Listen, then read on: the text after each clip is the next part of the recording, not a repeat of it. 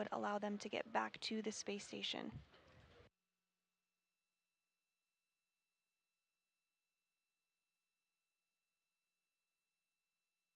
Following safer installation, we can look ahead to depressurization. First, the crew will move to the crew lock section of the Quest airlock, and depressurization will occur in a two-stage fashion. First, the crew lock will be taken down to 5 pounds per square inch of pressure. At this point, they'll pause depressurization to do a systems check, and then Station Houston on one.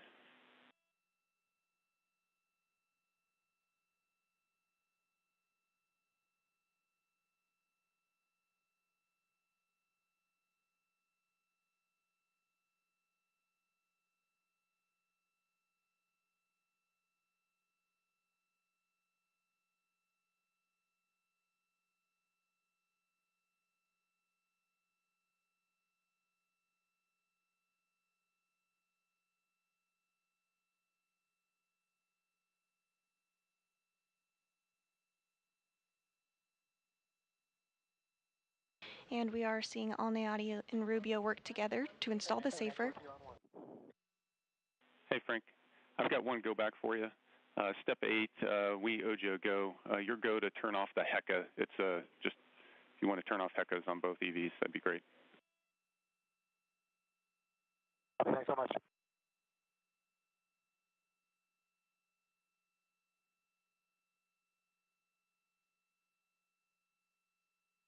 Again, Alneati and Rubio now working together to install the safer, simplified aid for EVA rescue on NASA astronaut Steve Bowen's spacesuit.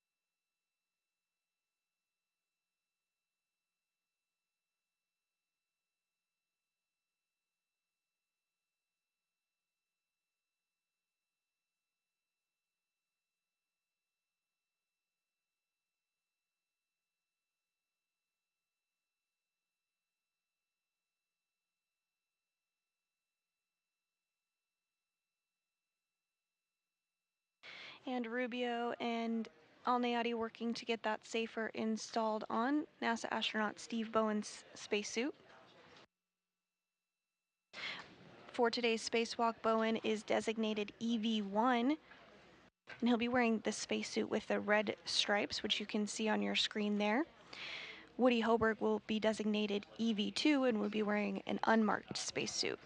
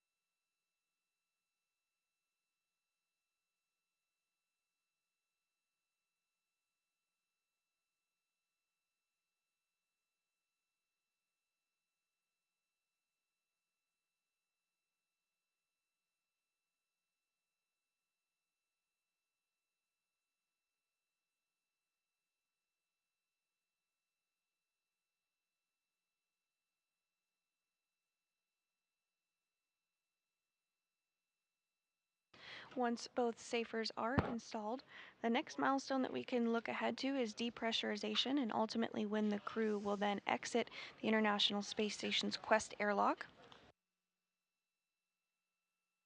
They'll then work together to install an upgraded International Space Station rollout solar array on the 1A power channel on the starboard truss of the International Space Station.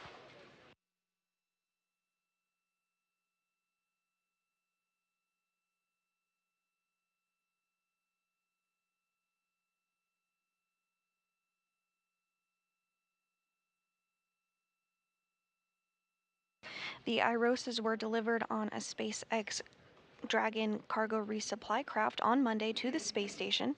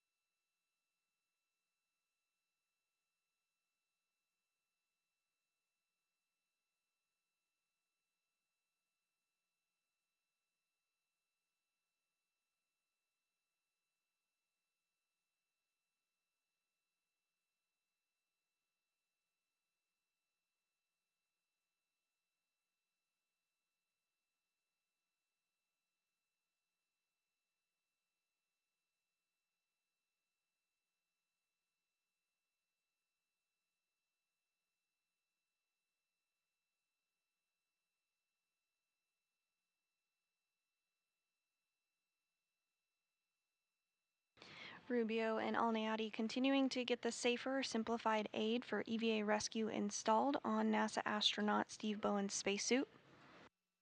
Following installation of the safer, Bowen will be moved to the crew airlock for depress.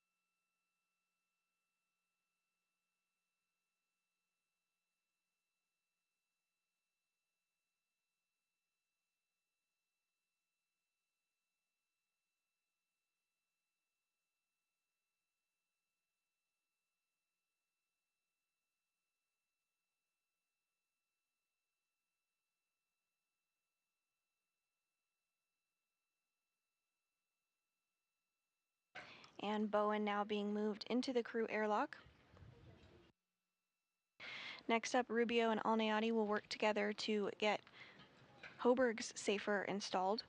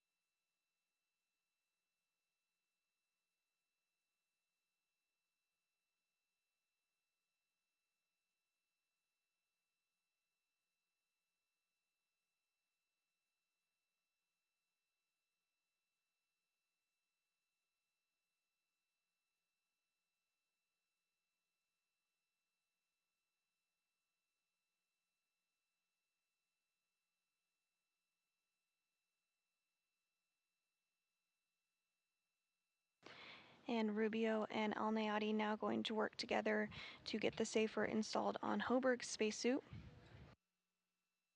Again, he'll be designated EV2 and he's wearing the spacesuit with the unmarked spacesuit this morning.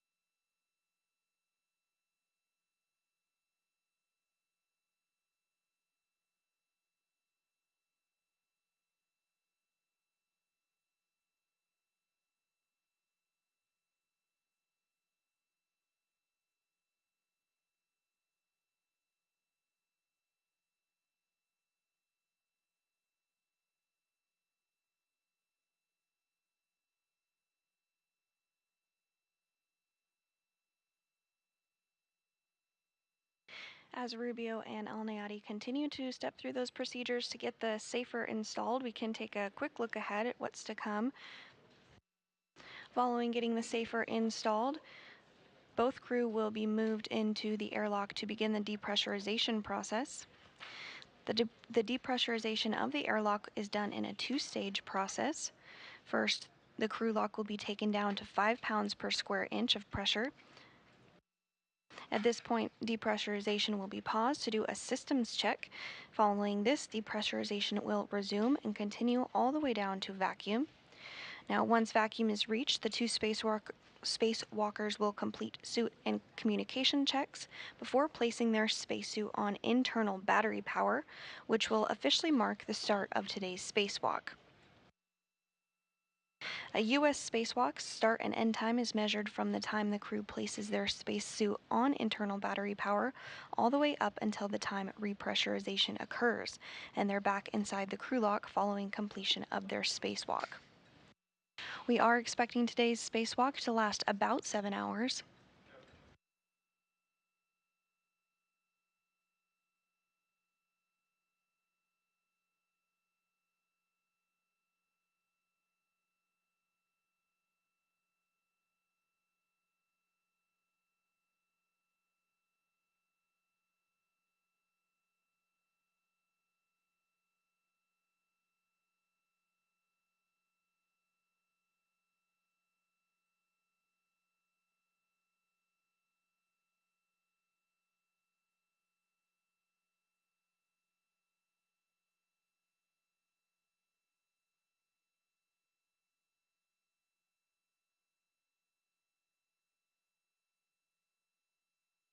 And here in Mission Control Houston, NASA Flight Director Diane Daly did just poll the team of flight controllers on console, and everything is looking good. We are go for today's spacewalk.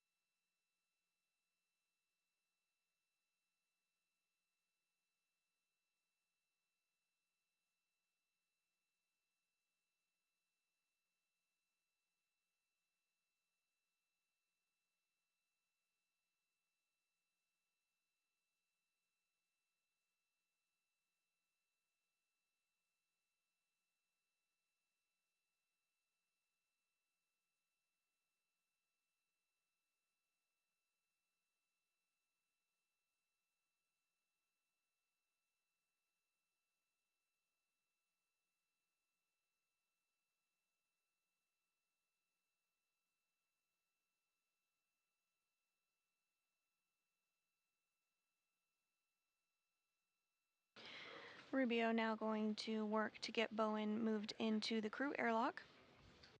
Hoberg, rather. Bowen currently is in the crew airlock already.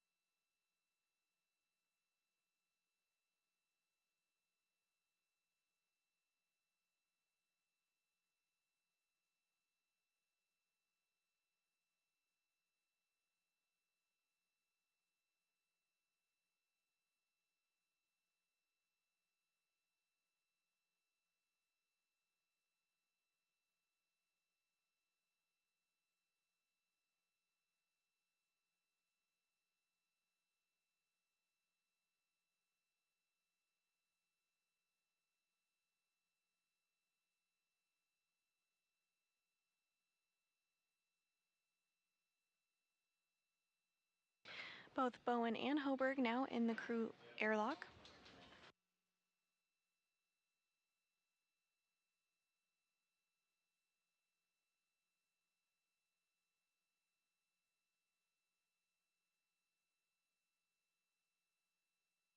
Once they get situated and everything looks good, we will see the hatch close and the depressurization process begin.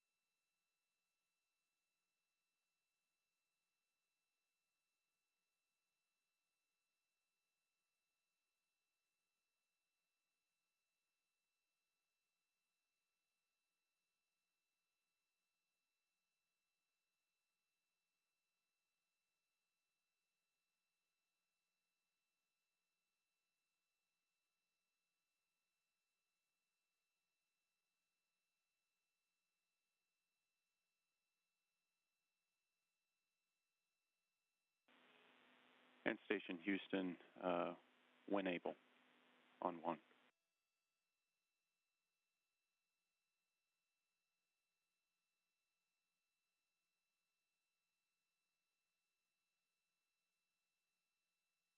Connect with you on 1. Hey, Frank, we're trying to get in front of an LOS with some ground commanding. There's a couple steps that you're going to confirm later on we'd like to do early. That's step 76 and 77.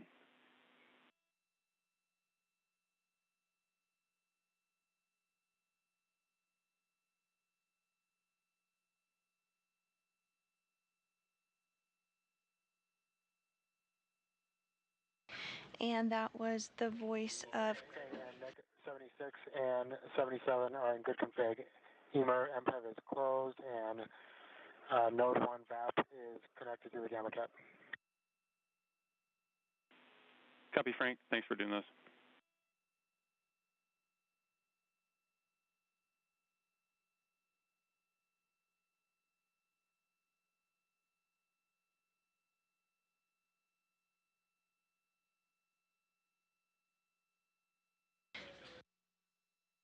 And that was the voice of today's Capcom and NASA astronaut Nick Hague, calling up to Rubio, letting him know that there is a loss of signal coming up, giving them the go to step through a couple of procedures during that LOS.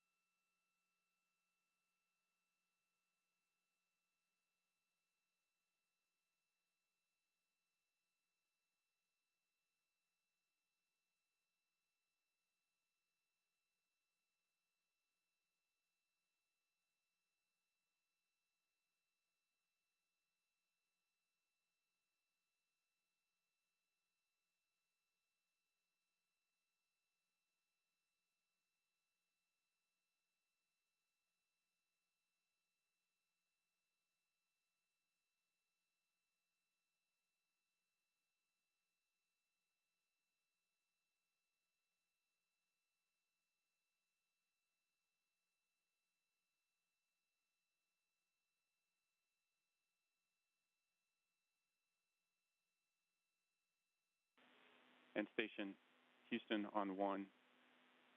No action for you. You can acknowledge with the thumbs up. We're going to command, so you go hot mic for the EV crew.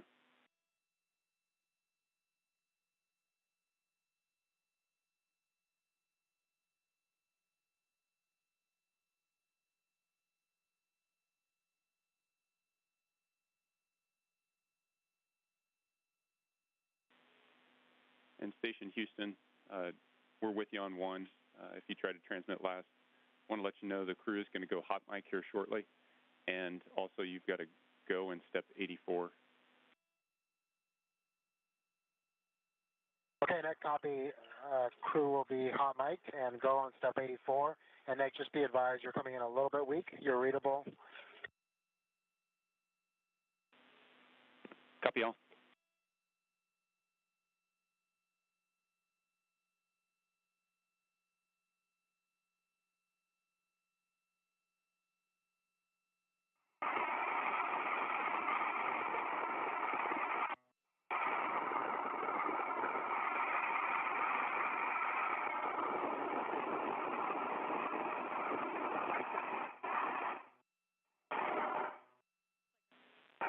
And Station Houston, you are hot mic. BB1 copies. BB2 copies. And copy, we've got a good voice, and just to let you know, we're 2 minutes out for a 12-minute LOS, and you are prime IV, and your go to press.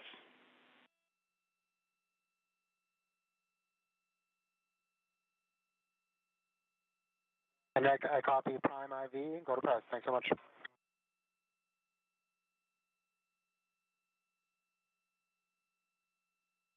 And we did just hear that confirmation from the ground that the crew is go to continue depressurization. First up, they'll close the hatch, which Alnayati and Rubio are working together to do, as you can see on your screen.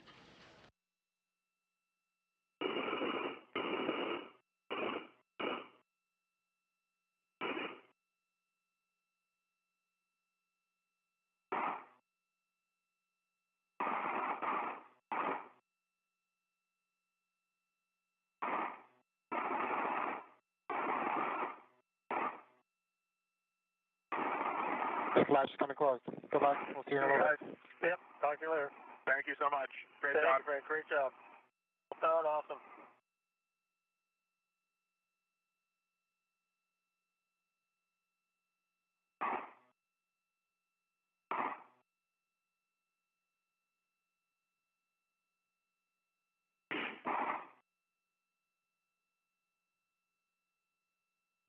And you did see that hatch just get closed.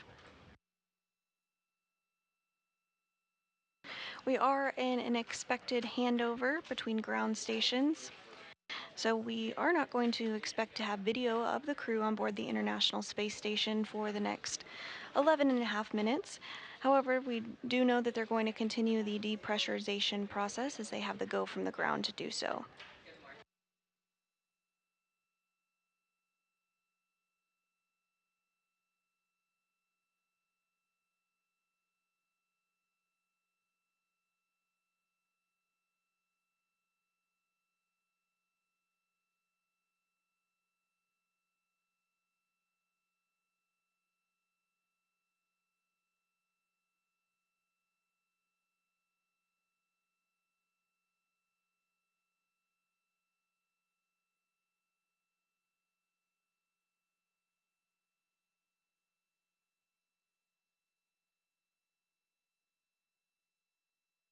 And if you're just joining us this morning, we have 2 spacewalkers who are suited up and in the process of working through depressurization procedures. Today they will exit the station's Quest airlock to install an upgraded IROSA, or International Space Station Rollout Solar Array, on the 1A power channel on the starboard truss of the International Space Station. We do have an animation to walk us through what we can expect our spacewalkers to complete today, so let's take a quick look. This video is for the ISS Rollout Solar Array, or IROSA, 1A install EVA. Steve Bowen, EV1 with the red stripes, egresses and receives a crew lock bag and puts it on his body restraint tether. EV2 with white stripes, Woody Hoberg, egresses with the crew lock bag on his body restraint tether and closes the thermal cover. EV1 translates up the forward face of the truss and goes starboard. He stops to configure safety tethers. EV2 follows a similar translation path and goes to the port crew equipment translation aid cart to temporarily stow his bag and retrieve an articulating portable foot restraint.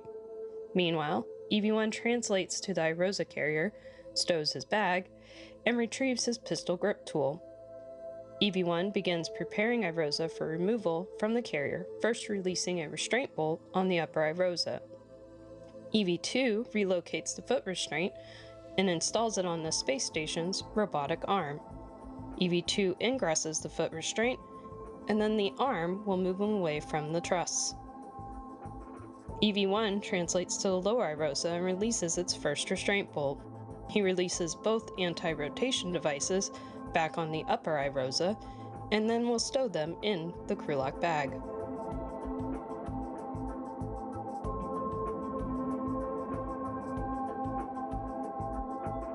On the robotic arm, EV2 is flown over to access 2 sets of bolts on the boom end of the upper IROSA. The first 2 bolts will allow the boom deployment system rollers to be moved into place to help with the array deployment later in the spacewalk. The second 2 bolts will release 2 of 4 mechanisms that hold the IROSA in its rolled-up configuration. EV1 partially releases the upper IROSA's restraint bolt and installs the first of 2 handling aids called scoops and prep for removing IROSA from the carrier. The arm flies EV2 over to the hinge end of the upper irosa, and both crew members work to release the final bolt holding it to the carrier. EV1 installs a second scoop, and EV2 lifts the irosa off of the carrier.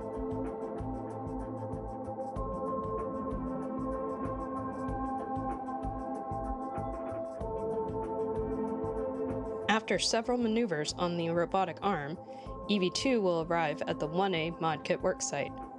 During these maneuvers, EV1 will pick up the temporarily stowed bag from the port cart and reconfigure both crew's safety tethers, on his way to meet EV2 at the mod kit.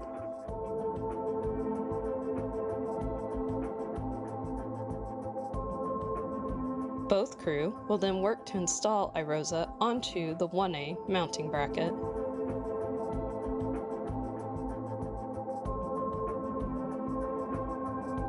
The crew will release the scoops, and EV2 will move into position to release the final bolt, holding irosa in its folded position.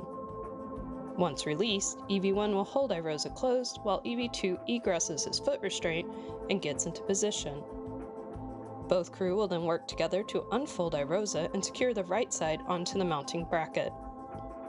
Once secured, EV2 will drive 2 hinge bolts that hold irosa in the unfolded position. EV2 will then move away from irosa to reconfigure a safety tether on the arm. EV1 works to drive 8 bolts to fully secure the irosa to the mounting bracket.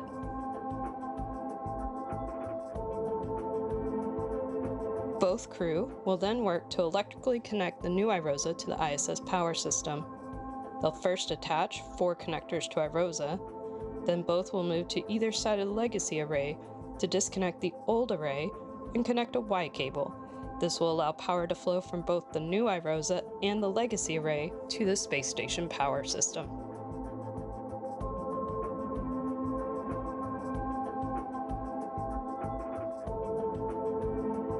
At this point, EV1 moves into a deployment viewing position, and EV2 will release the final 2 bolts restraining irosa in the undeployed position. irosa will deploy over the next 6 to 10 minutes. During deployment, EV1 translates back to the irosa carrier to reconfigure the carrier beams that previously held the upper irosa. These beams need to be rotated out of the way to allow access to the lower irosa on the second EVA.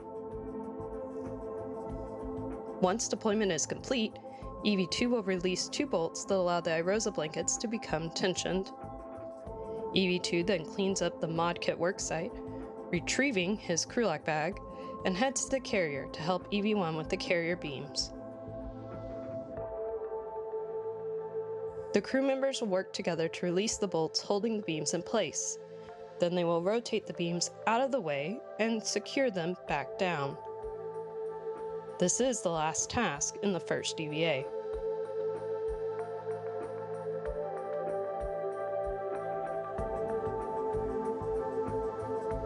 Both crew will clean up the worksite and translate back to the airlock. They will clean up their tethers on the way. They will then work to ingress and begin repressing the airlock. This will finish the first of 2 EVAs.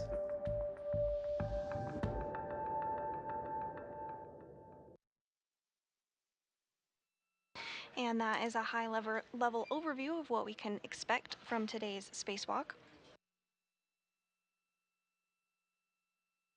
If you're just joining us, 2 NASA astronauts are currently suited up and in the crew airlock and are working their way through depressurization procedures. Today's spacewalkers are NASA astronaut Steve Bowen, and today will be his 9th spacewalk, as well as NASA astronaut Woody Hoberg, who will be completing his first spacewalk.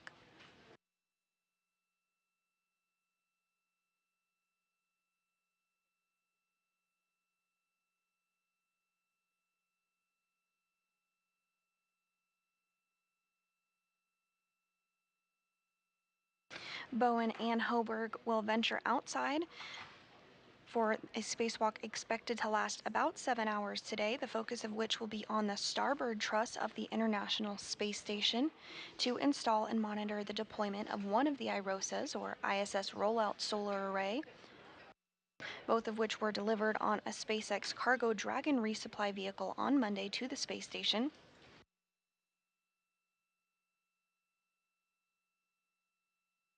And today's spacewalk is the 264th in support of space station assembly, maintenance, and upgrades. This is the 7th spacewalk in 2023 and the 5th spacewalk for Expedition 69. As we mentioned, it's the 9th spacewalk for Bowen, who has a cumulative spacewalking time of over 54 hours across 8 previous spacewalks.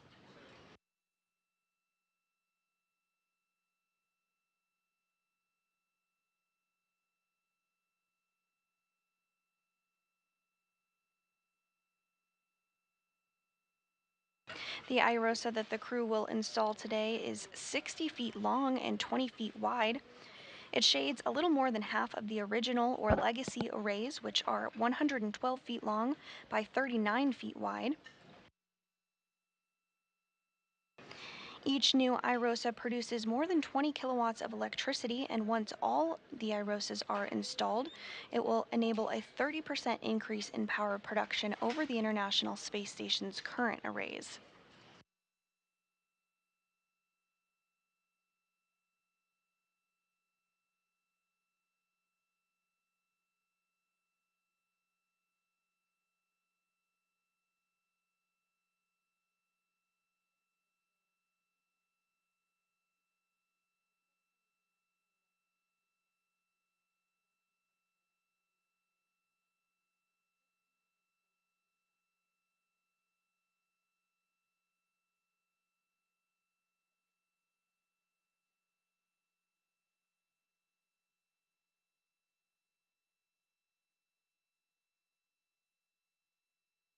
And we are in a loss of signal period as we have a handover between satellites.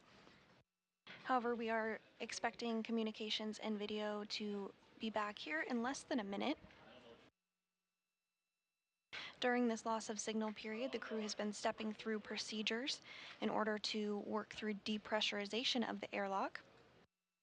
This is done in a 2-stage process.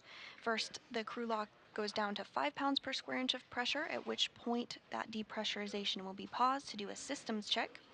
And then following this, depressurization will resume to bring it all the way down to the vacuum. Now, once that vacuum is reached, the 2 spacewalkers will complete some additional suit and comm checks before placing their spacesuit on internal battery power, officially marking the start of today's spacewalk.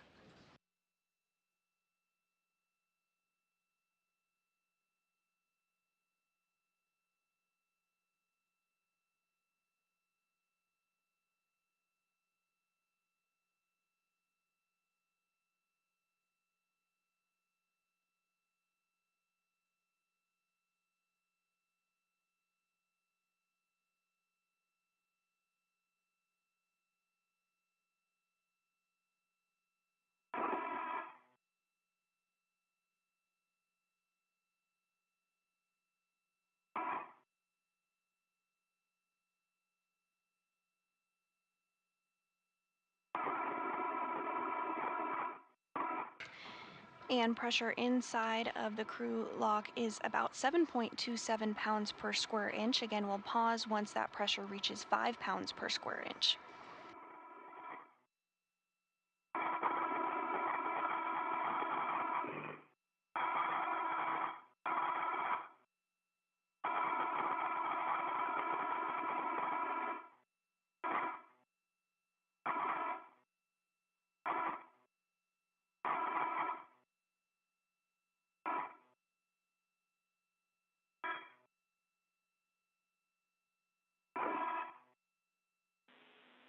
And Station Houston on 1, we're back with you, voice only.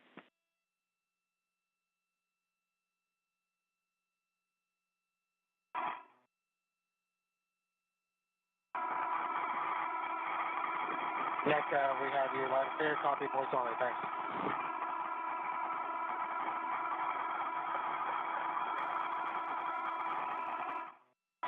And Stephen, what do you guys copy? You have about 100 millimeters of mercury to go. If you want copy. Yep, Frank, I copy.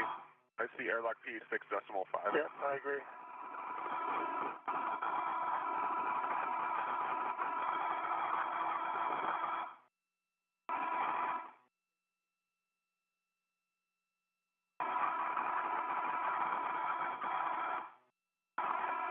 Pressure inside the crew lock now at 6.35 pounds per square inch of pressure.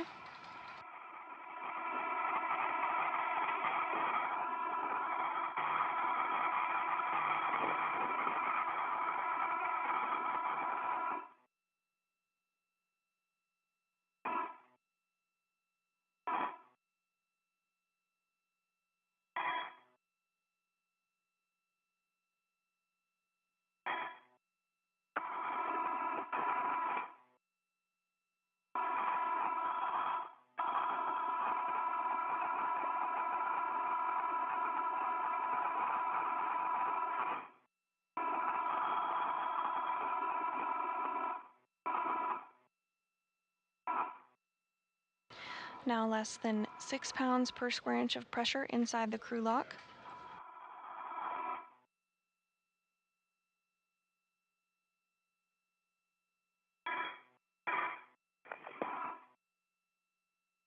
Again, once we do reach 5 pounds per square inch, that depressurization will be paused to do a systems check.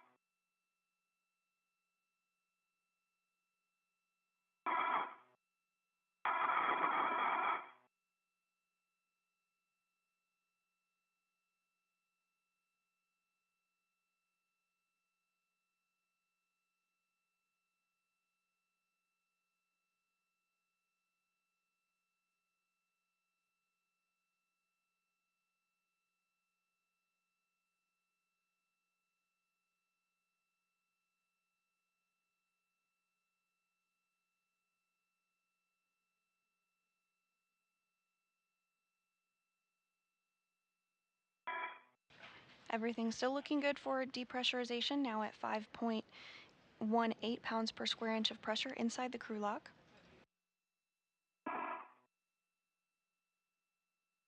Woody, the next action is going to be for you. We have about 10 to go.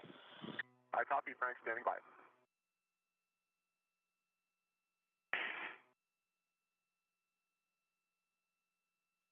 Woody, depress pump, man ISO valve closed. Both of you can expect an alert tone. Closed. And copy closed. Okay, next thing we're going to do is a leak check. So you'll both take your switch display status until leak check question mark is displayed. Hold that for 2 seconds, and then follow the displayed instructions. In work, UV1. UV2 in work. And pressure inside the crew lock is now at 5 pounds per square inch of pressure. So you did hear those words about the systems check that are occurring now. Following the systems check, depressurization will resume and continue all the way down to vacuum. And once vacuum is reached, the 2 spacewalkers will complete some additional suit and communication checks before they place their spacesuit on internal battery power, officially marking the start of today's spacewalk. And following this, the crew will, of course, exit the airlock and begin working to get that IROSA installed.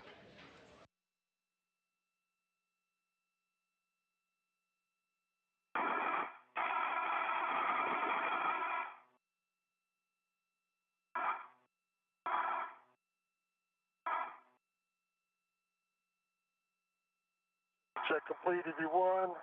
Moving to EVA. That'll be a minute. Same for EV2. Copy, good leak check for both. Good news. And then correct, you both want your O2 actuators to EVA. Let me know when that's complete. EV2's in EVA. EV1's in EVA. The O2 actuator EVA for both Woody and Steve. Nice job. Woody, you're going to take the depress pump man ISO valve to open. Both of you can expect an alert tone. Copy. Press pump man, ISO valve is open.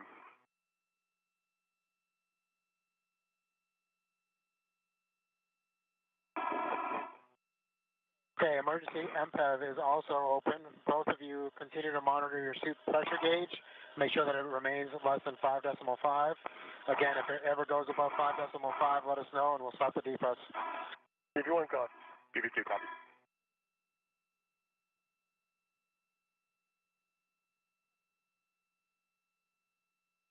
Woody, the next action will be at 2 PSI. Copy, I see it. And those system checks looking good. Depressurization is continuing as expected.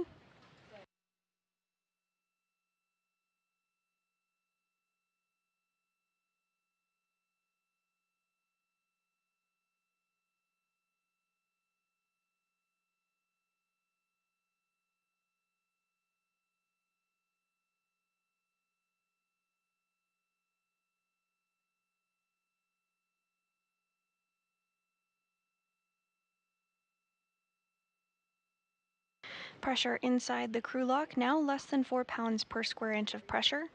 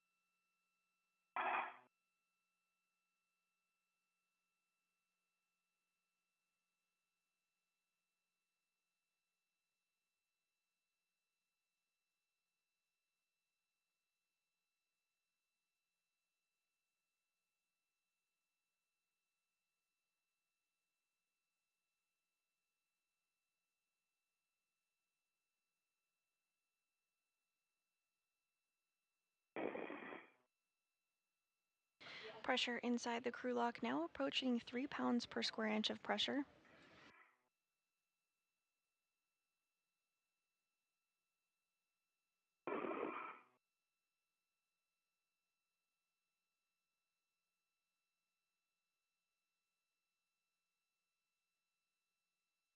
And we are getting a view back inside of the equipment lock here, where NASA astronaut Frank Rubio on the left and United Arab Emirates astronaut Sultan Al Nayati continue to step through depressurization procedures with Hoberk and Bowen, who are inside the crew lock. Pressure inside the crew lock now at 2.68 pounds per square inch of pressure.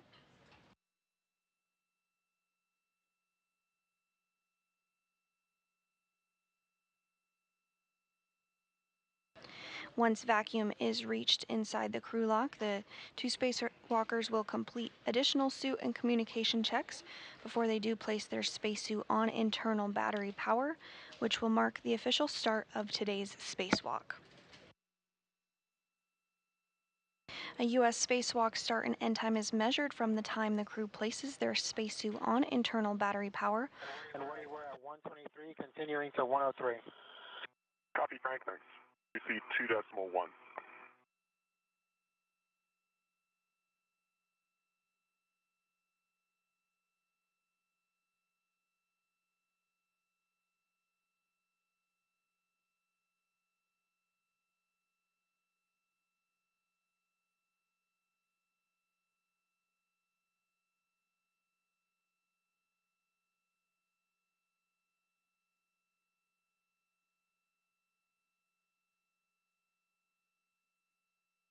Now closing in on 2 pounds per square inch of pressure inside the International Space Station's crew lock.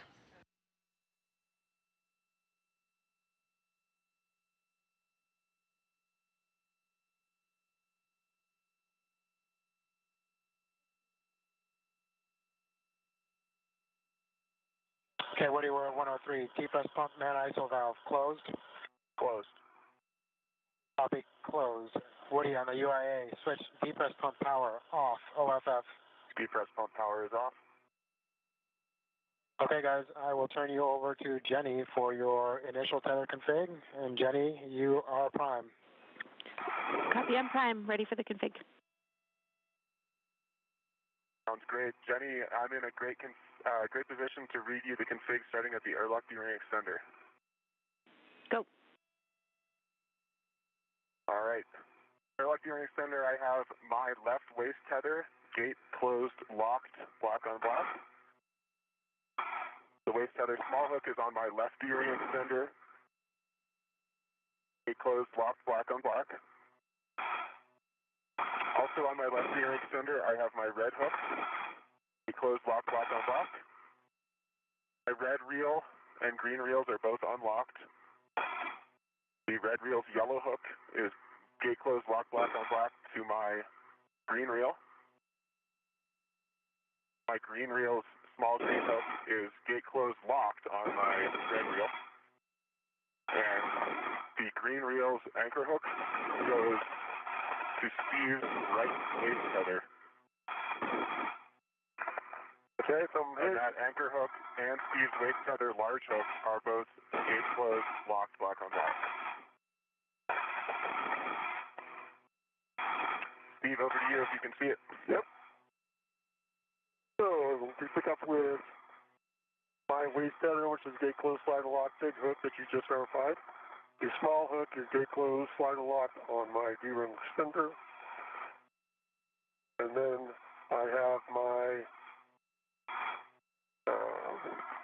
safety tether, red hook, gate closed, slide lock on my right D-ring extender. The yellow hook is gate closed, slide lock to the green rail. Both reels are unlocked. I have the blank hook to my mini workstation.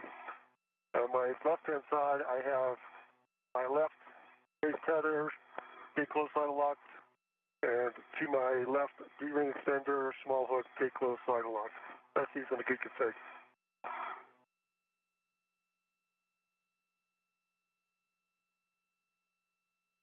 All right, when can I see? There we go. So you need Copy all. I need to get back so I can actually eventually open the hatch. I copy all. We are in a good config.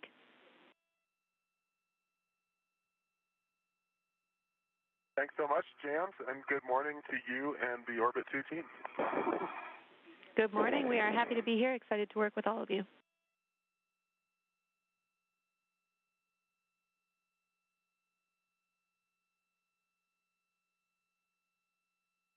And you are now hearing the voice of Jenny Gibbons, who is the ground IV.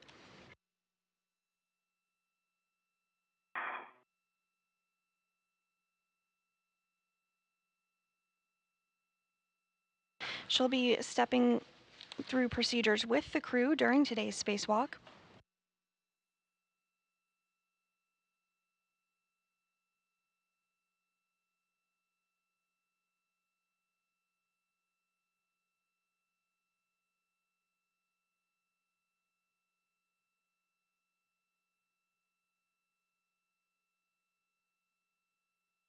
And that pressure inside the crew lock now at vacuum.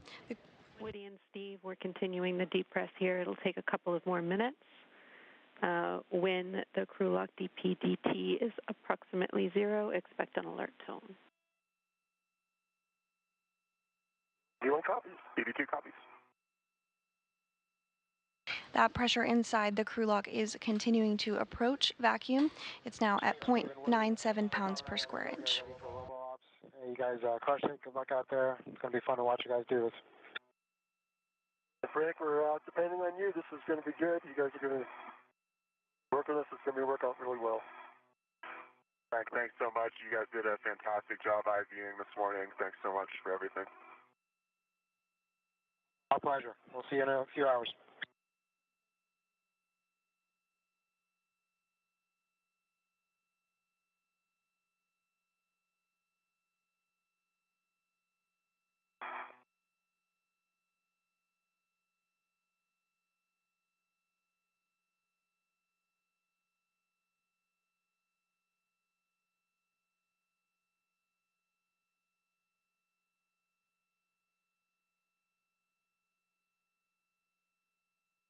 Everything continuing to go smoothly this morning.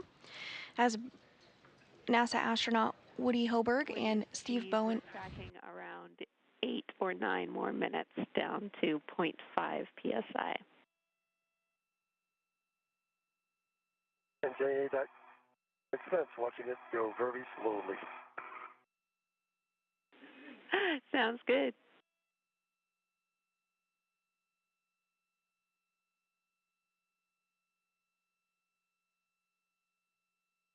Again, everything going smoothly so far this morning as we anticipate the spacesuits to be switched over to battery power here shortly as soon as those comm checks and system checks are completed. Following this, the crew will egress or exit the hatch after they open the thermal cover.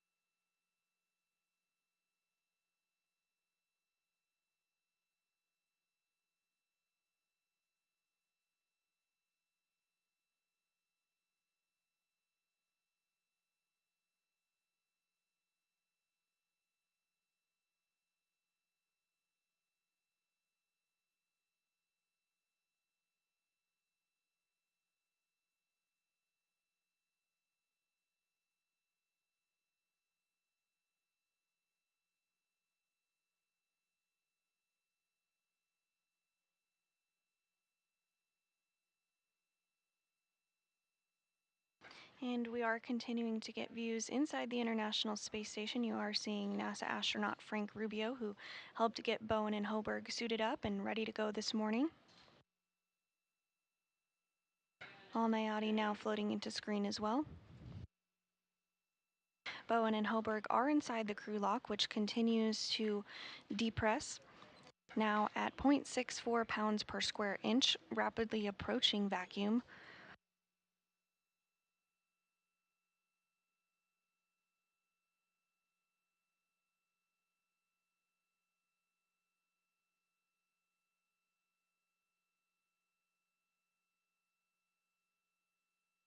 The goal of today's spacewalk is to install an upgraded IROSA, or International Space Station Rollout Solar Array, on the 1A power channel on the starboard truss of the space station.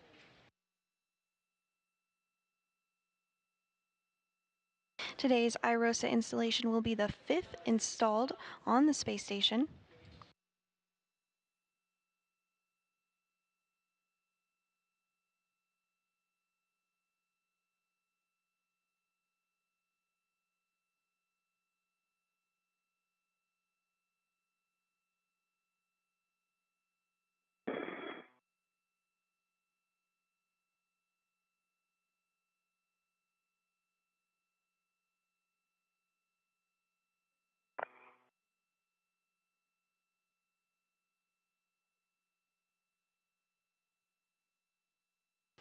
Pressure inside the crew lock now at 0.55 pounds per square inch of pressure.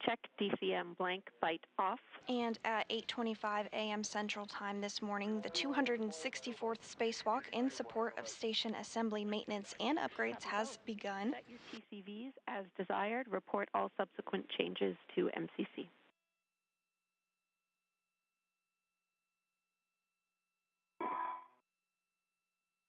AD1 set to 4. And ED2 also at 4. Copy. Both TCVs set to 4. Report suit pressure gauge.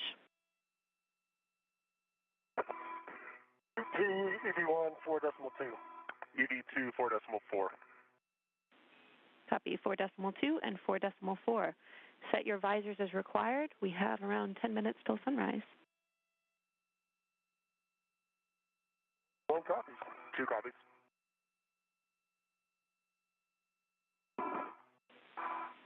All right, with that, Steve, you can open the thermal cover. We'll have you stow the hook on the stiffener tether point, cinch the strap, and report Sharpie lines visible. All right. I get my tethers back to where they belong. They were bouncing around a bit.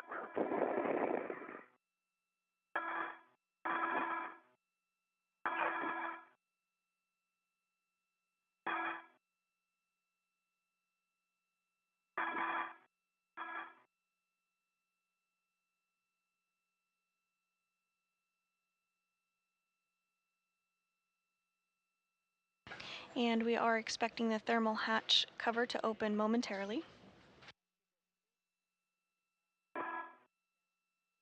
Okay, hook is released.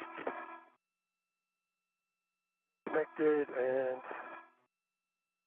Hold on.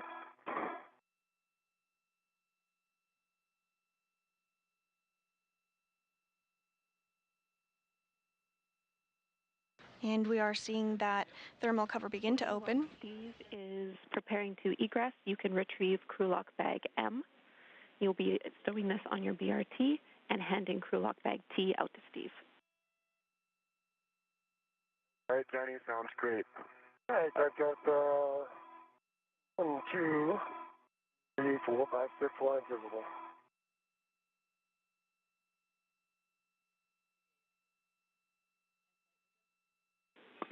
Copy, Steve. That's a good config. Egress the airlock. All right, heading outside.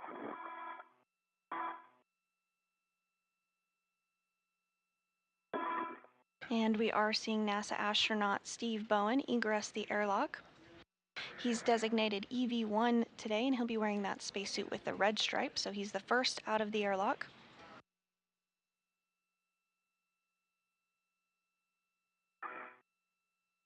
My bearings here. Steve, no rush at all, but I've got crew lock bag Q when you're ready. Okay, just give me a second.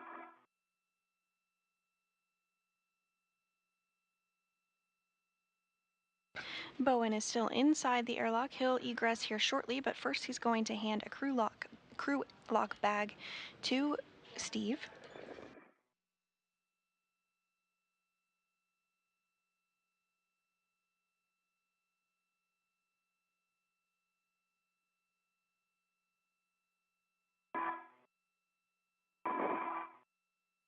Okay, let me get my BRT ready. Sounds good.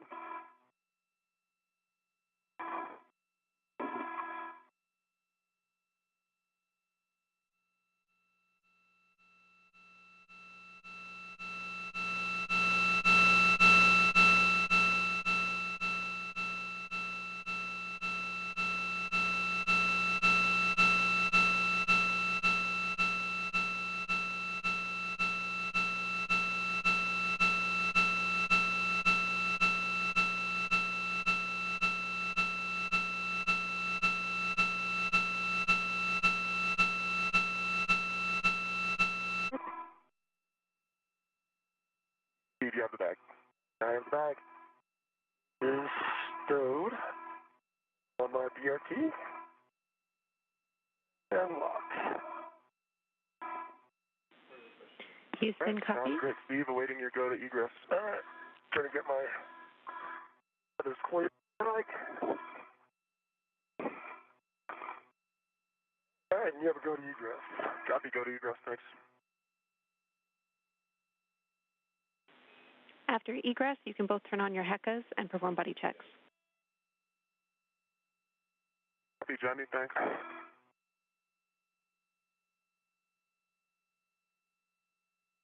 And next out of the airlock is going to be NASA astronaut Woody Hoberg, who is completing his very first spacewalk this morning.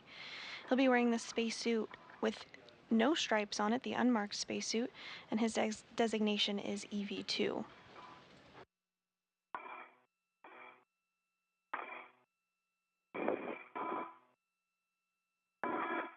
Once both crew members are out of the airlock, they'll work to translate to their next location, but first they're going to turn the lights on their helmet cameras.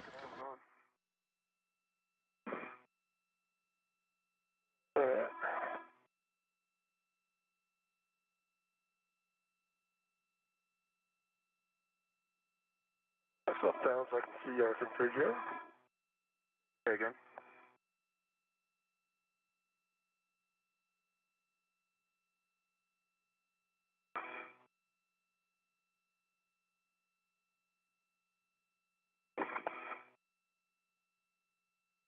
Both crew members now out of the airlock.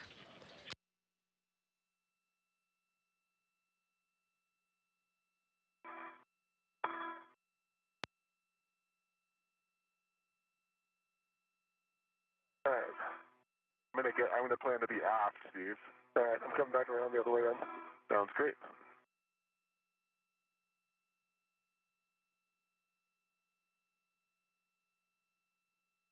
But I'm in a great spot for buddy checks if you want to do them here. Yeah, we'll just do them here. Okay, great.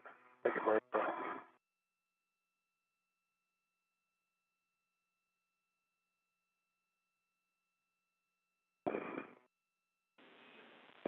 Houston's ready to copy buddy checks. Confirm your HECAs are on. And I see, what are you saying this way? I see green light. Where's the other one? Your EMU is off. Is it? Okay. Goodbye. One. Two separate handles down. And one tab up.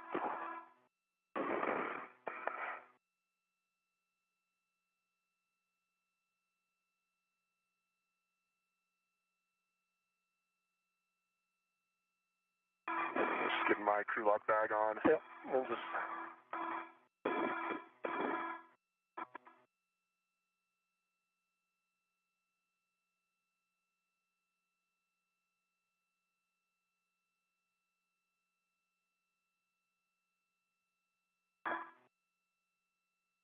All right, Steve. Ready when you are. All right, let me see. One thing left to check. Oh, your lights are pretty bright. Your EMU still is not on yet. Range, I hit the button. Oh, there it is. I see it now. Okay. Okay. And I see both safer handles down. I see two tabs up. And I see two green lights. And I see your lights are up. All right, Steve, for you, I see two mini workstation tabs and a BRT tab, all three up. I see a green WVS light and a green HECA light. Your lights are on. Looking at tools and tethers. Put your bag on your BRT. And you're looking good, Steve. All right. All right, and let me check your safer handles. 1, 2, both down. Looking good. I'm starting off. My gloves look good, and I have a dry hat. And my gloves are good, and I have a dry hat as well. Houston copies. Good buddy checks, good glove checks, and dry hats for both of you. You can tend the thermal cover closed, and Steve, you'll be translating to the anchor hook location. I have more words for you when you're on your way. All right, give me 1 second. Get this cover closed, and then I'll be on my way. I got the cover, Steve. All right. Yeah. And Jenny, I'll have to hold on fully closing the cover for my waist tether. Copy. Just tend to close for now. Thanks, Woody. Copy.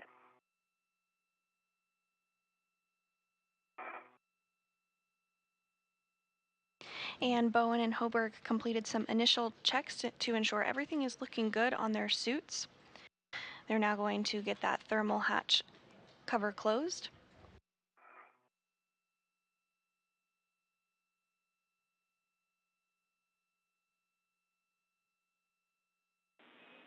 Steve, I have a caution for you. Avoid contact with the deployed TUS cable. Okay. Understand what contact with the TUS cable. Good readback for you both. We're around 2 minutes to sunrise. All right. What's my mile marker, by the way? You're looking for the FHRC, so S1 FHRC.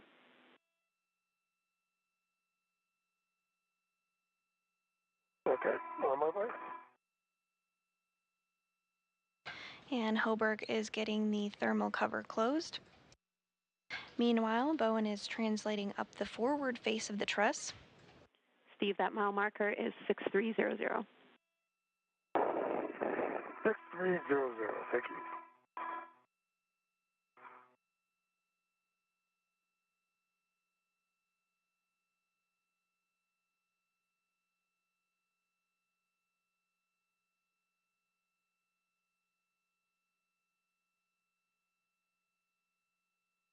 Once the thermal cover is closed, Hoberg is going to follow a similar translation path, but he's going to stop at the port crew equipment translation aid cart, and he's going to pick up an articulating portable foot restraint. This is going to be required for him later in the spacewalk when he steps into it on the Canadarm2. This is where you'll place your anchor hook. It's the nadirmost handrail under the FHRC. We're looking for the nadir stanchion. All right, nadir stanchion. My blank hook, gate close slider locked. To the green reel, which is unlocked. The yellow hook is locked, gate close slider locked. The red reel, which is unlocked. To my right, the D-ring extender, which is gate close slider locked. And the green hook between the green and red wheels is gate close slider locked. Copy. That's a good config, Steve. We need Woody's anchor hook on handrail 3247, which is the zenith handrail, just above yours. Okay, that didn't work.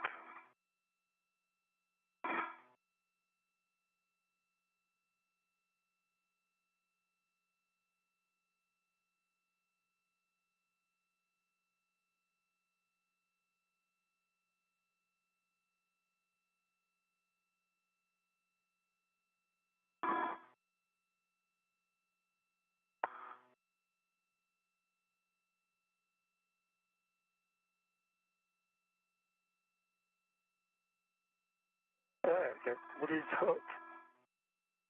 Gate closed, slider locked. As he's pinning back to the airlock. Copy. That is a good load path for Woody. You can give Woody the go to release his waist tether.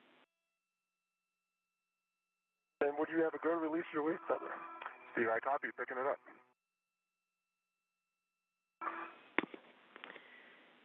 Steve, you can now translate to the FSE worksite. You'll be dropping your green hook on S3, handrail 3011, which is nadir of the port Cedar cart.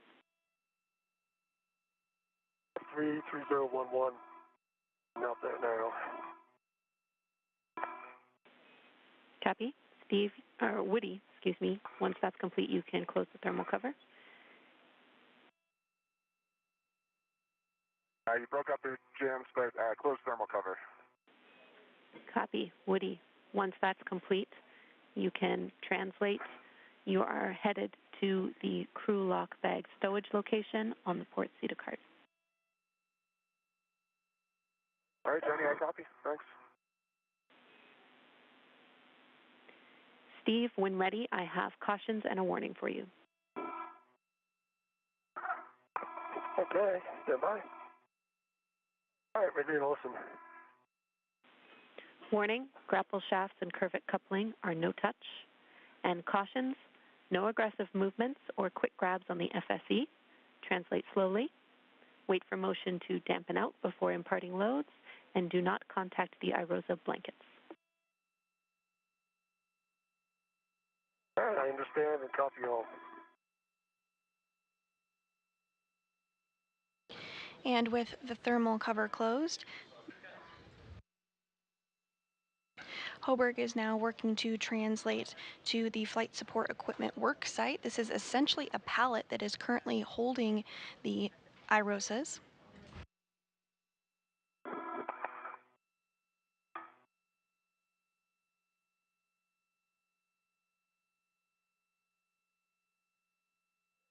Green wheel is coming to 3011. Green hook, I should say. I copy your green hook on handrail 3011. 3011 or 3011? 3011. Okay.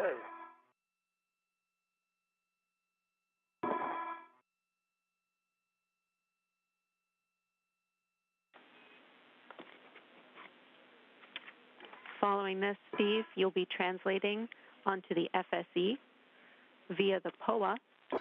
And the crew is running about 10 minutes ahead of today's timeline.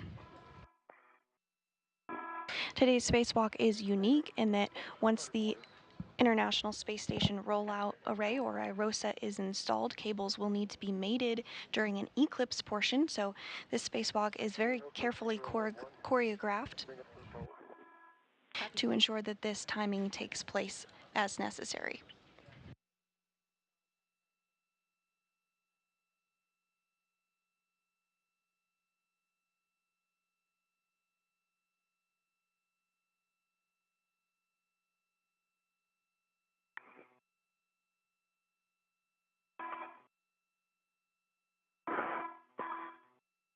And you are seeing this view from the helmet cam of NASA astronaut Woody Hoberg, who is completing his first spacewalk today.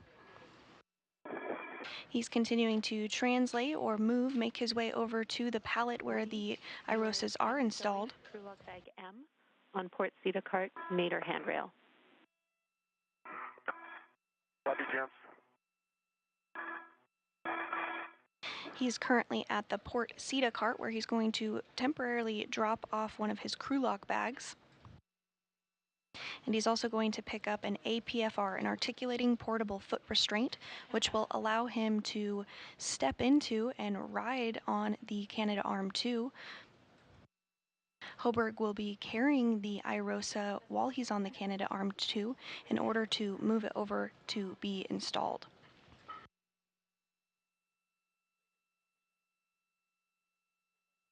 Today's solar array will be installed on the 1A power channel on the starboard truss of the International Space Station.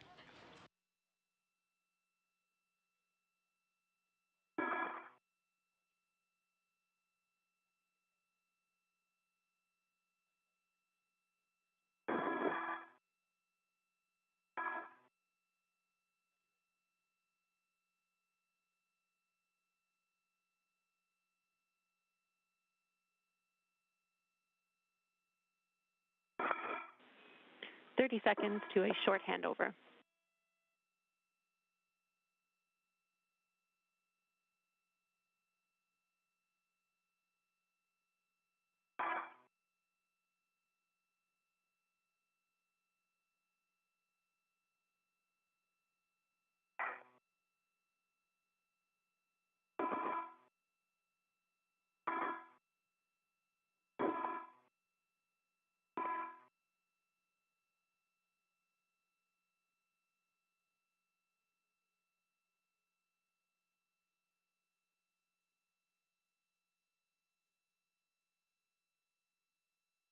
And we are in a brief expected handover between satellites, but we'll regain communications and video with the crew during their spacewalk here momentarily.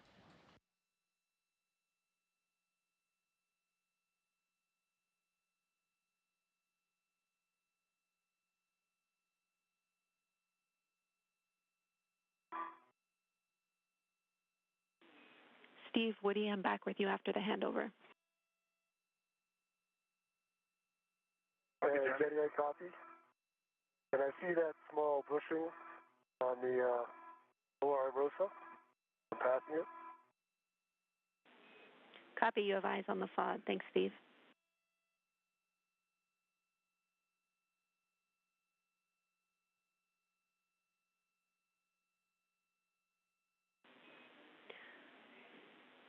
Woody, you will be picking up the APFR in WIF 3. Looks like you're already there. Should have an ingress aid. And it does.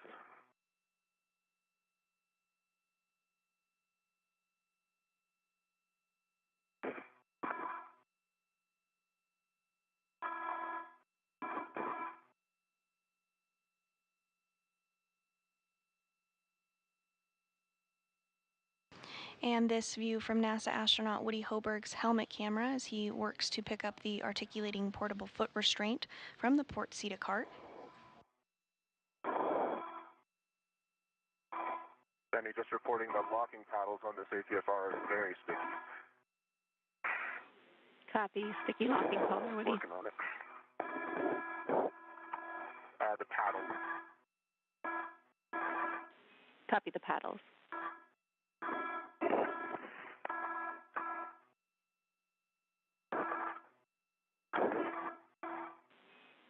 Woody, this is in line with what we expect for this APFR. Okay, I'll be EE2 2CV7.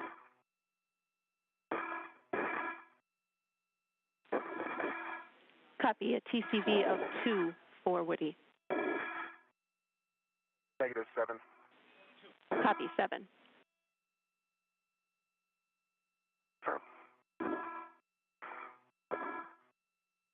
All right, just confirming that the adjustable large small goes to 0008, and the integral goes to the upper handrail. Affirm, that's right. Steve, that handrail should be 13. Once that's done, I'll take a glove inspection hap check. All right, let me get this in place.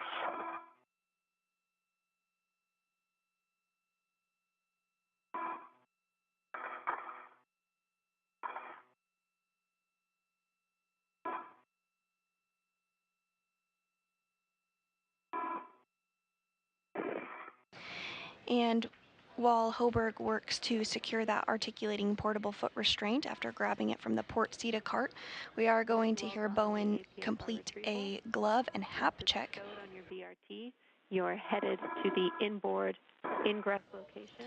The hap is the helmet absorption pad, and this is checked regularly throughout the spacewalk along with the gloves just to ensure that everything is performing as expected.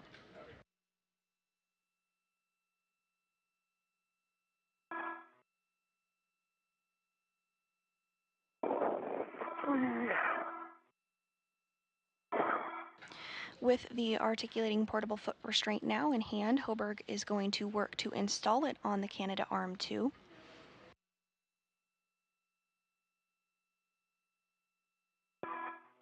All right, I've got the integral on 0013 and the large small adjustable on 008. Copy. Push that up a little bit.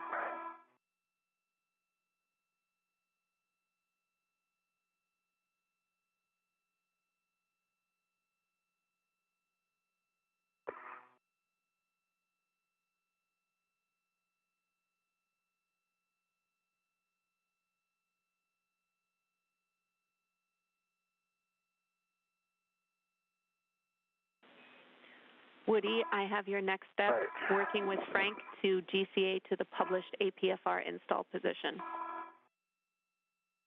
All right, James, I agree. Steve, do you need the comm?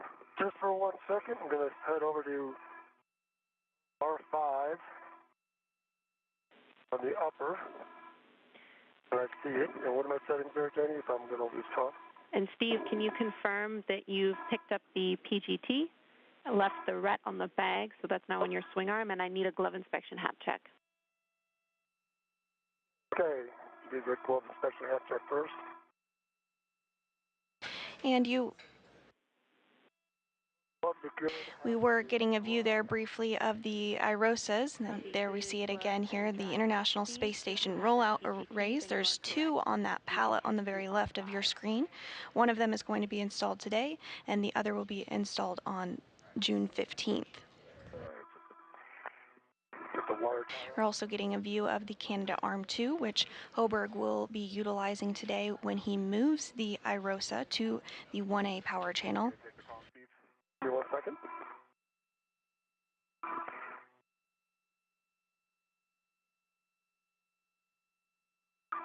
All right, Jenny, I have the PGT, and you want me to leave this rat on here, correct? Affirm. Leave the rat on your swing, or leave the rat on the bag, and rat swap to the swing arm rat. All right, that's going to work. If you give me the PGT settings, we can get the comm to, please. Bravo 2, counter 2. Bravo 2, counter 2. All right, I'll let you know if we get contact before I've done, if I haven't done it yet. Copy, and that was a good readback.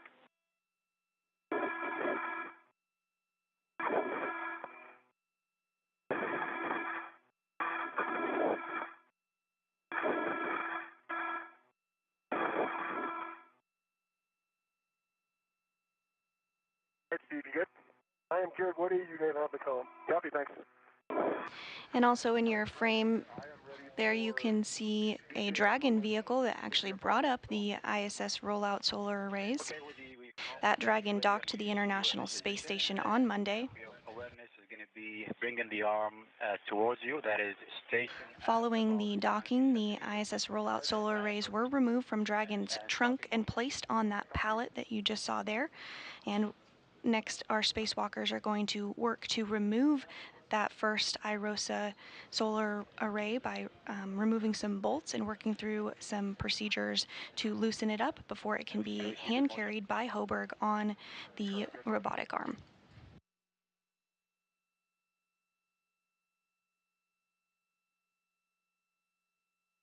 Half a meter to go. Continue. Copy, continue.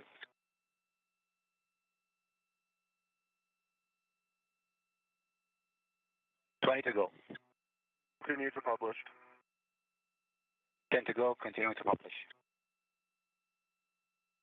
And ramping out.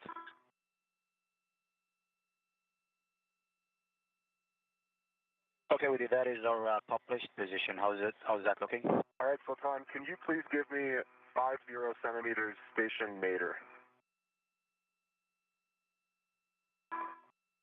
Copy, Woody, half a meter station nadir in work. Thank you.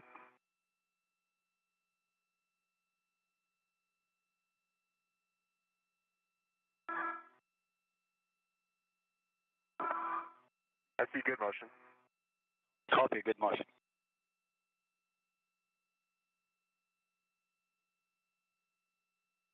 Okay, 30 centimeters to go.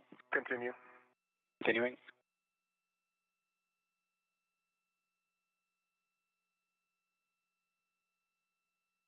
Okay, ramping out.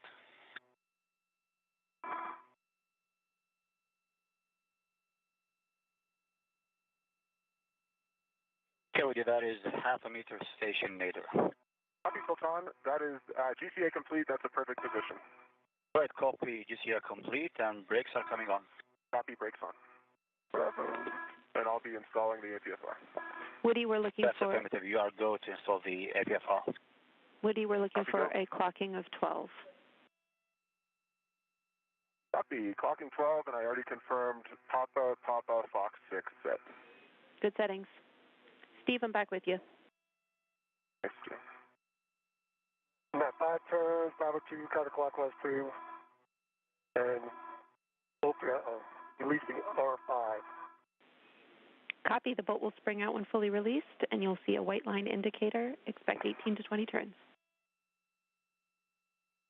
Hoburg continuing to step through procedures to get that articulating portable foot restraint installed on the Canadarm2. This articulating portable foot restraint, or APFR, allows him to click his spacewalking boots into it so that he can ride aboard the Canadarm2. He'll be carrying the iROSA while he does so.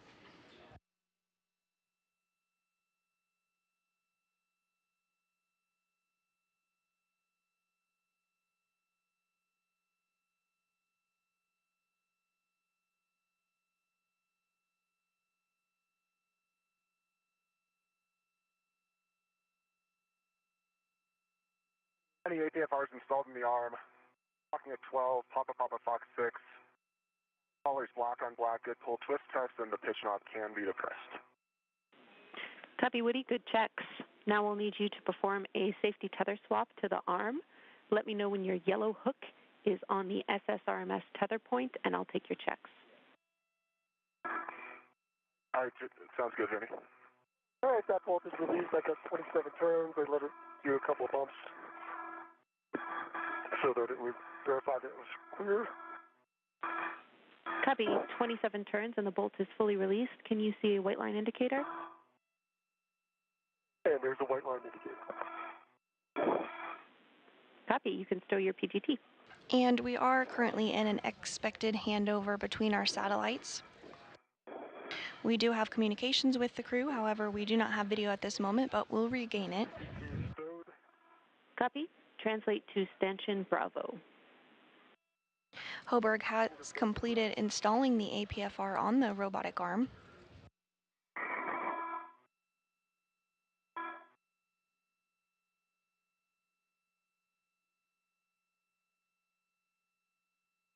All right, Jenny, my yellow hook is gate closed, locked, black on black for the SSRMS tether point. Green hook is stowed on mile marker 6360, and that green reel is unlocked.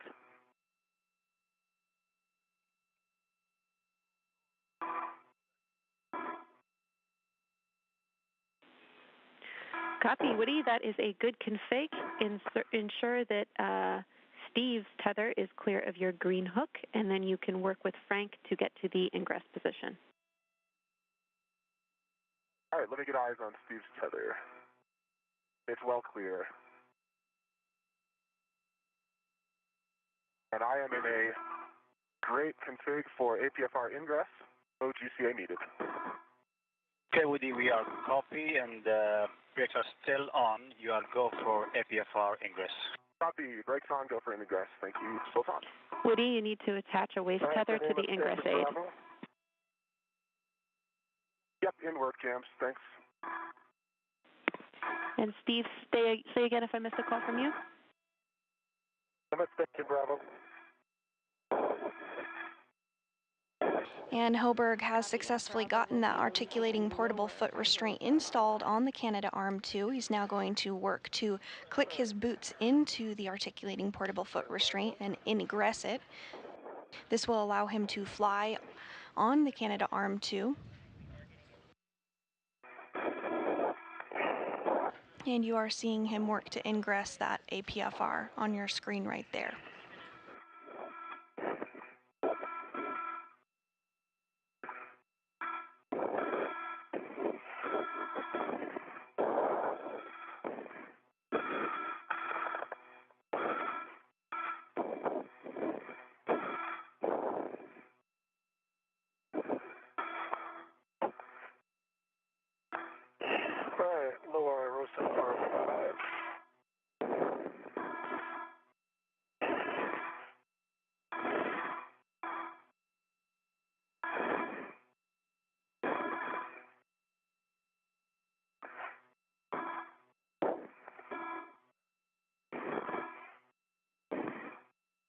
All right, so I've got Bravo 2, counterclockwise 2, going to R5,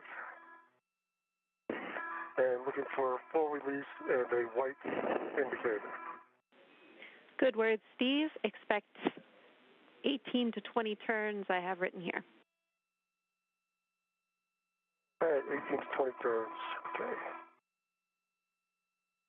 And Steve, I'm going to look for the comm again when you have a chance. All right, you can take the comm. Thanks. It's on. I'm ready for trust back off. All right, copy. Woody, you are ready and brakes are coming off. Copy, brakes off. Woody, check your tools and tethers are clear. We need you to confirm that. Thanks, James. Yep, tools and tethers are all clear. Copy. I agree. You are a go to proceed. Woody, we also are hearing that your left safer handle might be up. We need you to check both of them. Got it. Your team was correct. And both safer handles are down. Copy. Both safer handles down on Woody. Thank you. You guys are doing great on time.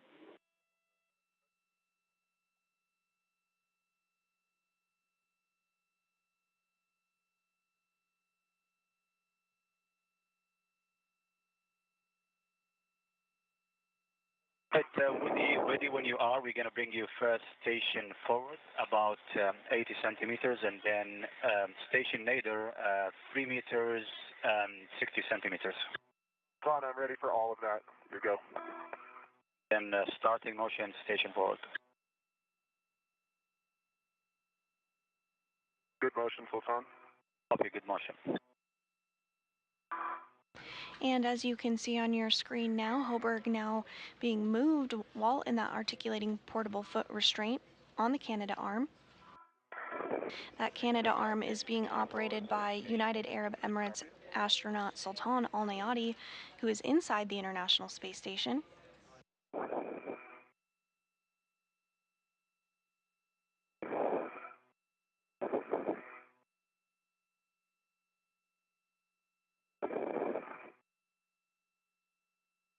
Hoburg is going to be translated to a better position to help NASA astronaut Steve Bowen remove some bolts and an anti-rotation device which will enable the IROSA to be released from the pallet. Following this, Hoburg will hand carry it while on the Canadarm2 over to the 1A work site. Okay, 2 meters to go. Continue. Okay, continue.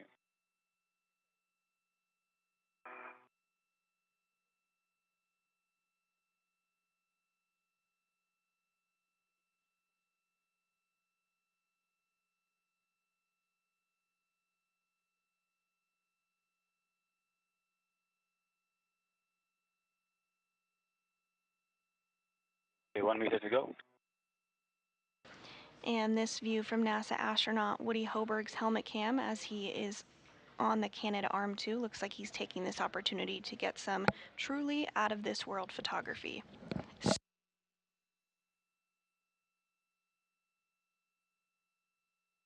And ramping out. That looks good, Sultan. Okay, Woody, just a heads up. Next, we're going to take you to the Volt Axis join OCAS. That'll be 2 minutes and a half. I'm ready for that. Okay, thanks, Sultan.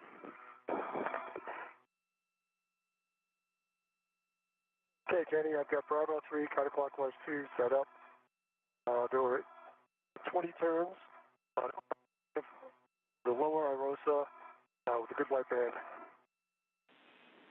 Copy. I understand R5 on the lower IROSA is released with 20 turns. You should be pretty much at the bolts for C2. We are going to work on releasing these anti-rotation devices, so you can attach an adjustable equipment tether and from your small trash bag to the ARD tether point. Okay, let me get that done.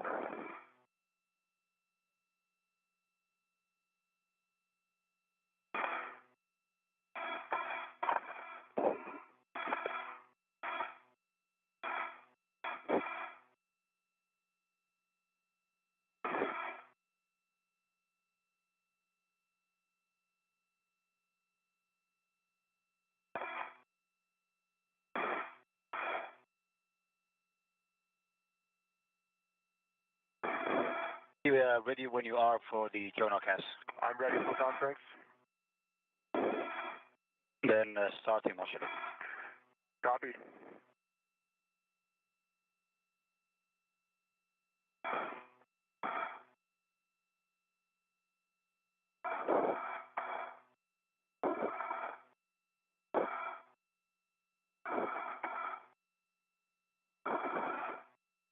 motion, Sultan.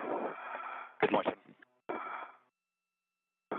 And Hoburg continuing to be moved on the Canadarm2. Meanwhile, Bowen is working with the pistol grip tool, or PGT, to release bolts. This is a restraint bolt. Next up, he's going to work on releasing the anti-rotation devices.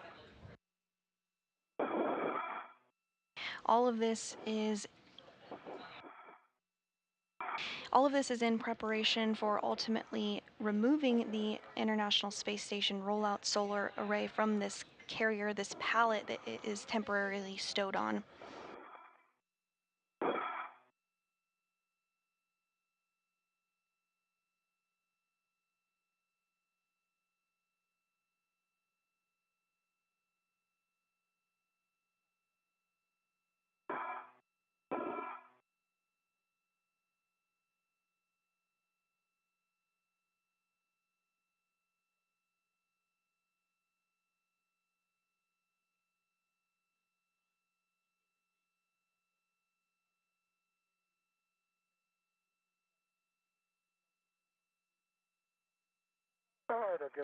And as Hoburg continues to make his way over to his first work site, the International Space Station is currently flying 258 statute miles off the coast of Nova Scotia over the North Atlantic Ocean.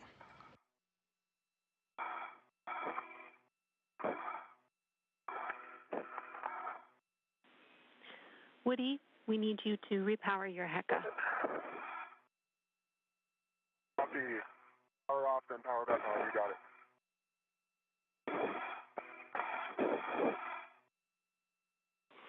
Oh, actually, Jenny, I just pressed the power button and I see a green light, so it should be on now. Yes, we just needed you to power it on. That's correct. It was knocked off earlier. Okay, copy. Getting a really great view here of Woody Hoburg in the articulating portable foot restraint. Counterclockwise to Good readback. the 10 turns, correct? Yes, 10 turns only. A reminder, these are not captive, so we only want to release 10 turns. 10 turns only.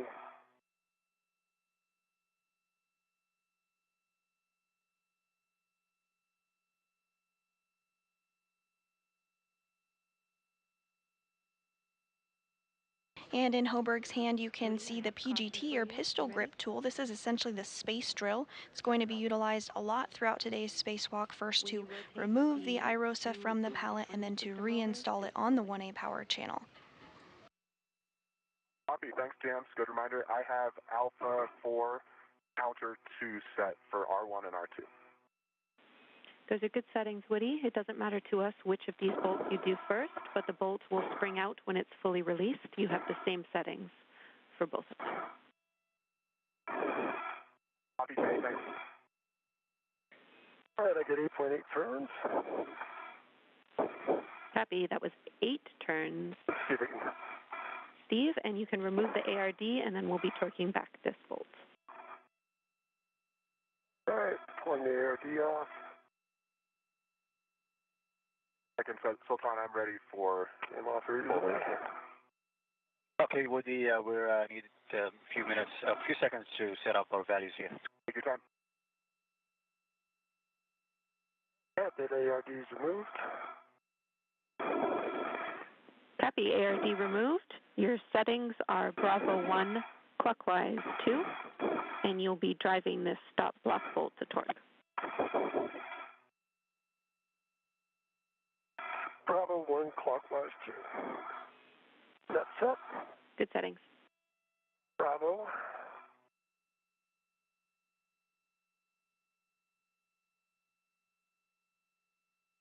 One clockwise 2.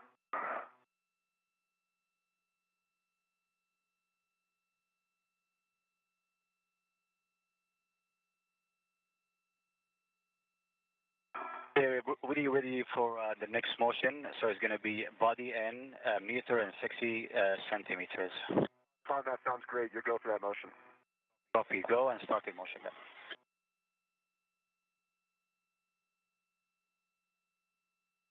We are 48 minutes into today's spacewalk, and NASA astronauts Steve Bowen and Woody Hoberg are continuing to work together to remove bolts from the International Space Station rollout solar array in order to release it so that it can be carried on the Canadarm2. To step through the next set of procedures is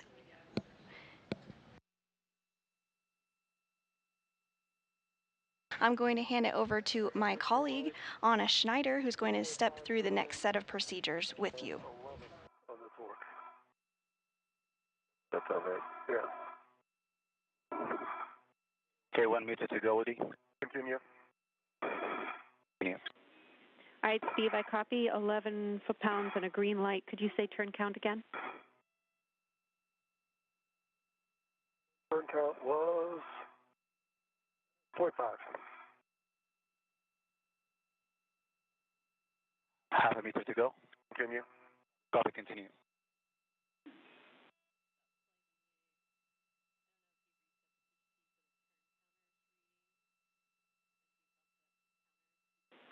We're just checking on those turns, Steve. The bumper rolled on top of the mount. You might not get as many turns as you might have expected. Okay, so it's on stop motion. But you can look at it. It's on there nice and snug. Woody, we are in the published position and you are go for unbolting.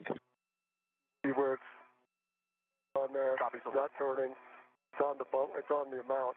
It didn't go past the mount.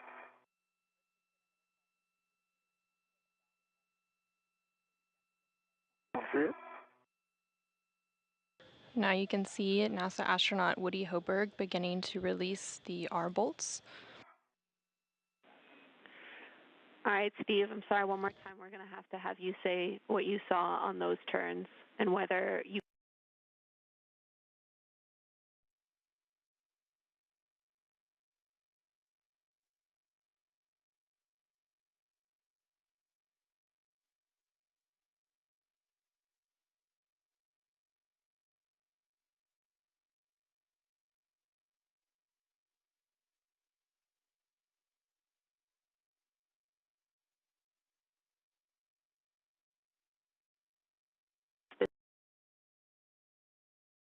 and we'll have you translate to Stanchion Charlie for the Charlie 1 ARD. Okay, heading over to Charlie for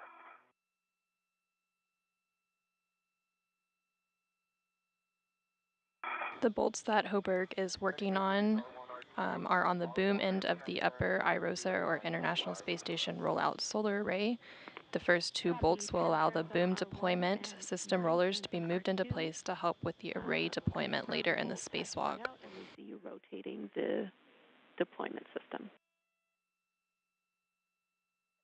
bolt sprung out, and it was 9.5 on R2. Copy 9.5. That is a good bolt release, Woody. We need you to access R3 and R4 next. You can GCA if you need to. I have new settings for you, and as a reminder, these will be the 245 turn bolts, so we need you in a good body position. You just heard confirmation that Woody Hoberg successfully released 2 of the bolts, and he's moving on to the second set. And Woody, we are ready. Okay, so it's on half a meter station, half a meter body down.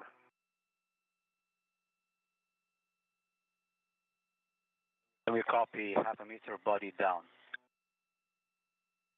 Okay, starting motion. Copy. Good motion. Copy, good motion. You're hearing some conversation between NASA astronaut Woody Hoberg and UAE astronaut Sultan Al Niyadi, who is inside the space station operating the robotic arm, as he moves Woody Hoberg down a little bit to access the next set of bolts. Okay, you can ramp out. Stopping out. Motion stopped. GCA complete. Copy, GCA complete. Steve, once in position, you can tether to the ARD tether point, and then I have settings for you for the stop block bolt. Complete. And I'm ready for settings. Bravo 3, counter 2, 10 turns only. Bravo 3, counter 2. And Jenny, I have Alpha 3, clockwise 3 for R3.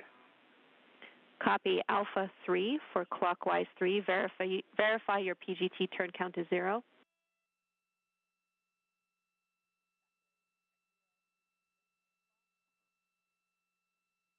Affirm, it's 0.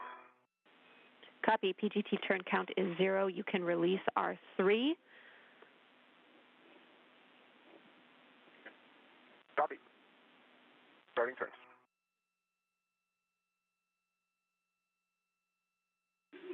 Copy, Woody. The second set of bolts that Woody Hoburg is currently working on will release 2 of 4 mechanisms that hold the ISS rollout solar array in its rolled up configuration.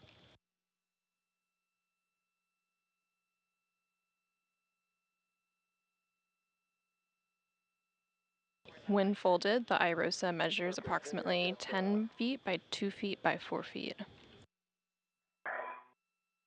Got 8 turns, and it's loose. Pull the ARD. Copy 8 turns on the ARD, or on the stop block bolt, you can remove the ARD. And that's removed, the ARD is removed. Ready for settings to drive back in. Bravo 1, clockwise 2. Bravo 1, clockwise 2. 30 seconds from short handover. While NASA astronaut Woody Hoburg continues to work on those bolts, NASA astronaut Steve Bowen continues to work on the anti-rotation device.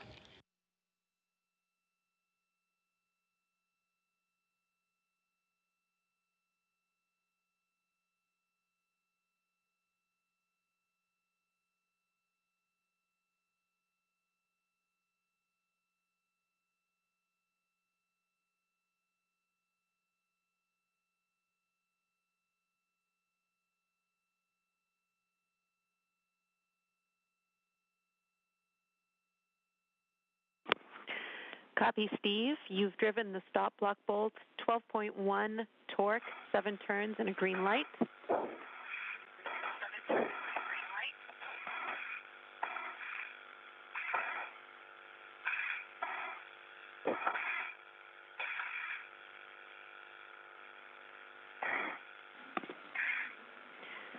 Steve, I'm back with you after the handover, 12.1 torque, 7 turns, and a green light.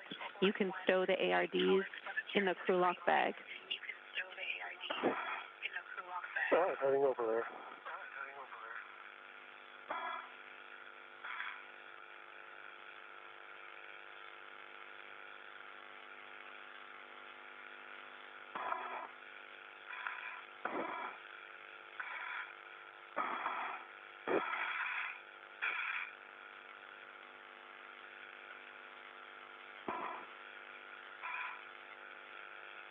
NASA astronaut Steve Bowen has released both of the ARDs, or anti-rotation devices, and will begin stowing them in his crew lock bag. Here on the screen, we continue to see NASA astronaut Woody Hoburg work on releasing the second set of bolts on the boom end of the upper IROSA.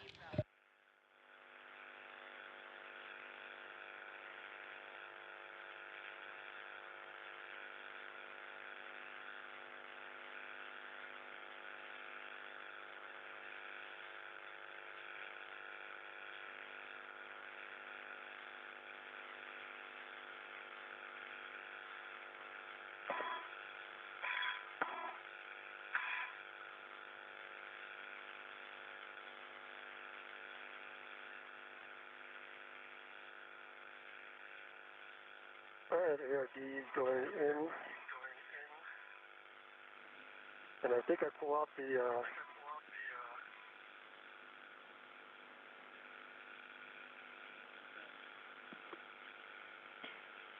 tool, the stopping caddy. Affirm, Steve. Those are good words. We need the 5/8 12-inch wobble on your PGT, and you can stow the 7/16 on the socket caddy. All right, and I'll put that in work. The ARD is nice and stuffed in here. Copy. Jenny, 245 turns, R3, turkey timer popped out. Copy. 245 turns on R3 with the turkey timer popped out. Your settings are Alpha 3 turns on R3 with the turkey timer popped out. Your settings are Alpha 3, counter 3 for R4. Alpha 3, counter 3, set 0 turns on the CGT. Here go. Starting turn.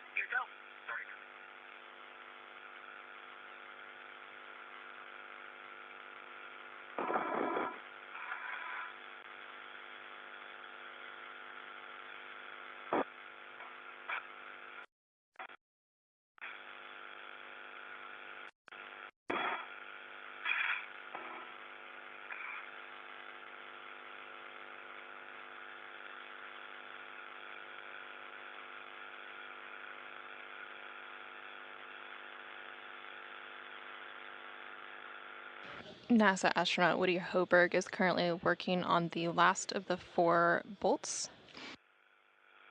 These last 2 bolts release 2 of 4 mechanisms that hold the IROSA or ISS rollout solar array in its rolled up configuration.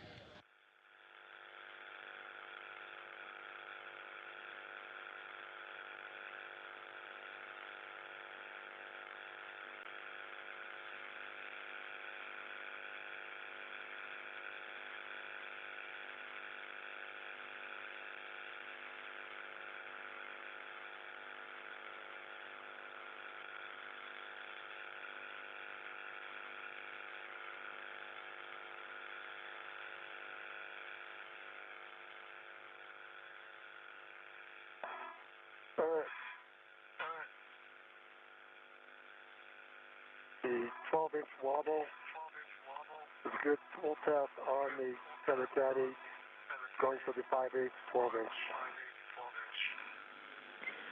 Steve, I copy a good pull test on the 7/16 12-inch on the socket caddy. That's correct. All right, good pull test on the 12-inch 5/8 wobble on my PGT. All right, and good pull test on the 5/8-inch, 12-inch on your PGT.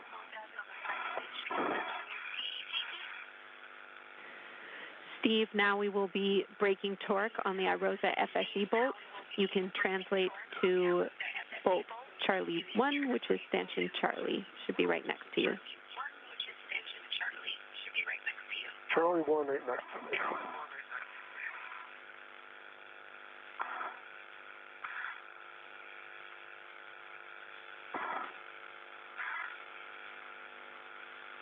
All right, there's Charlie 1. We'll be breaking torque on this bolt, less than half a turn. Your settings are Bravo 3, counter 2. Bravo 3, counter 2. Good words. And I will get myself in a good position.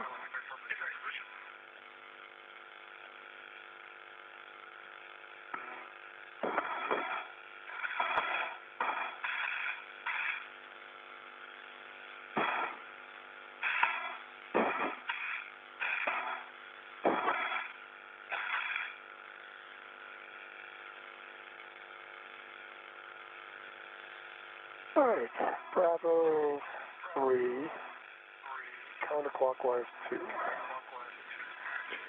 Good words. Less than half a turn, correct? Affirm. And big picture for all crew, we are about a minute and a half from an LOS. We have voice comm for the first 5 minutes, and for the last 5 minutes, I'm still prime IV. I will hand over to Frank when I need to.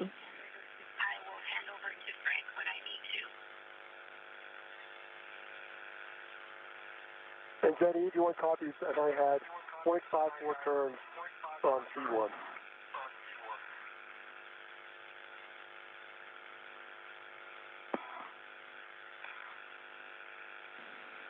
Copy. Torque broken Jenny, on C1.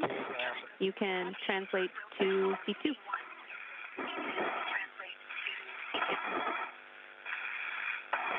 Jenny, I copied R4 release 245 turns, turkey timer out.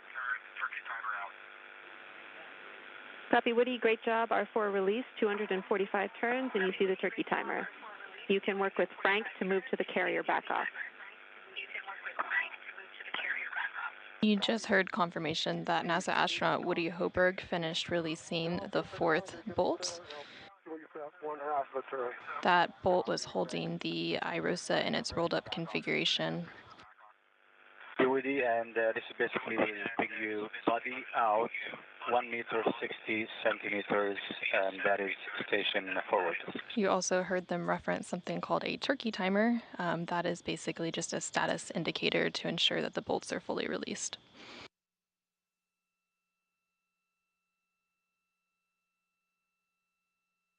We are now in an expected handover that will last about 15 minutes.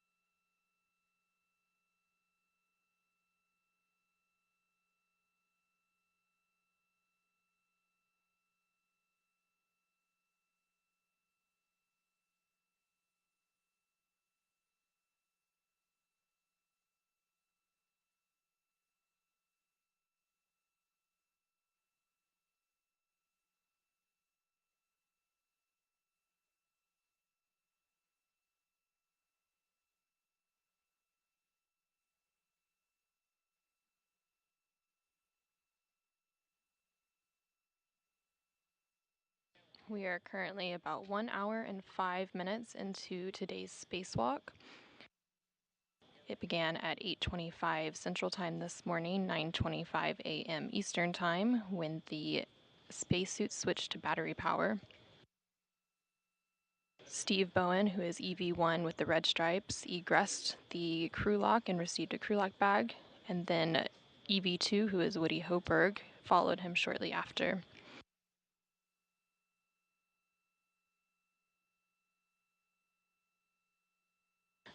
Bowen then translated up the forward face of the truss and went starboard, configuring his safety tethers on the way, and then Hoburg followed a similar path, but went to the port crew equipment translation aid, or CETA cart, to temporarily stow his bag and retrieve the articulating portable foot restraint.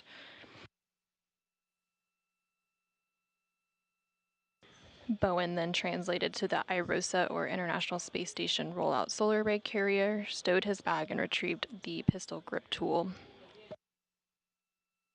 Bowen began preparing the IROSA for removal from the carrier, first releasing a restraint bolt on the upper IROSA. Meanwhile, Woody Hoburg relocated the foot restraint and installed it on the space station's robotic arm. From there, Woody Hoburg ingressed the foot restraint, and then the arm moved him away from the truss and towards the work site.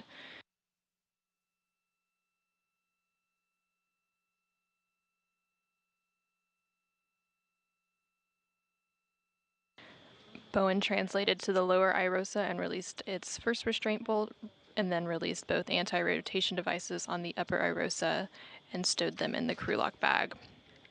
While on the robotic arm, Woody Hoburg was flown over to access two different sets of bolts on the boom end of the upper IROSA.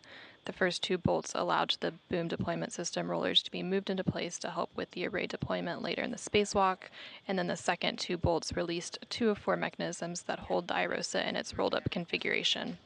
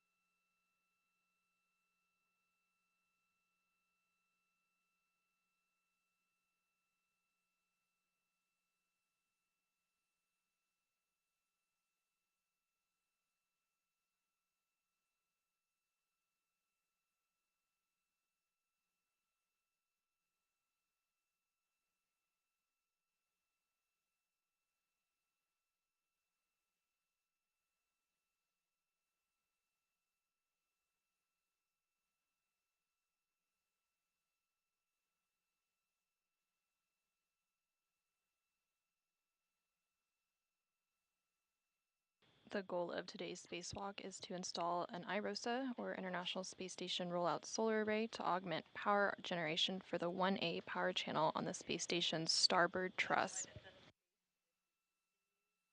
The new solar arrays measure 60 feet long by 20 feet wide once they're deployed, and shade a little more than half of the original solar arrays, which are 112 feet long by 39 feet wide. Each new IROSA produces more than 20 kilowatts of electricity, and once installed will enable a 30% increase in power production over the station's current arrays.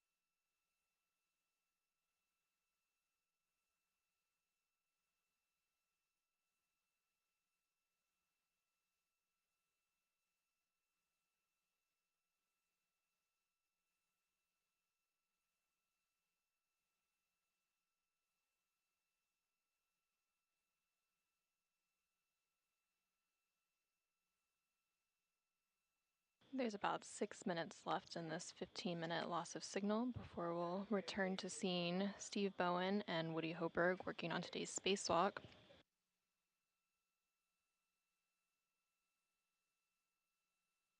Once we're back, we'll see Steve Bowen working on releasing the upper IROSA restraint bolt and installing the first two handling aids called scoops in preparation for removing the IROSA, or International Space Station Rollout Solar Array, from the carrier.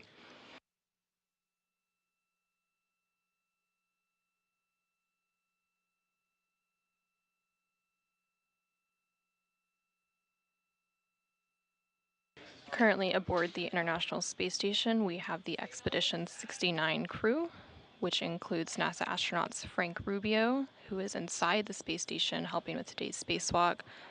Also inside the space station is UAE astronaut Sultan Al-Niyadi and Roscosmos cosmonauts Sergei Prokopyev and Dmitry Petelin. And then, of course, our spacewalkers today are NASA astronauts Steve Bowen and Woody Hoberg.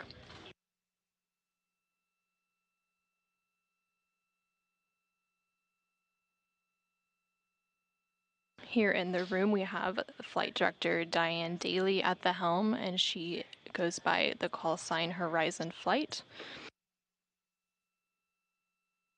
And then serving as the prime ground IV, we have Ginny Gibbons.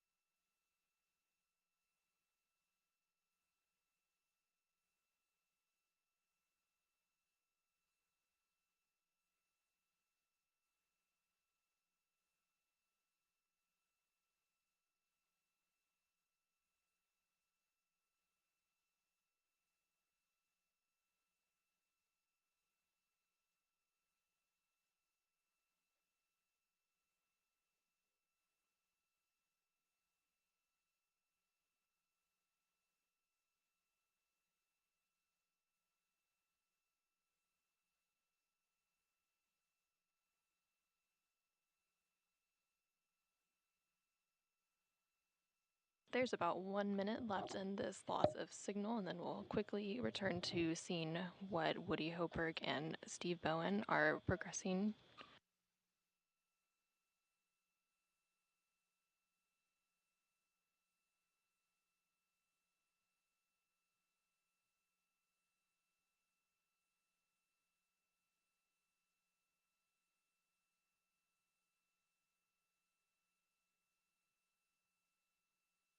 Today's spacewalk is the 264th spacewalk in support of space station assembly, maintenance, and upgrades, and the 7th spacewalk out of the space station for this year.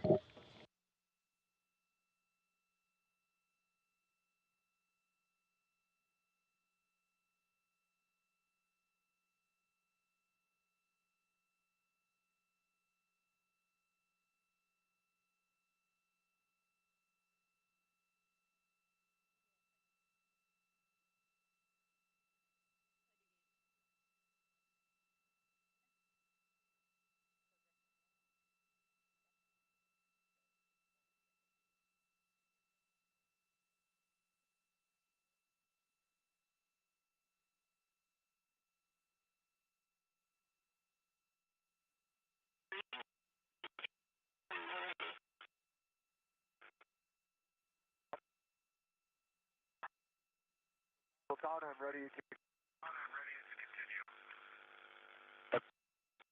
You have 40 centimeters to go. Start. Good motion. Good motion.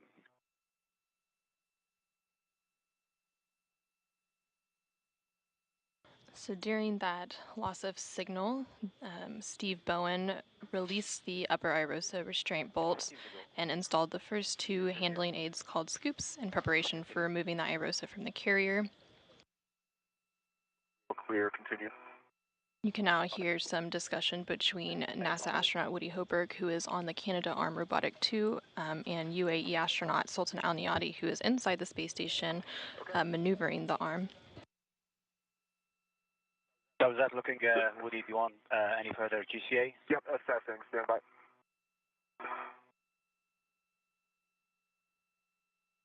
Tom, could I please go body down about 20 centimeters? They are flying Woody Hoburg to the hinge end of the upper irosa. Once there, both Woody Hoburg and Steve Bowen will work to remove the final bolts holding it to the carrier, and then Steve Bowen will install a second scoop, and Woody Hoburg will then lift it off of the carrier. Holding.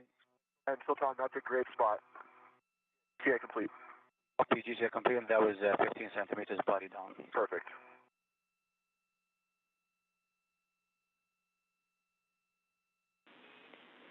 We copy GCA complete. Woody, attach a RET to the scoop, which is on iRosa. Okay, James, I have a RET on the scoop on iRosa, left side. Copy. Warning for both of you. Okay, Jenny, Steve, go. I have the first scoop on my mini workstation. It's a long duration tie down tether. Do I need to bring the RET with that, or do I leave the RET? Transfer to Woody's RET. And the adjustable as well. You can leave the RET. You'll stow it on your mini workstation, and Woody will use a RET from his mini workstation in order to tether to it. Okay, so understand.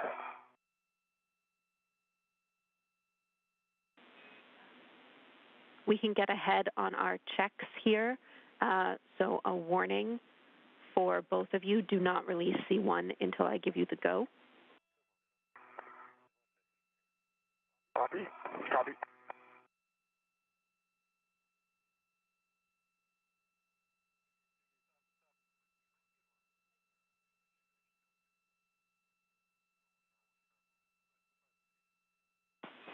I'll take a glove inspection and hap check from Woody.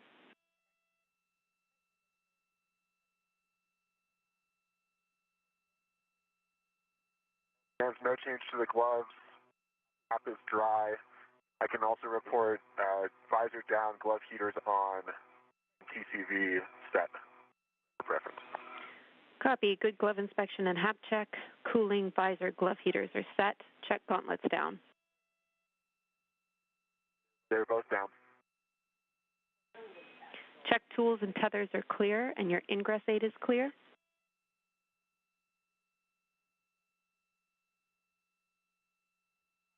Tools, tethers, and ingress aid all clear. Check heels secure in the APFR. Yeah, and James, did you guys happen to get eyes on my heels just for positive confirmation there? Or can Steve see them? Checking. Woody, we do not have eyes on your feet, but Steve could potentially check if you need. Hold on, it's going to take a bit to rotate here. Okay, I'm feeling quite confident, so I think you look pretty good, Woody. I think they're in. Yeah, I agree. All right, heels are secure, James. Thanks. Copy, Woody. Those are good checks. We will pause here. Copy. And Benny, when I transfer,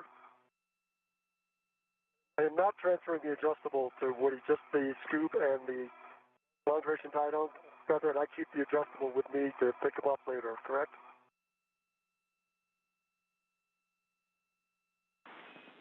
Checking, Steve.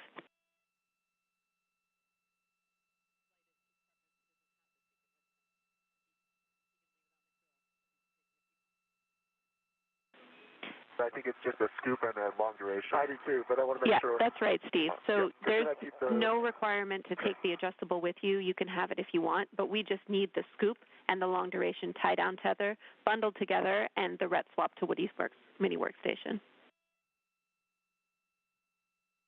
Okay. Understand. And Woody, if you have a rat, I can give you...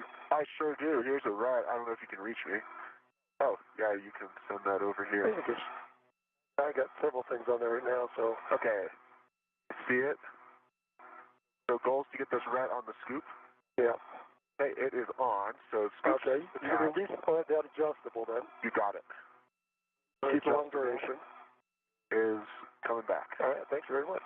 Thank you. All right, let me get that clipped on here. Now we'll get set up.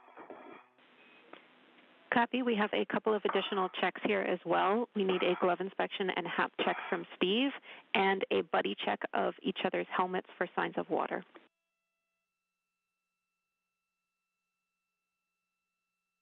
You have your visor down.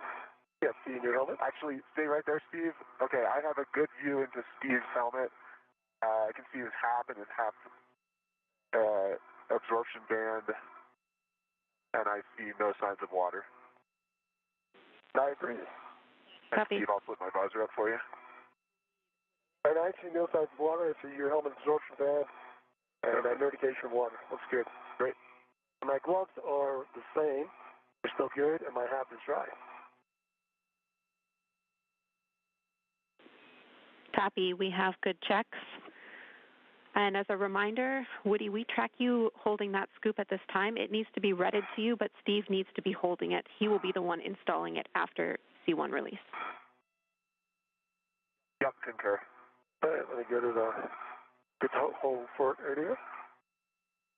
Thank you. Yep. We are now about 1 hour and 27 minutes into today's spacewalk. Before Woody Hochberg and Steve Bowen remove the final bolt holding the IROSA to the carrier, they're performing a series of glove and HAP checks. You are both doing great on time. We are an hour up.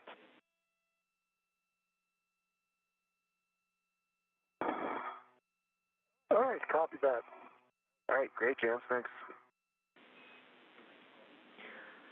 All right, next as written, I have Steve releasing Charlie 1 fully. Woody, you are going to maintain control of IROSA as he releases that bolt and installs the scoop. Okay, Jan, sounds good. I've got IROSA. All right, I need settings. Bravo 3, counter 3, fully release C1. The bolt will spring out. Expect 26 turns. Bravo 3, counterclockwise 3, and about 26 turns, and bolt should spring out. All right, that's starting right now. Good words. You just heard the ground IV here in the room, Jenny Gibbons, speak with the NASA astronauts outside the space station, Woody Hochberg and Steve Bowen. They were given the go to release the IROSA. So both crew members are now working to remove the final bolt holding the IROSA to the carrier. Bowen will then install a second scoop while Hochberg lifts the IROSA off of its carrier.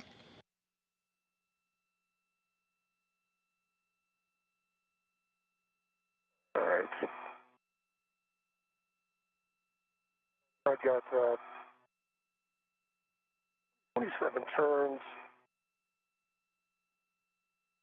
Got to come off. I think I need to turn a few more, but not 3 of this bolt. Copy, 27 turns, So going for more. Turns.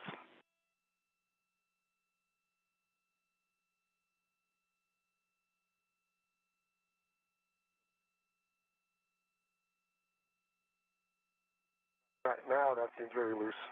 Again, additional 10 turns. How does it feel, Woody? Yeah, I think it's it feels quite loose. Okay. Still my PGT and get the scoop in place. That's great. Good words.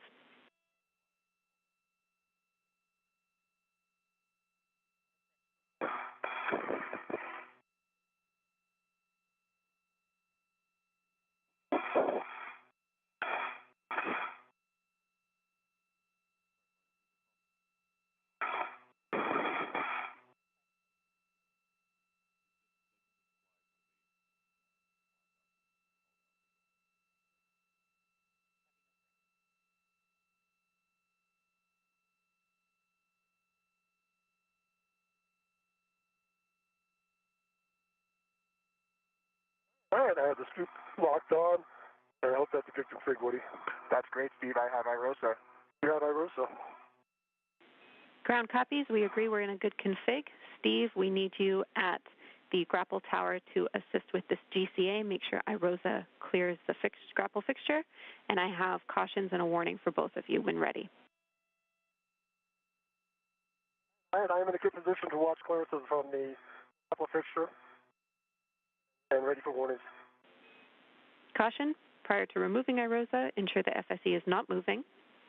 Steve, you stay still on the FSE during the release.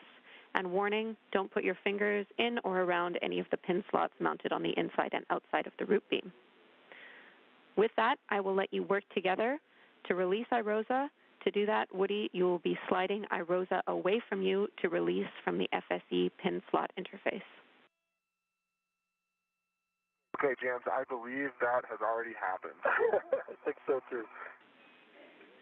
Copy. I still have control of it. We're looking good. All right. I'm ready for GCA.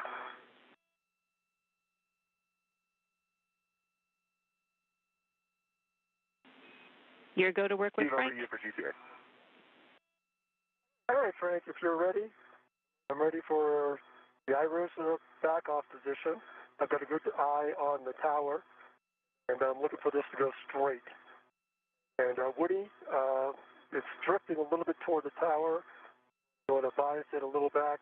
Okay, that's probably good. Ready to go, Frank. Right, Steve, we copy, and for this motion, we expect about 4 meters, and for Woody, it's going to be bodied down.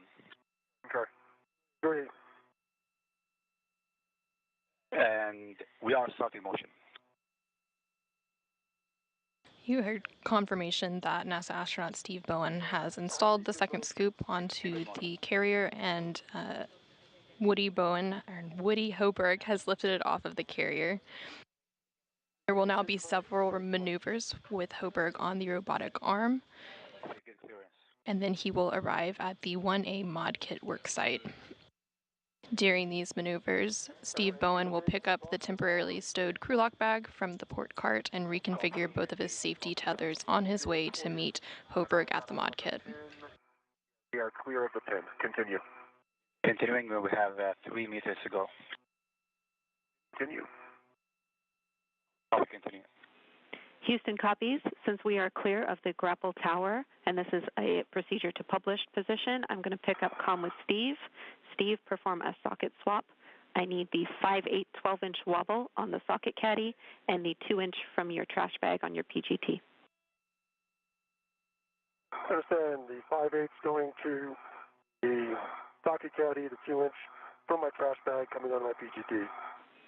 Good words. I'll take pull tests for everything, and then you will be cleaning up the crew lock bag with everything inside of it, doors facing the FSE. Understand.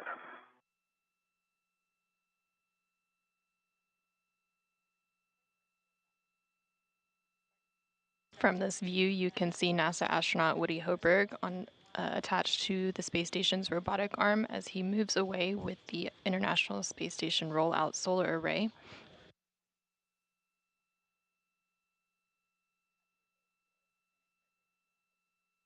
Have a meter to publish. Continue. Are we continuing?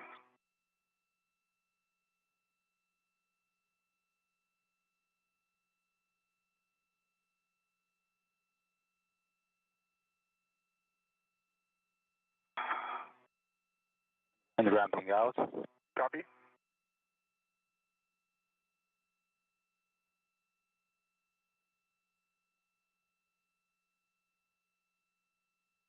Okay, that is the public position, Woody, and just a heads up, our next motion is going to be the Irosa pitch join of all counts of 2.5 minutes.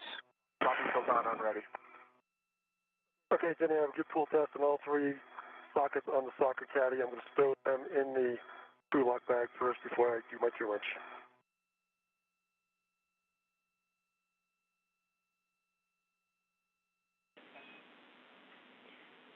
I copy, Steve. You have completed the pull test, correct? That is correct. And all three of the sockets on the socket caddy, that's complete. Copy. Again, you can stow that socket caddy. We'll have the crew lock bag buttoned up with the doors facing the FSE and the adjustable equipment tether cinched. Understand.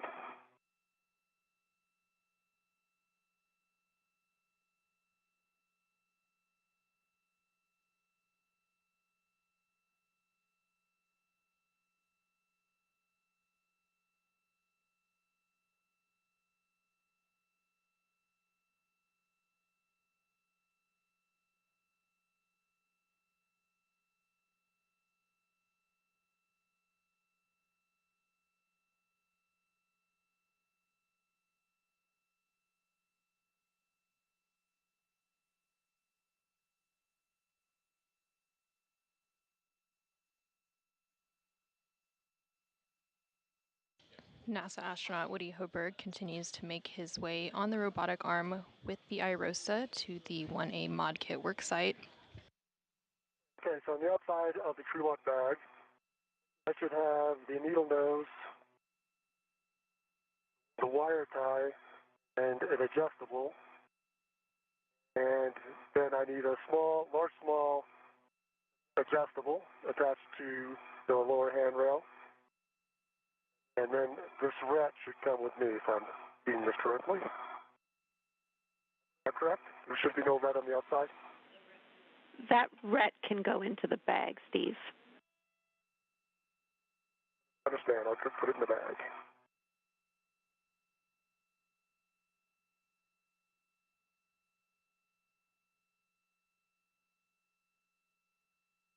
On the left side of your screen, you can see the helmet camera of NASA astronaut Steve Bowen. He is currently working to pick up the temporarily stowed crew lock bag from the port cart and reconfigure both of his safety tethers on his way to meet Woody Hoberg at the mod kit. Once they both arrive at the mod kit site, both crew will then work to install the Irosa onto the 1A mounting bracket.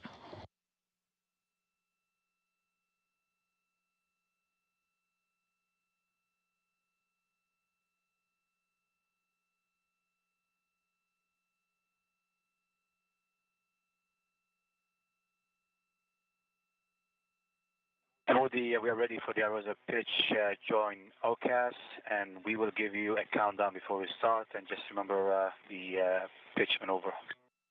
Ron, that's perfect. I'm ready. All right, then starting join OCAS in 3, 2, 1. Starting motion. Okay, lower small cinch down. Okay, to the upper stanchion. And then set the back facing the stanchion.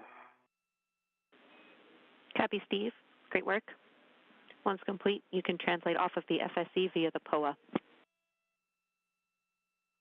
All right. Setting off the...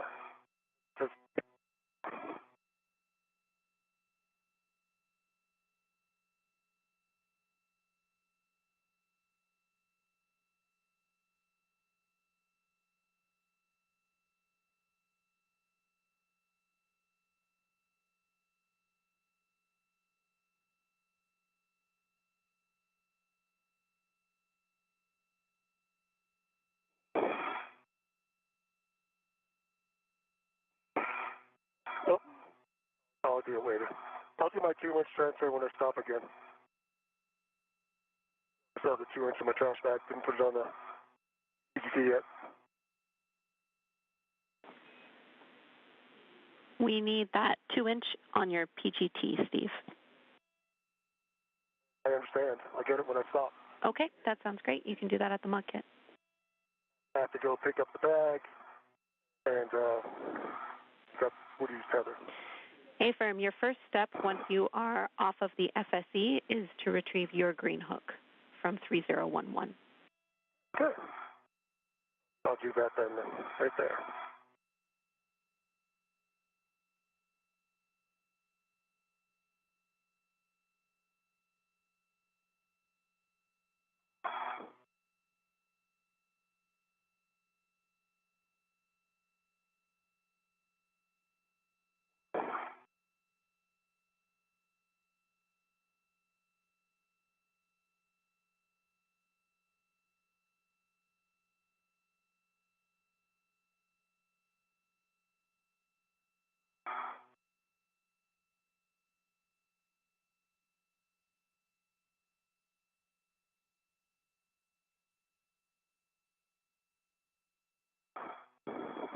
Our next motion is going to be an outboard journal cast of 3 minutes.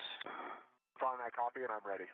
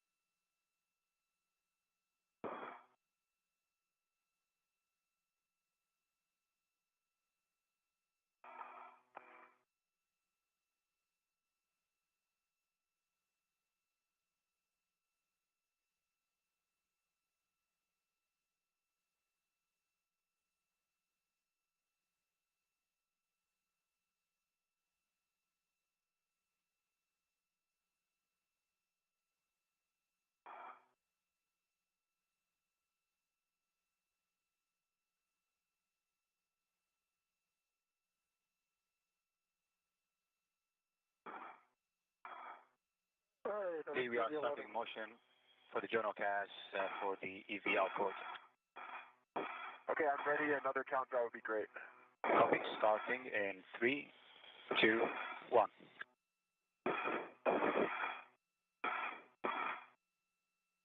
Good motion. Copy. Good motion.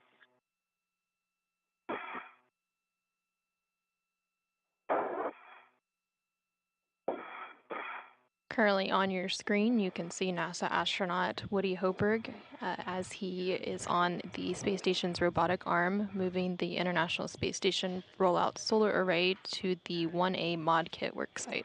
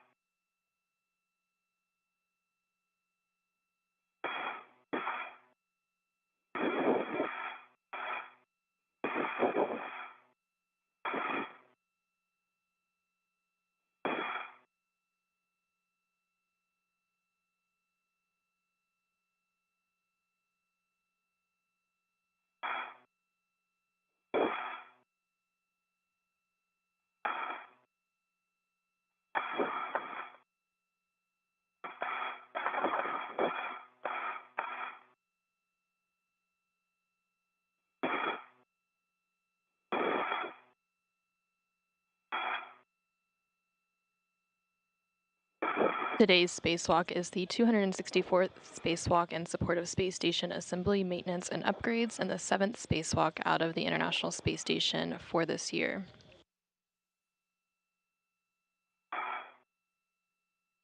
Today's spacewalkers are NASA astronauts Steve Bowen and Woody Hoberg. They are working to install an IROSA, or International Space Station Rollout Solar Array.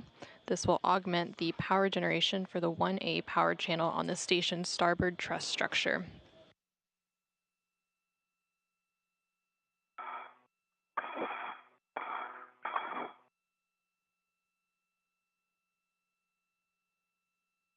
The new arrays, once unfurled, measure approximately 60 feet in length by 20 feet wide, and they shade a little more than half of the original arrays.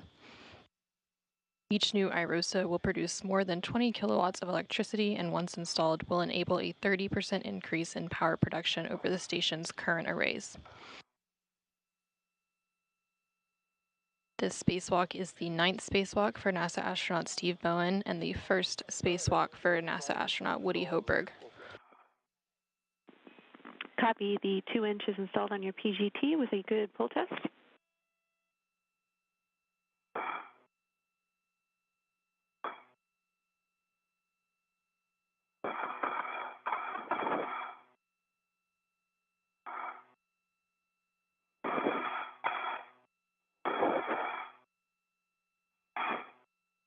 And just heads up, with the next motion is going to be an IA lineup for 4 hour and expecting 3 minutes.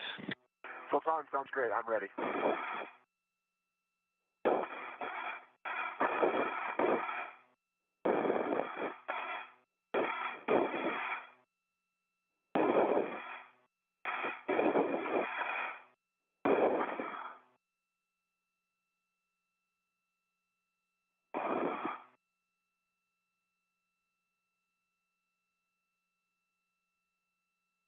All right, green hook is retrieved.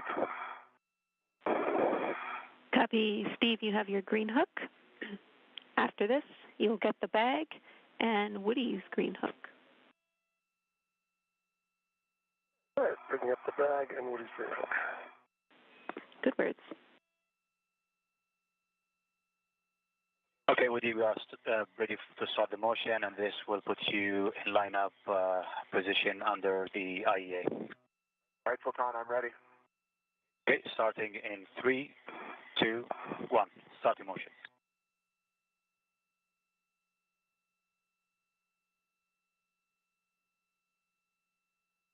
Motion. Copy, good motion.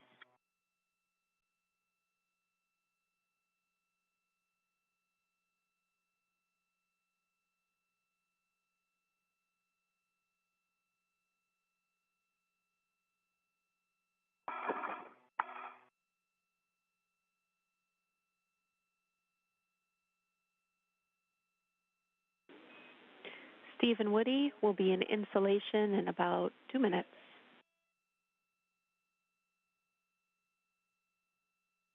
Hey, copy. Thanks, James.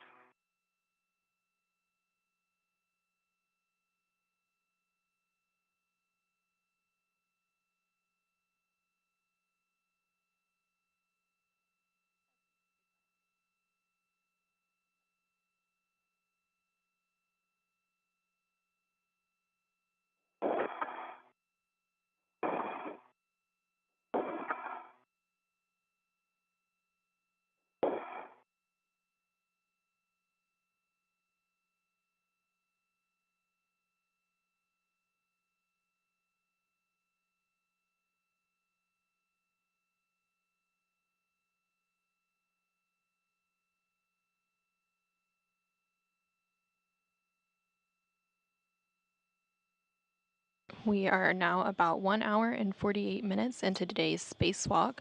We are actually about an hour ahead of the scheduled timeline. Once they arrive at the ModKit site, they will begin the process to install the iROSA onto the 1A mounting rocket.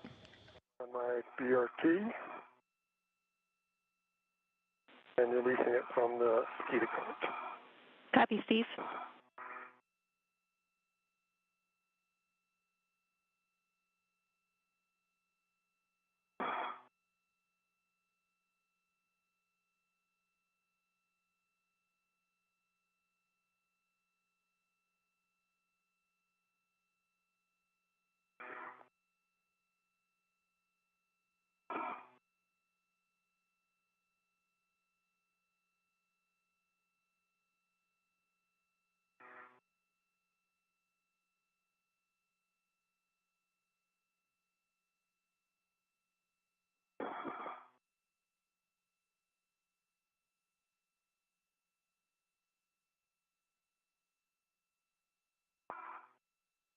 During the installation process for the International Space Station Rollout Solar Array, the crew will release the scoops, and Woody Hoburg will then move into position to release the final bolt holding IROSA into its folded position. Once released, Woody Hoburg will hold IROSA closed.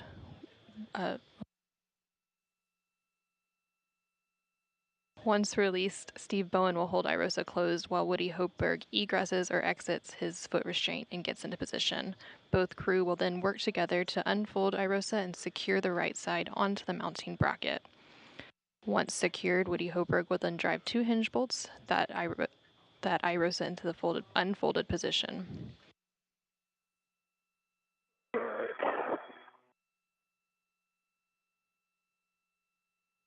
Handbag is stowed. Going to retrieve Woody's.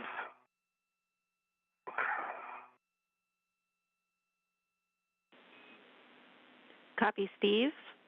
Woody's green hook is at around mile marker 6300.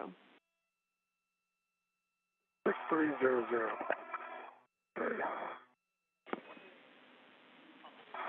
Affirm, it'll be on 6360 exactly. Heading back that way.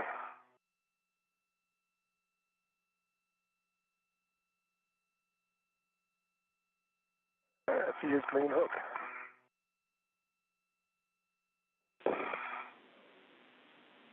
Copy.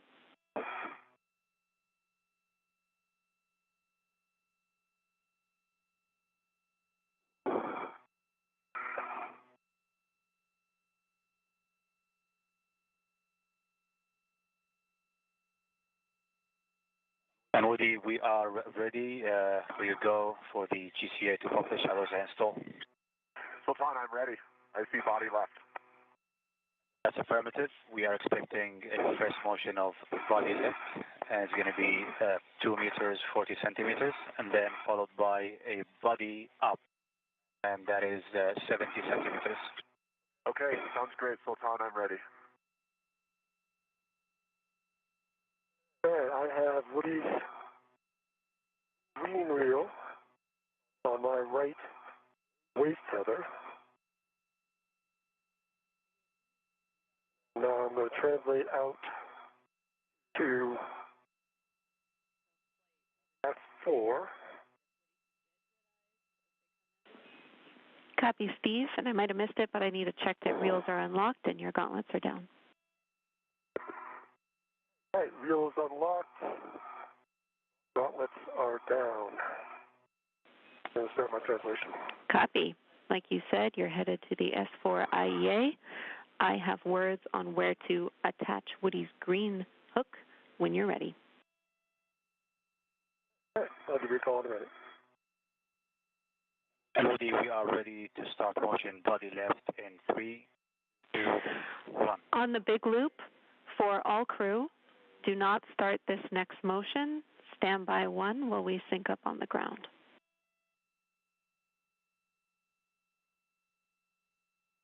Copy, ramping out, and then standing by. That was good motion, Sultan, but hold position now. Copy, hold. More information for all of you on that call. Everything is looking like it's in good shape. You guys are doing great on the timeline. Since we are ahead, we want to hold and get all crew in position.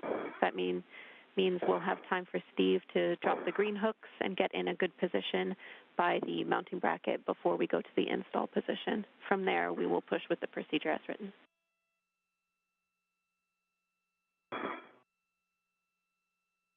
Soldier Woody, be waiting on me. You're doing great, Steve. Thanks for doing all the work while I just ride the arm. And IV crew copies. All right, great job, everybody.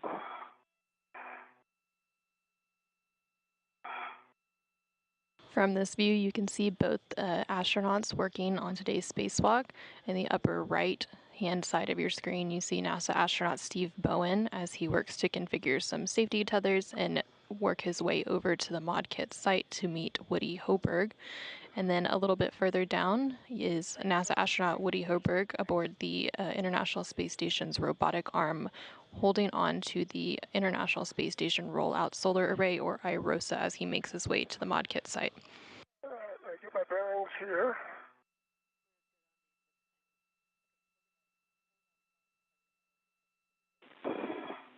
Copy, Steve. All right, give me 1 second. You're looking for hand... So I'm looking for which handrail number for his screen? 2219. And I'm ready to 3219. I'm ready to drop this hook here. Give me a moment. Copy. And you'll be fair leading Woody's tether around the outside edge of the IEA. The outside edge of the IEA for his fair lead. Copy. Good words.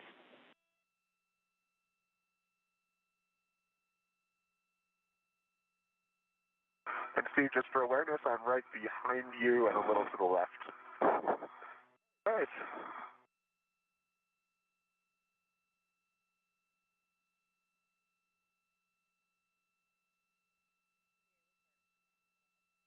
All right, your green hook is now on 2219. And I release my base tether. Copy. Good words, Keep Steve. handing back, and it looks clear of my tether. Good words. And confirm the reel is unlocked. And his reel is a big U, unlocked. Good config, Steve. You can continue on your translation path.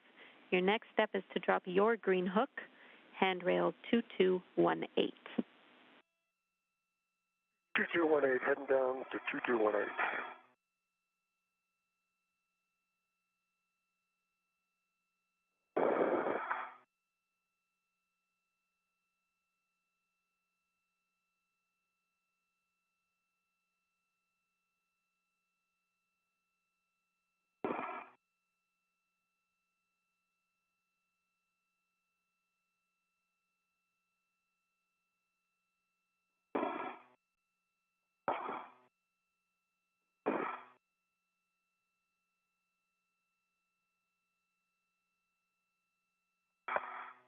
All right, I'll be dropping my green hook here at 2218. Good words.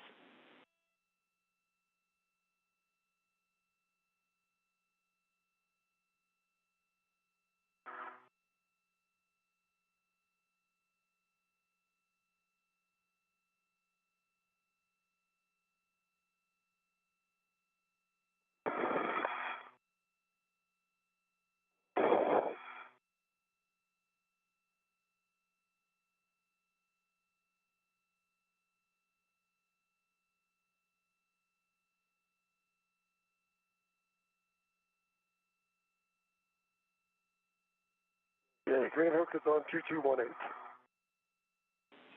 Copy. Green hook 2218. Check your tethers are clear, and you're good to continue. Checking my tethers. Steve, I've got a good view. It looks great. All right, that's good to hear. Check my waist tether here. Don't mind for a second, we're going to get this untangled from my PGD. Absolutely. Copy. Do you have much of a view?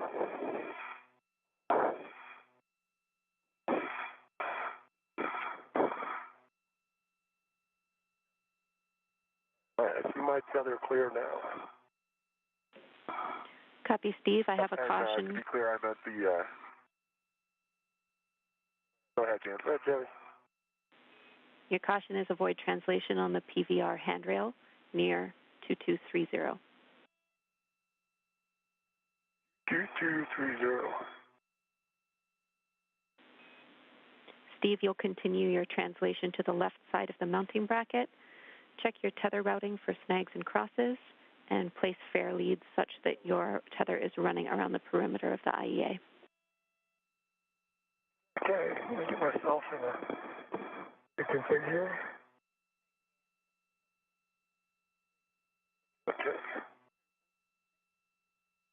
I'm looking for a fair lead on the corner, I guess. 235. I have your fair lead handrail written as 2248. But 235 is fine, Steve. We'll do the same thing. Okay. We'll be right in the same spot. Copy. That sounds good. We are 45 seconds from a short handover. Okay, translating up to the lower mountain.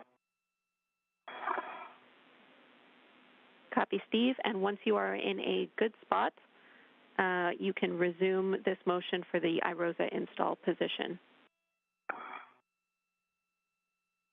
All right, let me drop my bag off real quick. Actually, where are you, Woody? Oh, there you are. There I am. Give me 1 second to get stable.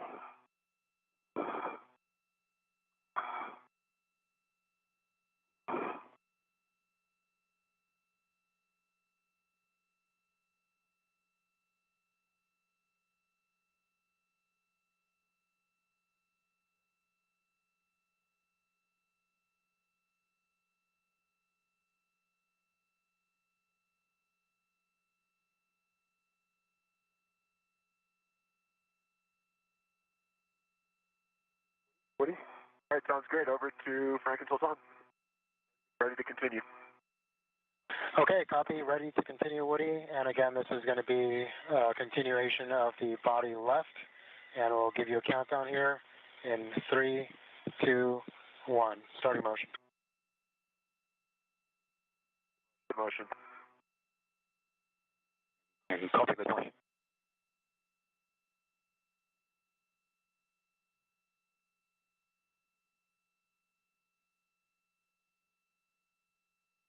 Already 2 meters to go. Continue. Copy, continue.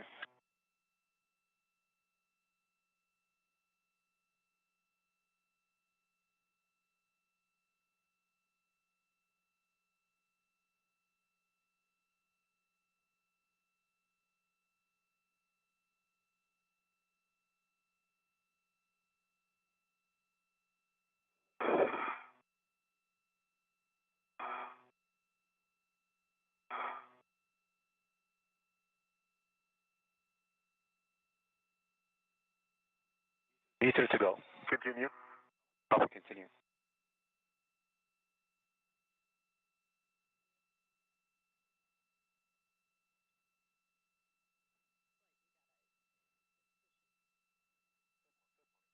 Half a meter to go.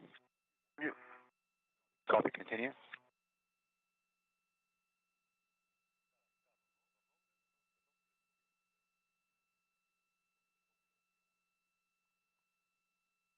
I'm ramping out body left motion. Okay. That looks good. Right, ready to start the body up motion. Stay firm. Ready for body up.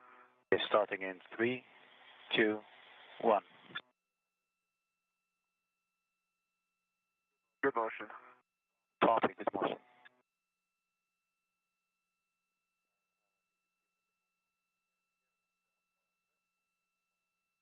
Half a meter to go. Continue. Copy, continue.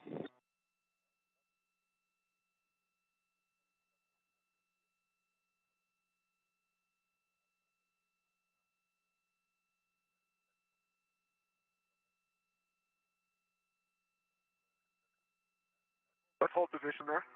Hold position.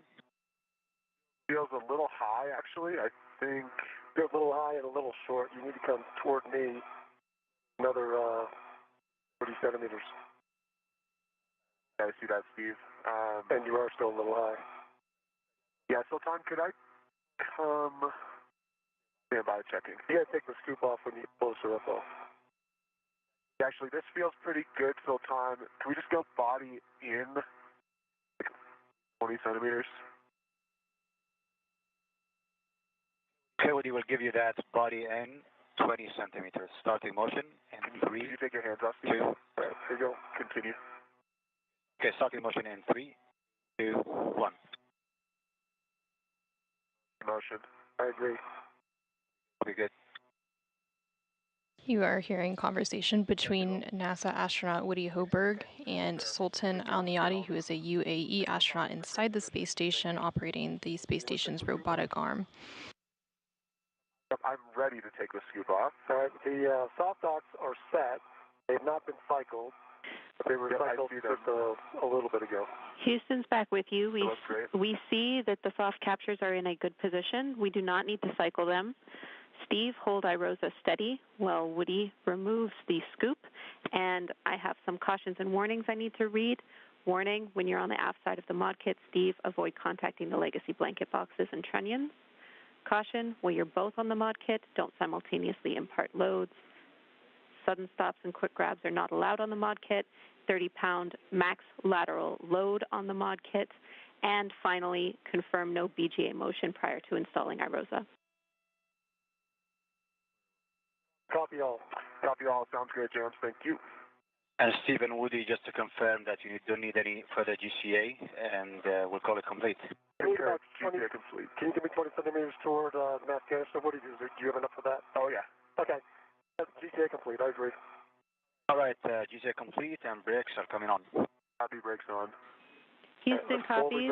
Brakes are on. You can work together for install. Just go slow, Steve. Yep, I agree. Going real slow this way. Yep. Moving my perch here. Okay. Want to push toward the mass canister. Okay, I see them starting to get in. Oh, they can continue toward the mass canister. I'm running up into something. Let's see. Get eyes on it. Both of our spacewalkers have made their way to the 1A mod kit work site. From here, the crew will work together to install the iROSA, or International Space Station Rollout Solar Array, onto the 1A mounting bracket. Are we aligned with the slots? We are in the slots. We are just waiting to continue to the left. How does the soft dock look on your side? They're still popped out. Do they just need to be pushed down? No, they should be fine. Should come right through. All right, if you can still come toward the mass canister, that's all we need. I'm running up against something when I try to push that direction. Okay. If you push your side, I'll hold mine. Let me just look at it real quick. Okay.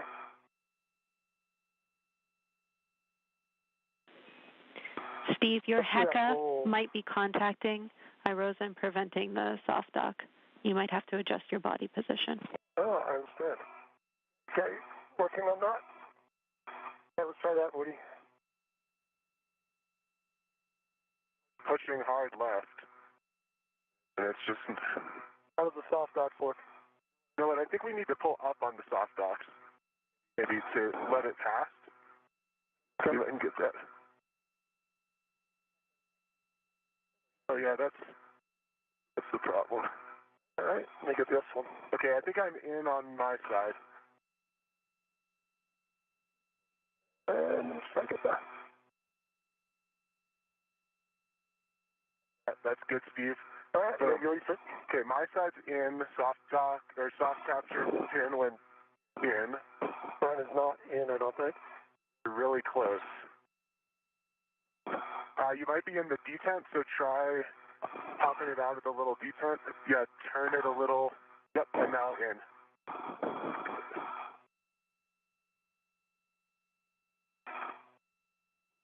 Let me look.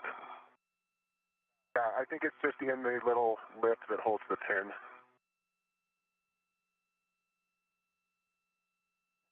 I think we're in the right position with iROSA. And you're... Okay, I'm just going to get this. The other side real quick. Yep.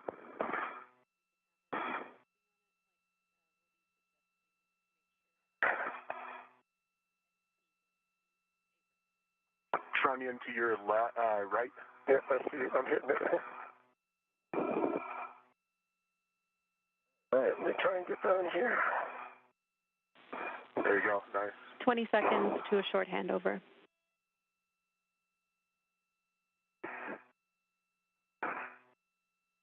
Copy, James. In needs to turn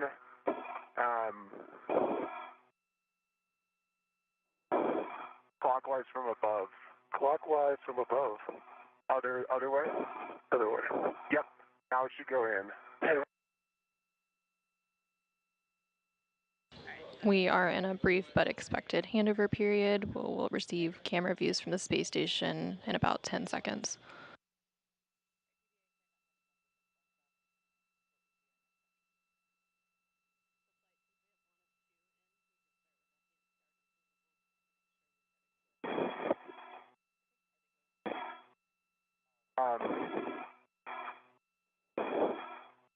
I'm trying to get her better.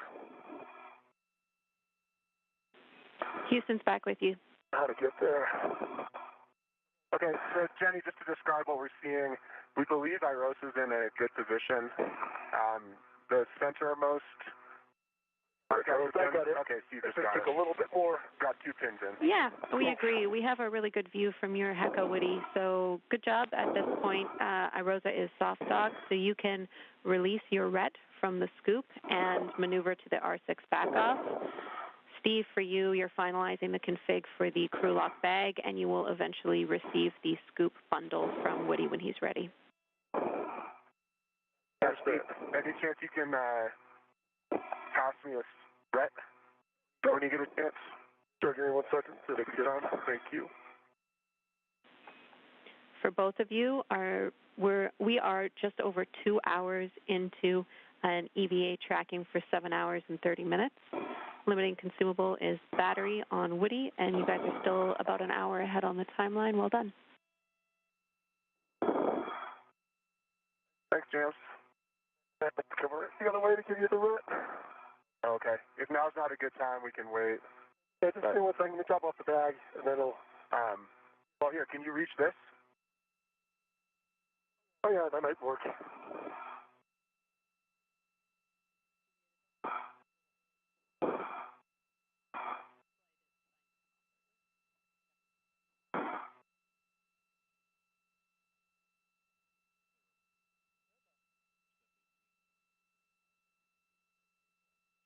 Scoop coming at you.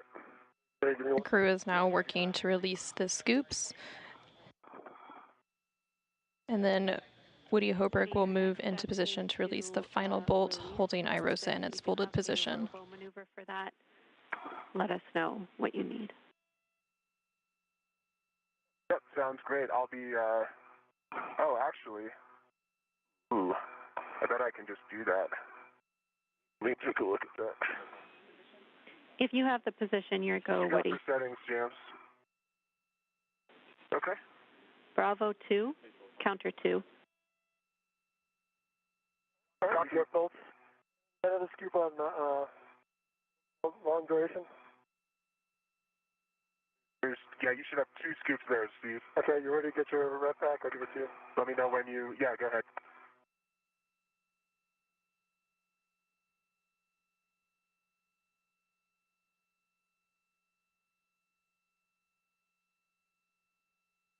There it comes. Get it? Super. Yep, I got it. All right, let me get those 2.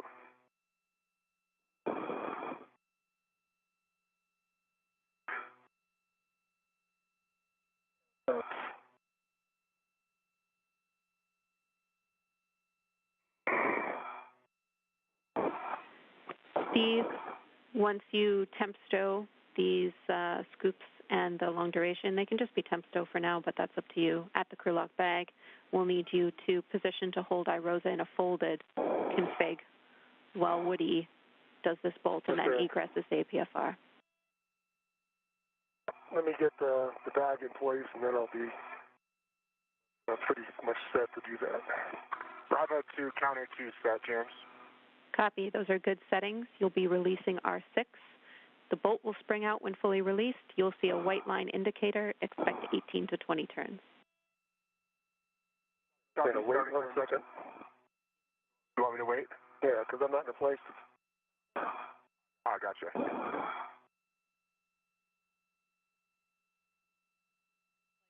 I'm in a great place to control it, though, Steve. All right. Well, if you want to stay there, then that's fine. I just got to this bag in place and clean up. That's great. Release that.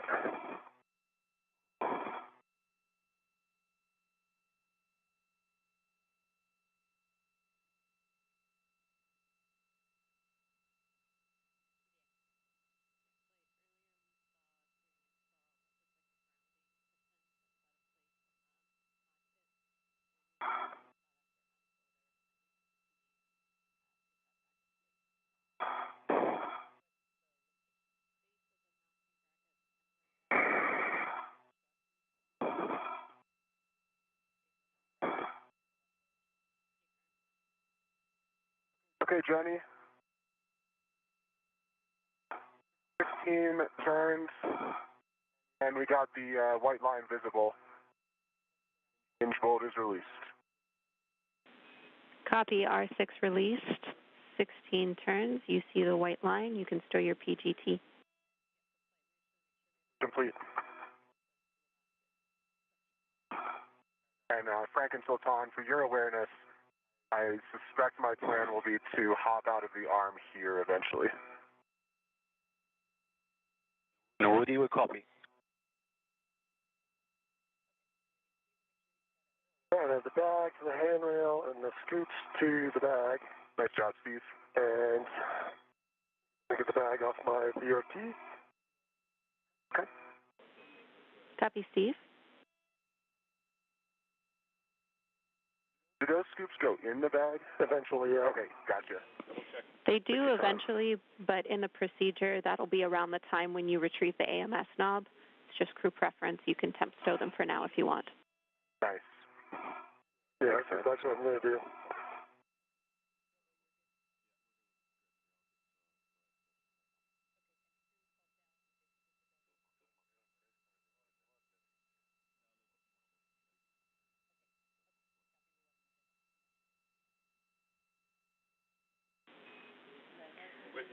For you and for Steve and Woody, we copy, Woody, that you think you can egress from here. That's no problem with us, and we're coordinating with Robo and the IV team.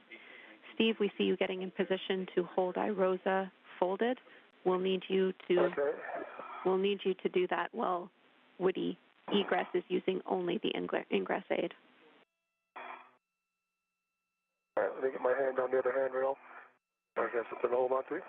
Yeah, take your time, Steve. Just watch your helmet is hitting the other side of iRosa. Yeah. All right, let me get my feet up then. I'll do that. Got tons of time. NASA astronauts Woody Hoberg and Steve Bowen just worked to release the final bolt holding iRosa, or the ISS rollout solar array, in its folded position.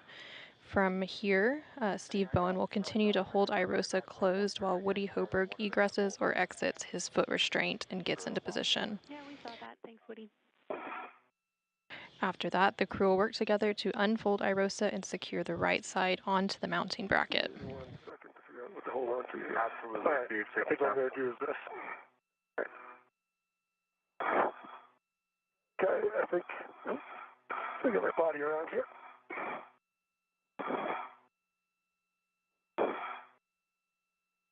All right, what do you think I'm good? Okay, just so you know, your HECA is like touching iRosa, but as long as you're not pressuring it, it should be, yep. Looks like it's just light, so yep. Should be a good config. All right, Steve, you've got it. I have it. Okay. For your awareness, we see that contact. It's on the root beam and ground's fine with it. So you two are doing a great job. Woody, you can egress using only the ingress aid. Gotcha. Only the ingress aid. My feet are out. Copy. You can check the ingress aid is low profile.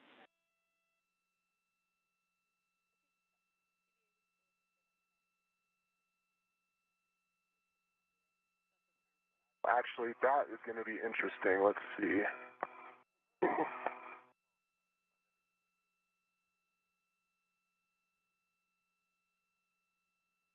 To get on the stanchion, you might have GCA just to get to that. I might need a GCA just to stow the ingress in, unfortunately. Yeah.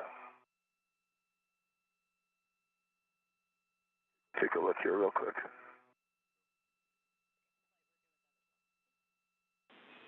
And Woody, we copy and we're standing by. Okay, thanks for phone. Actually, I got it, so disregard. Ground copies all.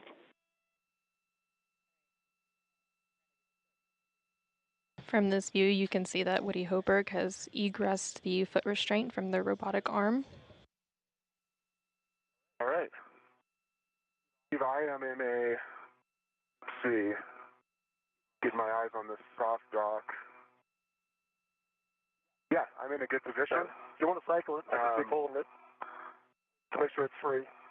I want to think about my safety tether, so... Yeah. NASA astronaut Woody Hoberg is now moving into position to unfold IROSA to help secure it to the right side of the mounting bracket alongside NASA astronaut Steve Bowen. Might have to just have them move to that position. Yeah, we might need that. And as soon as it's clear, we can open this. Yep, I agree with that. James, is that making sense to you guys too?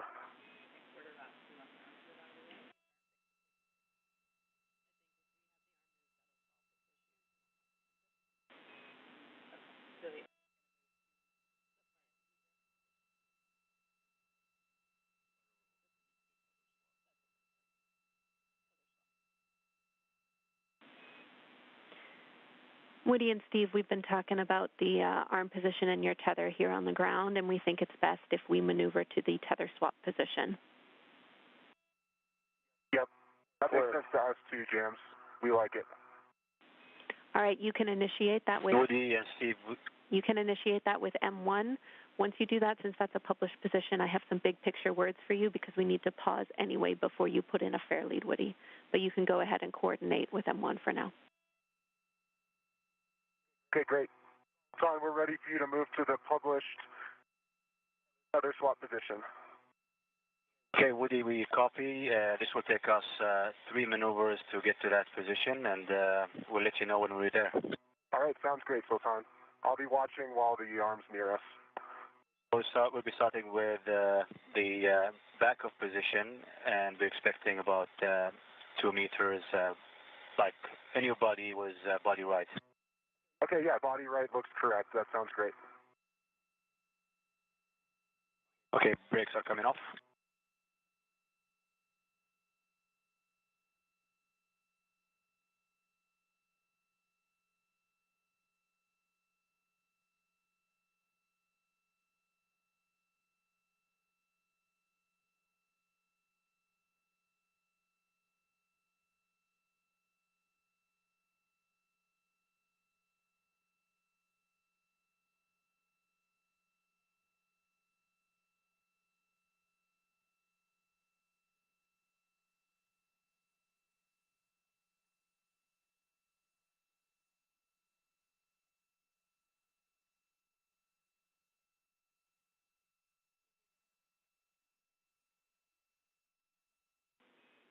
Woody and Steve, we're just getting those big picture words together for you. We have another couple minutes, and then I'll have them. Thanks, James. Sounds good. Bring on the tether to get clear.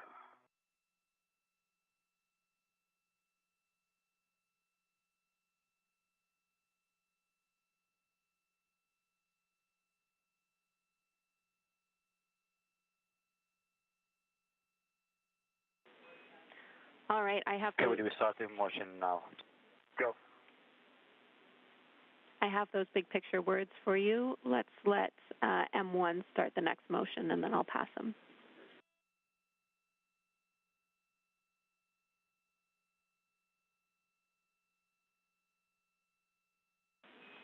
All right, I understand M1's already maneuvering to the backup position, so you guys ready?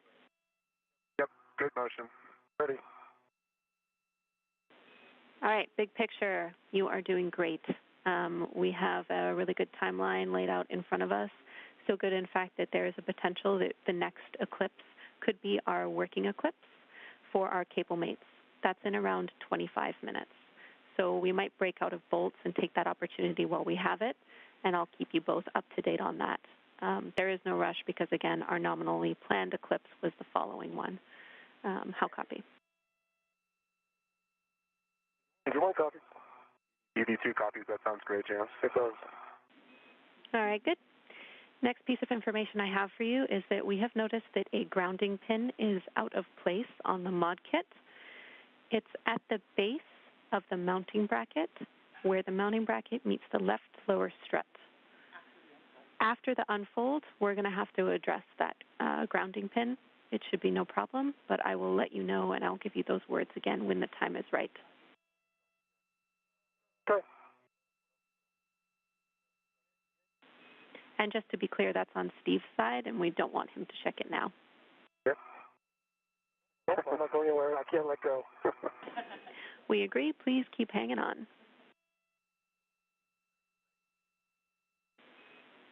All right, that's... Jesus. Hard to be some light.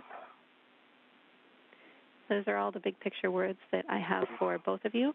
We will pick up after these robo maneuvers with a fair lead for Woody, and then start to work toward unfolding IROSA. Your warning is that this is a pinch point, and you'll need to keep clear of rotating IROSA. Copy. Where's your fair lead? Is that straight down? Yeah. I was wondering that too. But you might be able to head that way, and then when he gets a little lower, just drop it. Your fair lead is going to be on the right lower strut, lower handrail, Woody. Right, lower strut, lower handrail, got it. That means once we be able to have a good assessment of when this will be clear then. And Woody, you need to hold. The reason why we're waiting is because we cannot put this fair lead in while the arm's moving.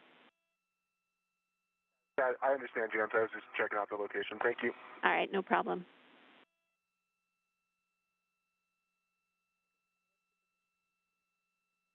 Okay, Woody and Steve, we are starting. Our next motion is going to be a journal cast, and it will be 2.5 minutes. Okay, we copy. There they go. Starting motion.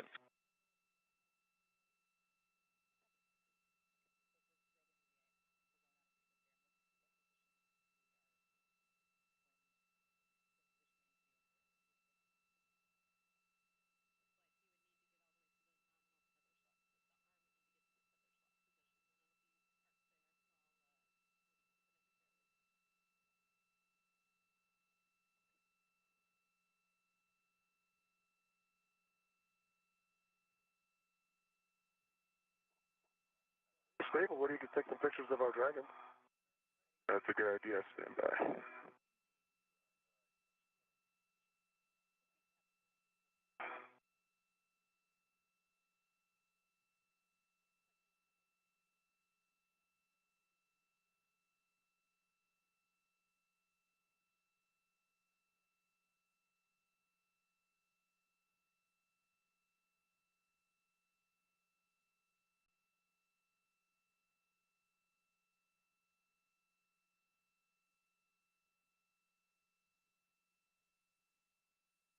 We are about 2 hours and 27 minutes into today's spacewalk as NASA astronauts Steve Bowen and Woody Hoburg continue to install the International Space Station rollout solar array onto the 1A starboard truss.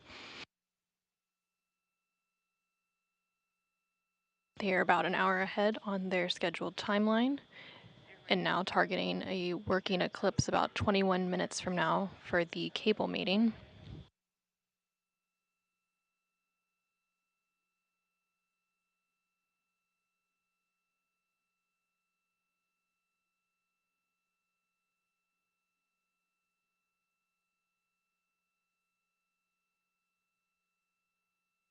Oh, and since you have your visor down, take a selfie, you'll get the whole, pretty good chunk of station. The cable mating is when both of the crew members will work to electrically connect the new IROSA to the International Space Station's power system. They'll first attach 4 connectors to IROSA, and then both will move to either side of the legacy solar array to disconnect the old array and connect a Y cable. This will allow power to flow from both the new IROSA and the old legacy array to the space station's power system.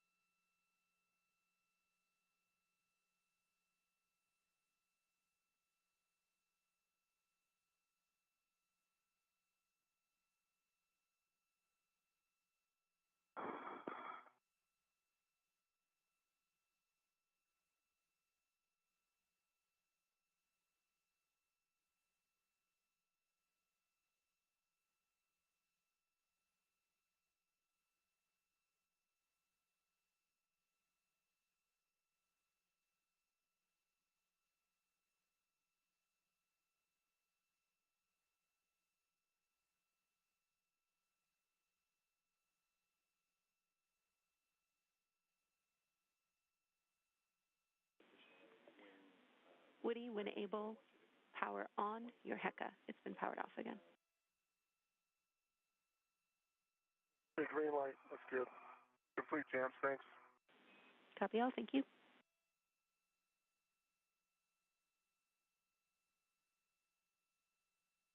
What is the arm even moving? From my perspective, it's not moving. Yeah, I concur. I think they're setting up for the Joe cast. Okay.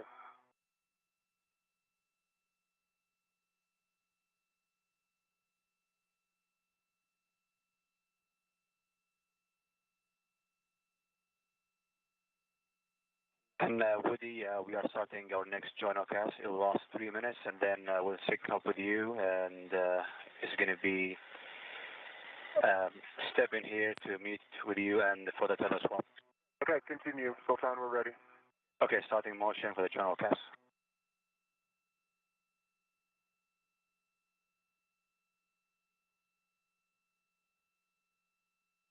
Motion. Copy, motion.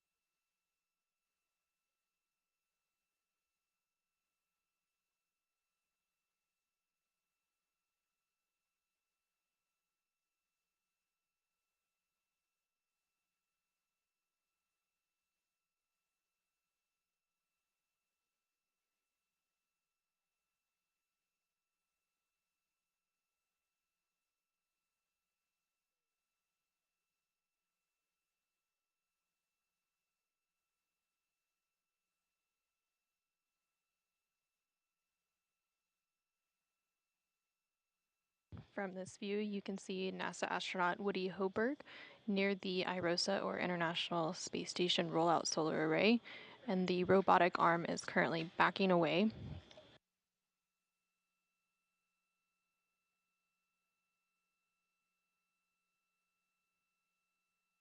See, Jenny, if I happen to have a cap keeper in my hand, would it be a good to remove the J1 through J4 caps?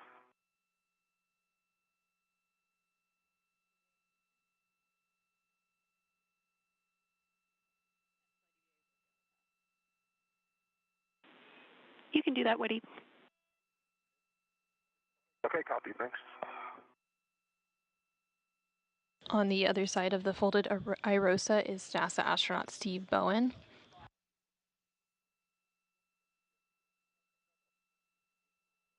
Steve Bowen is continuing to hold the IROSA closed.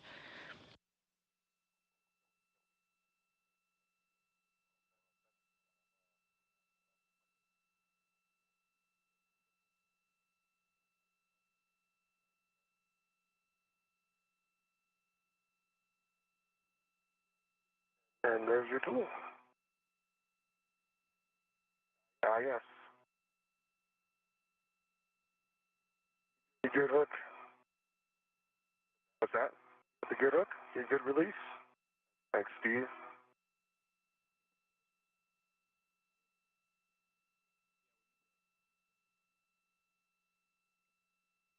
You are seeing the helmet camera of NASA astronaut Woody Hoberg as he configures some of his safety tethers.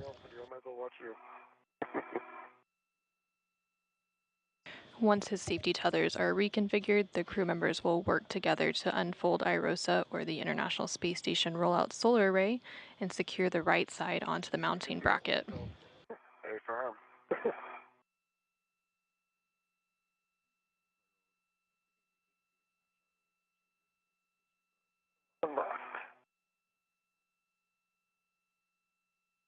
Good.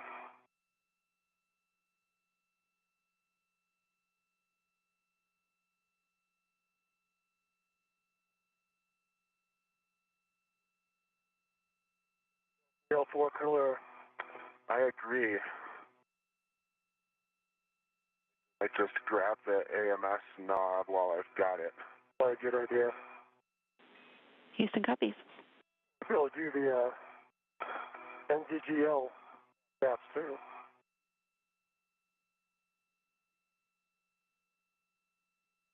Yeah, let me look at that. Stand by. All right. And AMS knobs ready to my MIDI workstation. Sounds good. And J1 through J4 caps removed, Johnny. They're in crew lock bag M. We copy, Woody.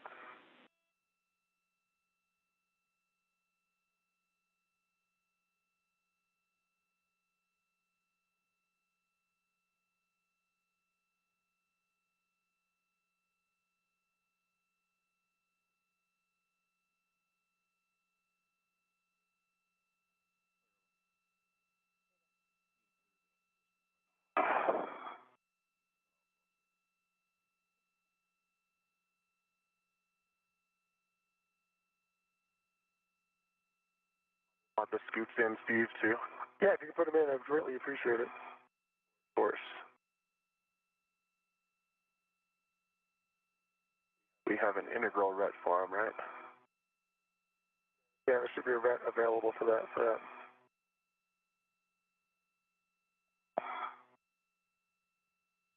was the one that you left? Yep.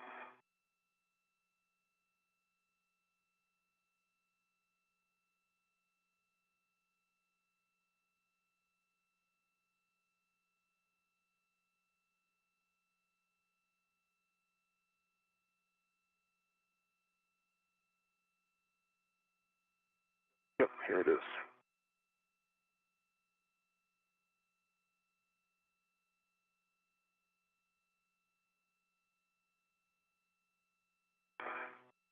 Want the adjustable external?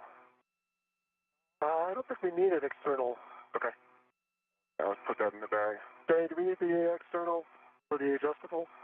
Are we going to use that later on to grab anything else? On crew lock bag M. On crew lock bag M? No, we won't need that. You can stow that inside the bag. Okay.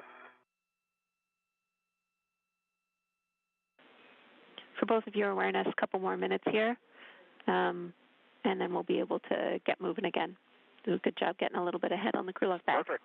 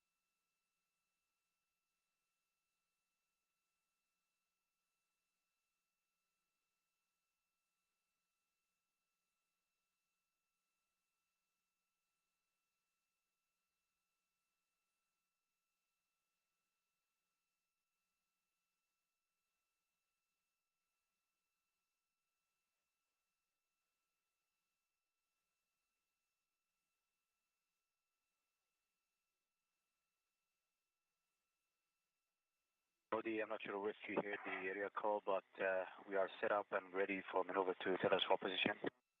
Okay, sounds great, Sultan. You are go. Okay, copy, go. Since this is a published position, Woody, you also have an option of assisting keeping IROSA in a closed configuration, so stopping it from unfolding while Steve, addresses that loose grounding pin. That sounds like a great idea, James. Let me get in position, and then we can do exactly that. I just need to push on that side here, so. We're starting motioning now. Copy, Sultan.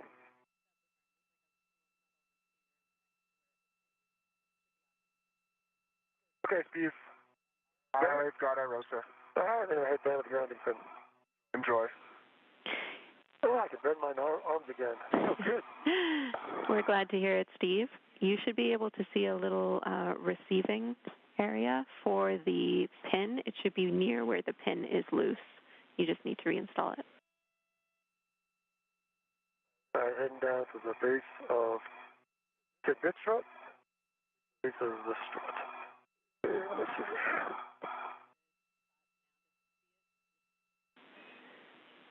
You should not have to translate far, Steve. You should be in a good spot to see it. All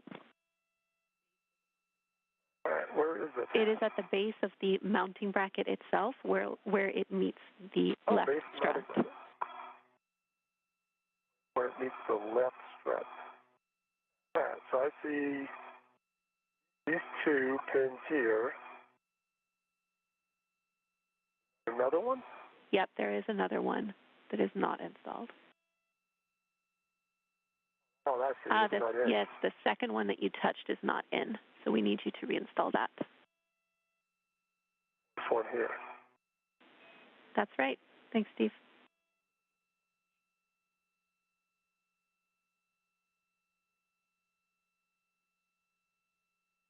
Give you 1 second.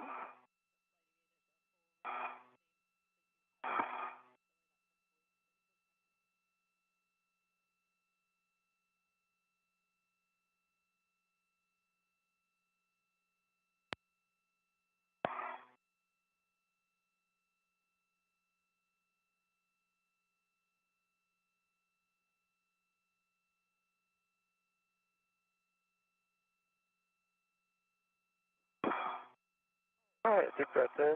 Good pull.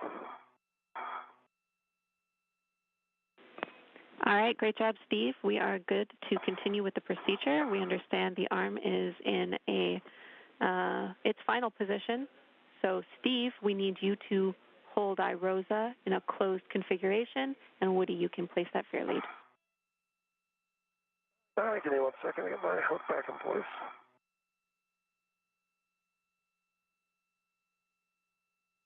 All right, thanks for the break, Woody. I've got it now. I have the IROSA. Copy, you've got it.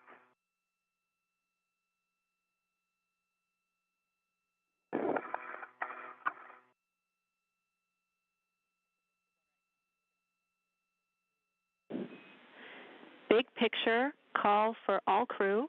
We are headed into a region of spotty calm, followed by an LOS. That total time is 6 minutes. You are go to continue with IROSA unfold. Frank, we are in block 9, step 2627. Frank, you are prime IV.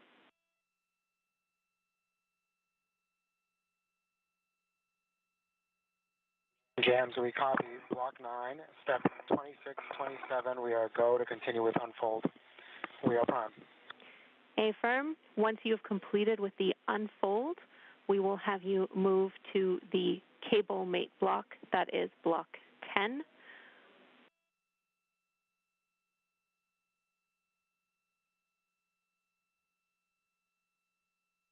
With the space station's robotic arm backed away and in a safe configuration, the crew will now proceed with unfolding the IROSA. Good words.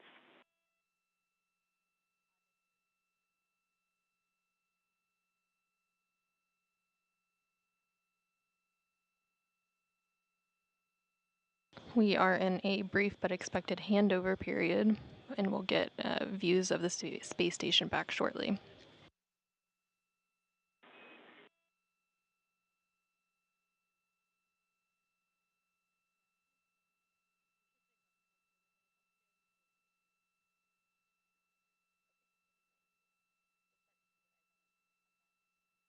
The first working eclipse is about 3.5 minutes away from now, and that is the first targeted window to mate the cables.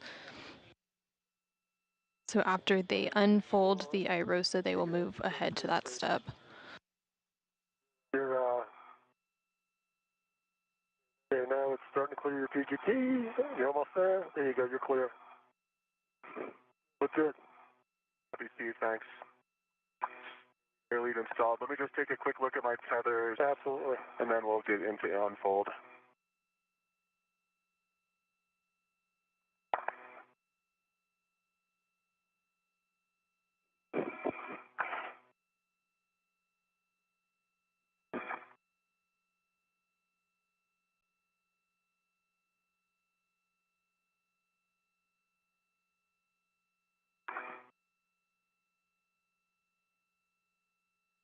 Okay.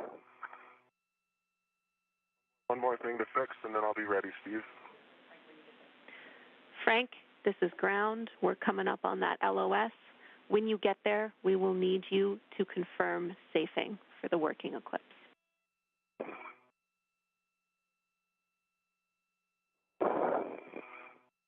And Jenny, we copy. We will need to confirm safing, and that'll be 2 minutes.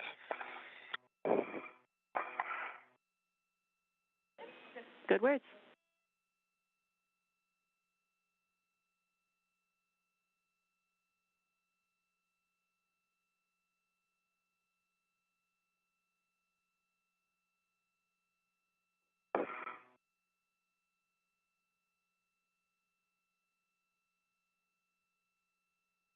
Okay, Steve.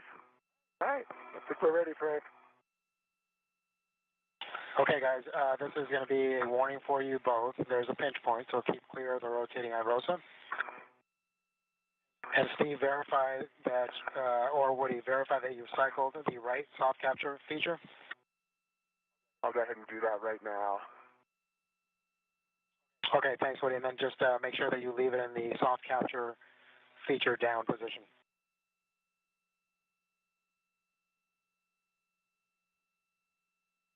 Yep, that's good, Frank. Okay, then again, keeping in mind the pinch point. Steve, go ahead and slowly pivot IROSA to unfolded. Woody, engage the right side alignment guide and slot.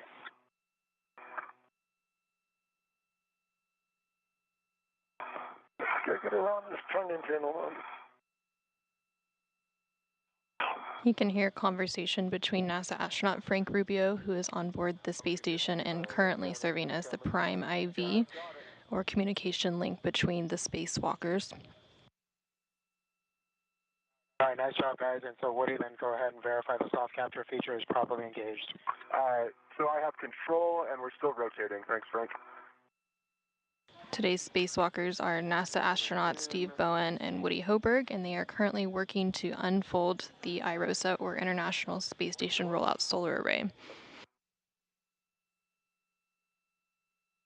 Once it is unfolded, they will verify soft capture is properly engaged, and then they will perform some glove inspections and hap checks before moving on to cable mating. Soft capture engaged, Frank. Okay, great job, guys. I need you both to perform a glove, hap, and gauntlet check, and then we'll start moving towards our cable mating positions. Okay, Frank. EV1 has no change to gloves, dry hap, and gauntlets down. Yep, I agree. EV1 does have. Sorry, Steve. EV2. Gloves, dry hap, and gauntlets are down. That's correct, EVA.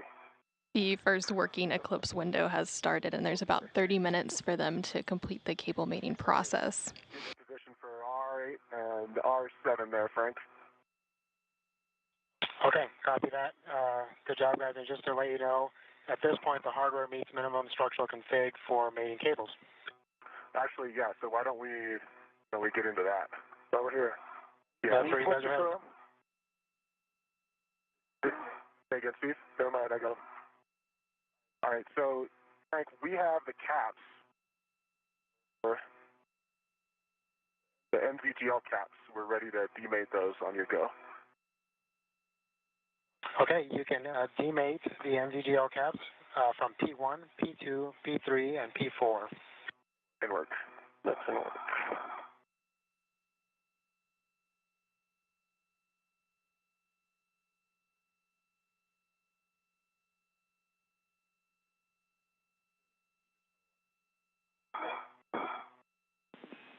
EV and IV crew, Houston, our last little bit of comm here. We can confirm our safing is in place and we are in our eclipse condition. So you are go for the eclipse required cables. Copy, go. Thanks, Jams. And do you guys have a time for when our window ends? You have 28 minutes. We'll be back with you by then, and as an additional reminder, you'll need to complete the NZGLs before you move to the eclipse required cables. Any luck here? Say again, Steve. Copy, Jams, and we are decapping the NZGA caps now. These are pretty sticky. Yeah. Okay, guys, once you have the caps off, Not even close. Steve, you're going to be mating P1 Frank. and P2 to J1 and J2. Stand by, Frank. Still haven't getting the caps off. Both Woody Hoberg and Steve Bowen are now working to electrically connect the new IROSA or ISS rollout solar array to the space station's power system. Yep, no, I understand. Those things can be a bear.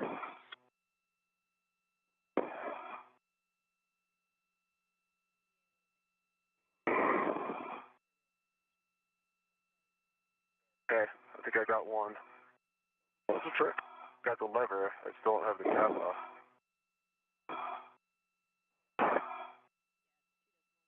Okay, got one.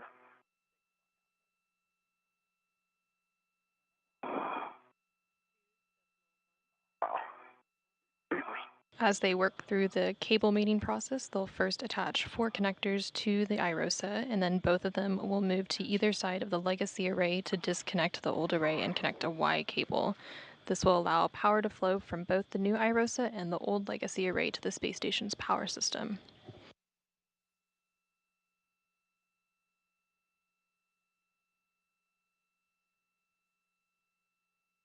We are about 2 hours and 53 minutes into today's spacewalk, and we are about 6 minutes away from getting signal back from the space station.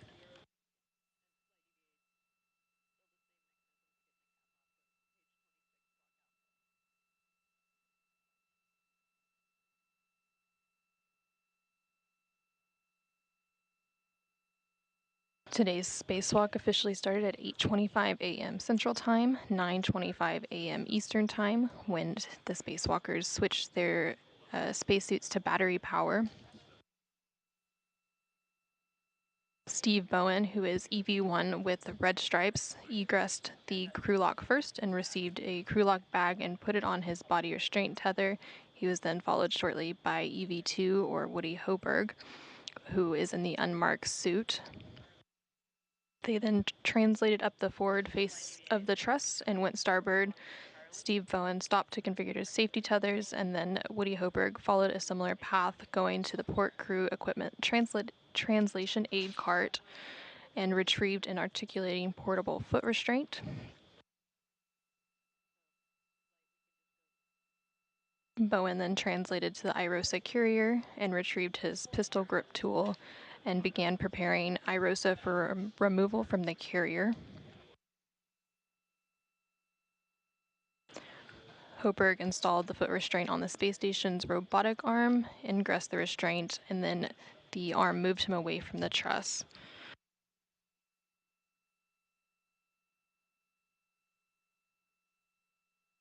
Both Bowen and Hoberg then worked to release a series of bolts, both restraint bolts and anti-rotation devices.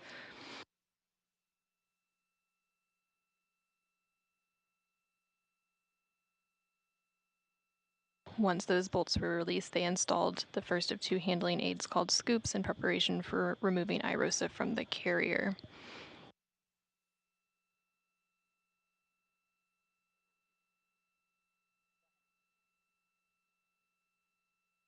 Once they installed the second scoop, Hoberg lifted the IROSA off of its carrier, and then after several maneuvers on the robotic arm, he arrived at the 1A mod kit worksite. During these robotic arm maneuvers, Bowen worked to make his way over to the ModKit site, where they met to install the IROSA onto the 1A mounting bracket.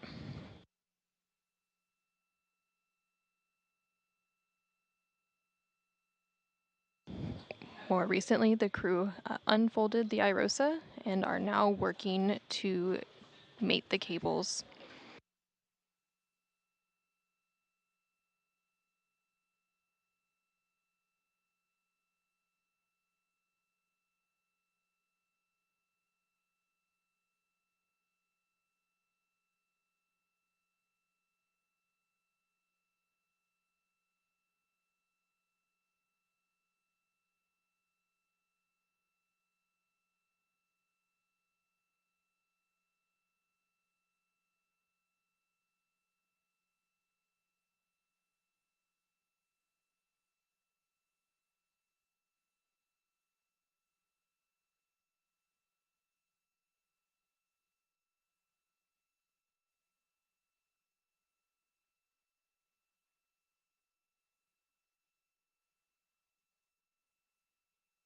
Once the crew members finish electrically connecting the new IROSA to the space station's power system, they will work to drive some hinge bolts.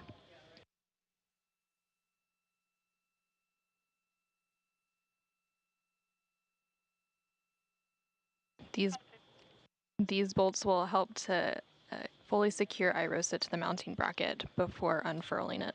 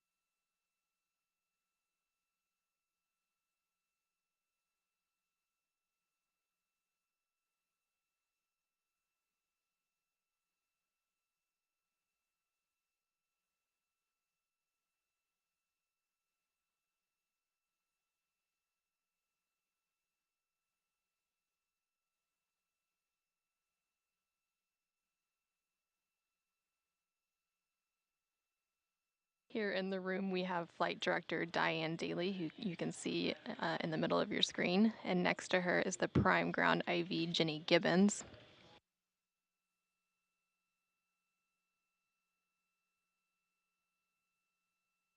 Also in the room, we have our EVA Flight Controller, who is Megan Shudica today.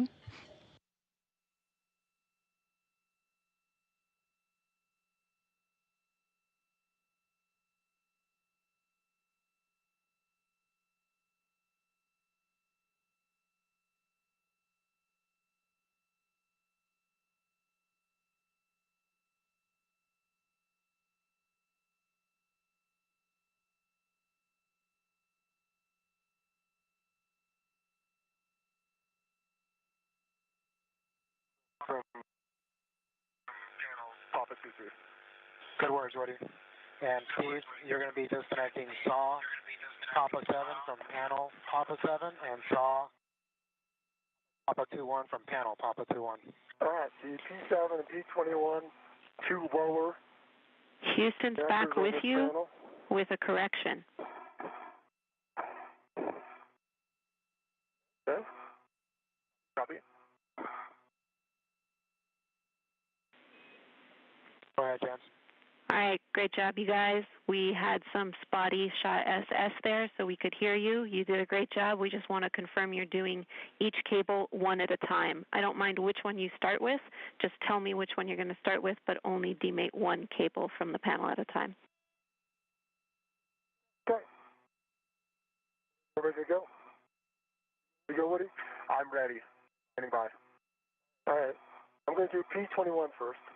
Okay. Go, Steve. Frank, you ready for me to take back over?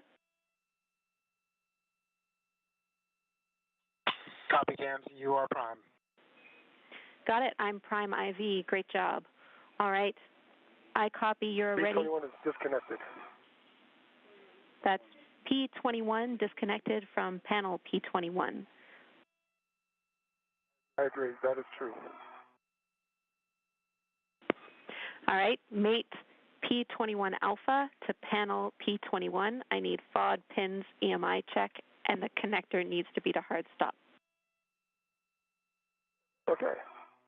P21 alpha is in my hand. And I'm standing by, James. Woody, you have a go to continue. We just need one cable on each side at a time. It's clarification for you. So tell me if you want to start with P9 or P23. Okay, I've got panel P9 demating. Here go. That's demated. Mate P9 alpha to panel P9. I need FOD, pins, EMI check, and the connector to hard stop. Copy, James.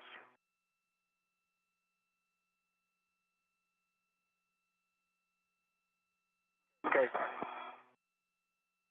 P9 alpha to panel P9.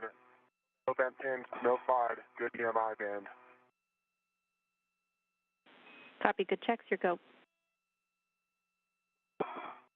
All right, P21 alpha is made to P21 panel. There was good EMI band, no FOD, good pins. Copy, good mate. Steve, confirm the connector is to hard stop. And the connector is to hard stop. Great work. You can move on to J21 alpha, mated to SAW cable P21. All right, that's in work. And James, I have P9 to panel hard stop. Copy, that's a good mate. Woody, you can move on to J9 alpha, mated to SAW cable P9. J9 alpha, SAW cable P9.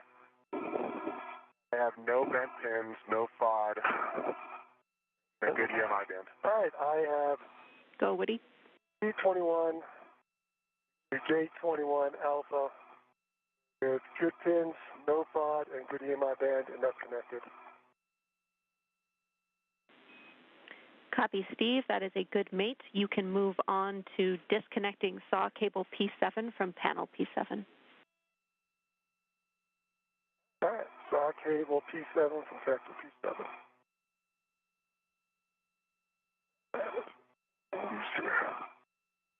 You can now see live views of NASA astronaut Steve Bowen working to mate and demate some cables on the IROSA.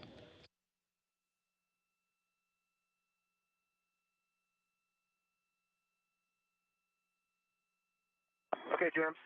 P9 to J9 alpha connector, or shot connector hard stop. Ready for panel P23. Good words, Woody. Move on to disconnecting SAW cable P23 from panel P23. Demated, no bent pins. All right. 7 demated, no bent pins, no FOD.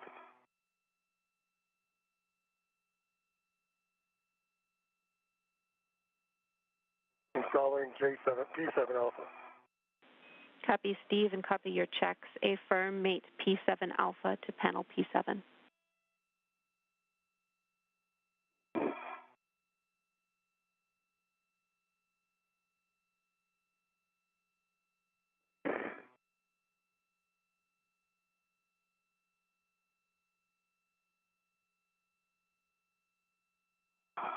James, I have P23 alpha.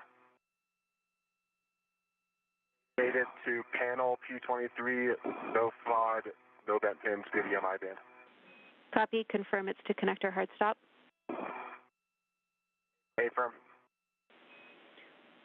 Connect J23 alpha to SAW cable P23. Work.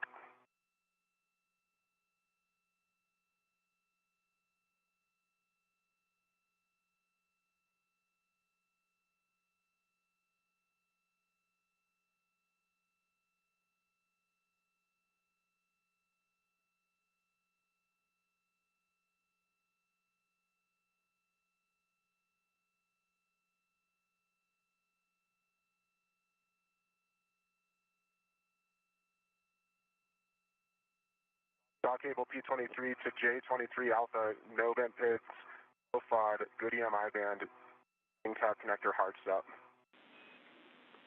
Copy, Woody. That is a good mate, and I track that that is your last connection for this side. Verify the connector config is as expected and clean up the remaining cable slack as required. Okay, that's going to work. Thanks, James.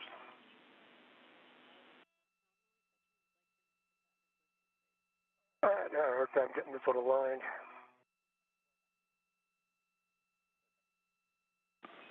Copy, Steve. And Woody, we were tracking that your hand did touch a connector P24. We just want to make sure that that is still to hard stop.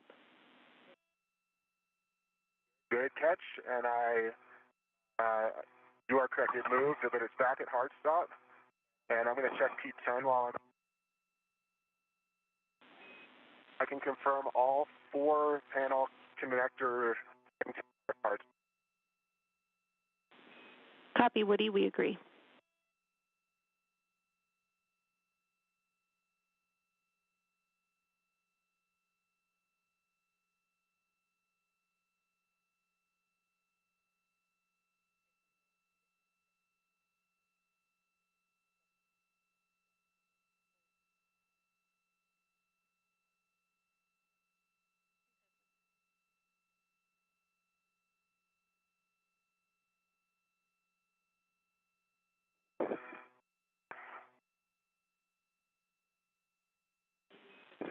Woody and Steve, you're both doing great. We have over 12 minutes left of this working eclipse.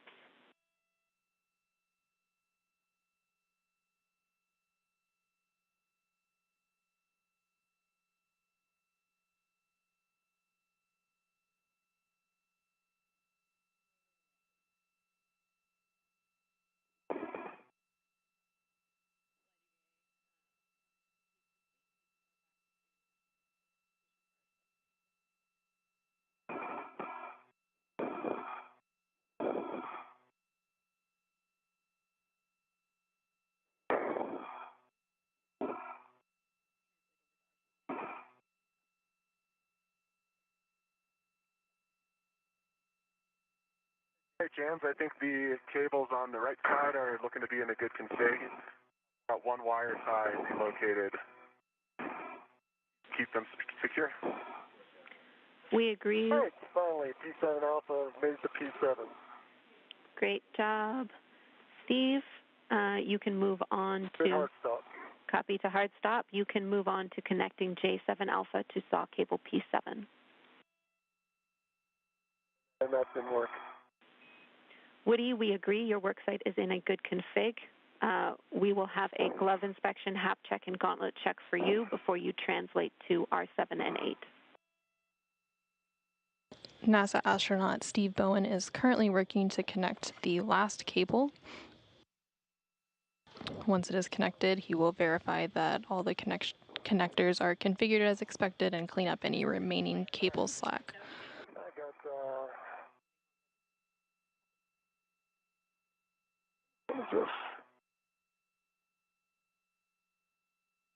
J7 Alpha made it to P7.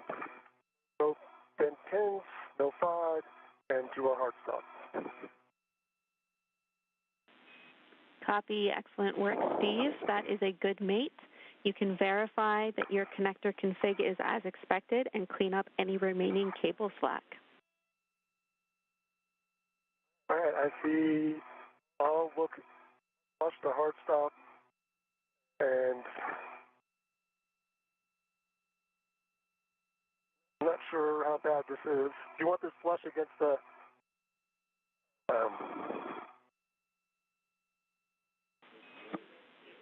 Checking. I think it looks not too bad. Let me put this on the handrail, will be good. We're taking a look, and it looks like you're in a good config, Steve. We're happy with that. Thank you. Jams, no change to gloves. Dry hat.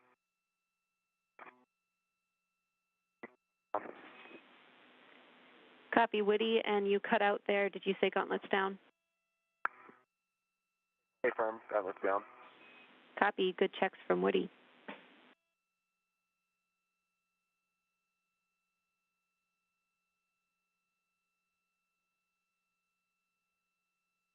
All right, I think that's going to do it. Woody, you can translate to the hinge bolts. Copy, Jam, thanks.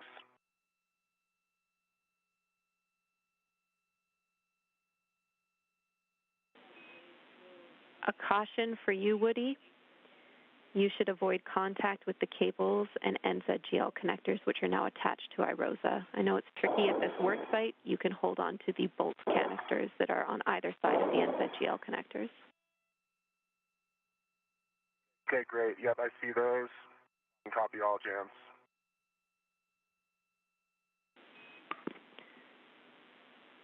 Steve, again, we're happy with your work site. This is the end of our Eclipse requirements for this EVA, so great work to both of you. I need a glove inspection, hap check, and gauntlet check from Steve. Okay, let me slide out past the cables back to the front of the... All of the cables have been successfully connected. This will now allow power to flow from both the new IROSA and the old legacy array to the space station's power system. Okay, jams. Settings. Alpha 1, clockwise 2.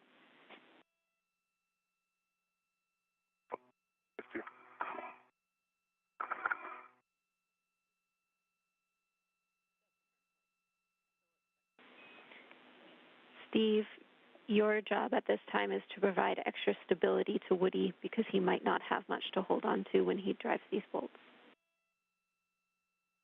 Hold on to me, Woody. I can hold on to you. Yeah, I copy, Steve. All right, tell me if you need it. Let's see how we're doing here. Yep. All right.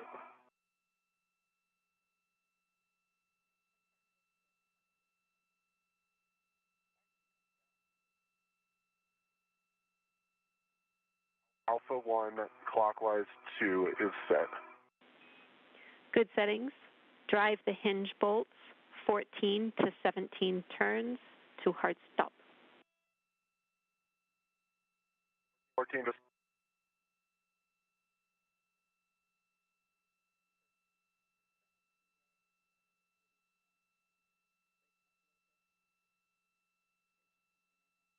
NASA astronaut Woody Hoberg is now working to drive 2 hinge bolts into IROSA while it's in the unfolded position. The crew will then work together to drive 8 bolts to fully secure IROSA to the mounting bracket.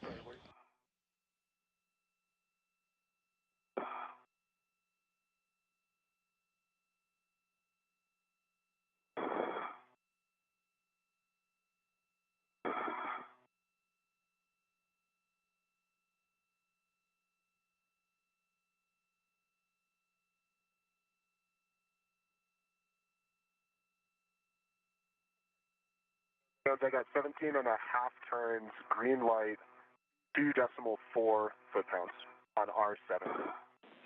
Copy R7, 17 and a half turns, green light, 2.4 on the torque. Copy. Driving R8. Here you go.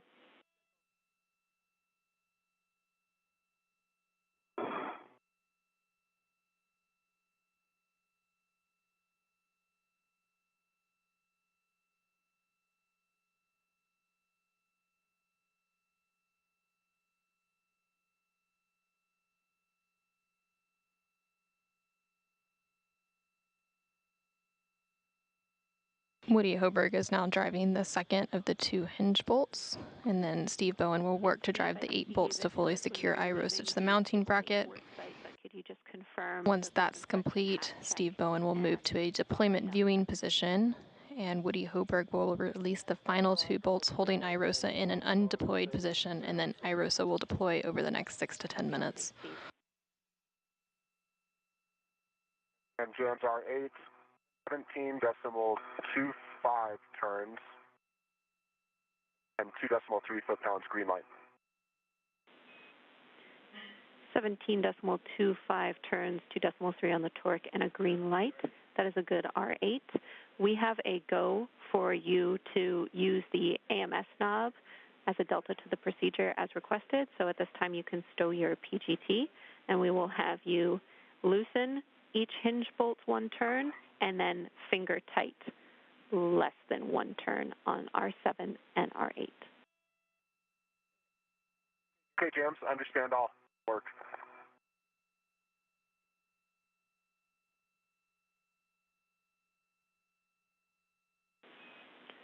Woody, after this is complete, or excuse me, Steve, after this is complete, you will be stowing the AMS knob in the crew lock bag. Got it right here, Steve. Yeah, let's just get a rep for you.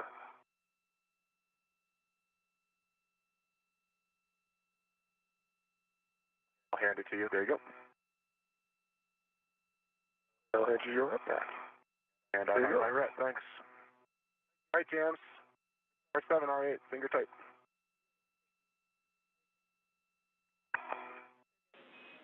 Copy, Woody. We are happy with that. Your next step is to complete your tether swap. So we will have you translate back inboard to the arm. You might have to GCA from the tether swap position if it's required. I'll let you work with Frank and Sultan for that. Steve, you are going to drive M bolts on the bottom of the mounting bracket. All right, let me stow the AMS knob, and then I'll ready to do that. And James, I copy all. I'll be picking up my spare lead and going back for tether swap. Good words.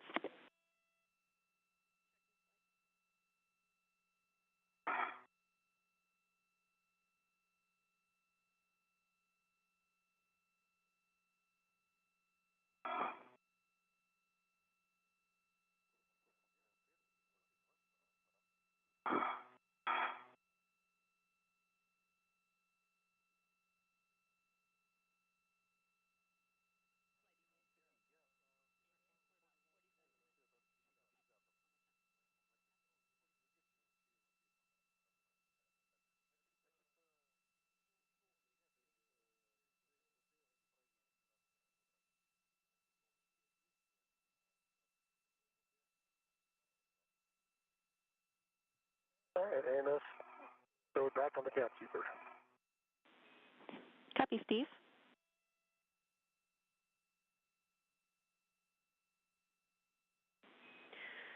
For Steve and Woody. James, just verifying there's no preferred order on the M bolts, correct? No preferred order. You can start with whichever one you want first. Let me know when you want settings. Okay, give me 1 second.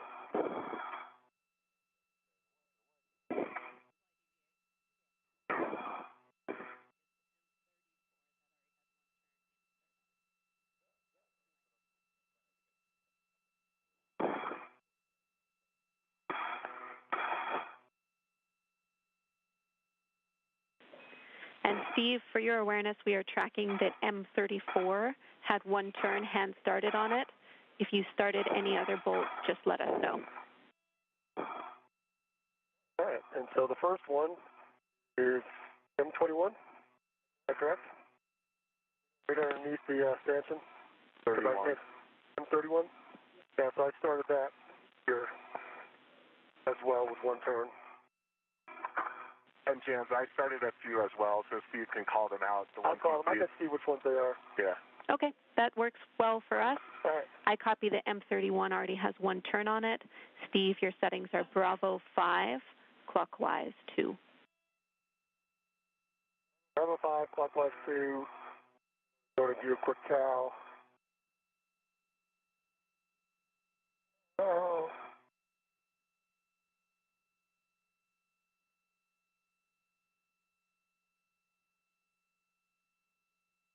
Quick the cow, cow pass.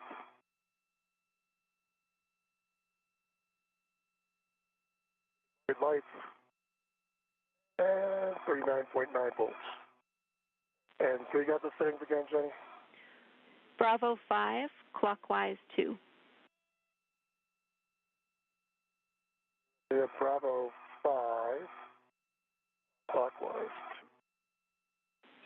You'll be driving these bolts such that the black line is flush. It'll be to torque. Expect 11 to 14 turns. That's 11, 14 turns, flush, and 2 torque. Good words.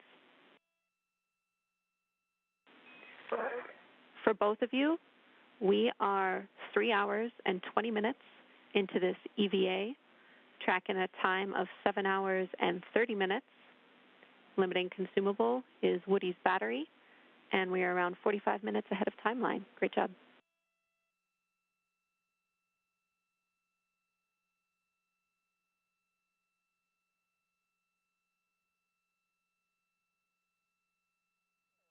M31.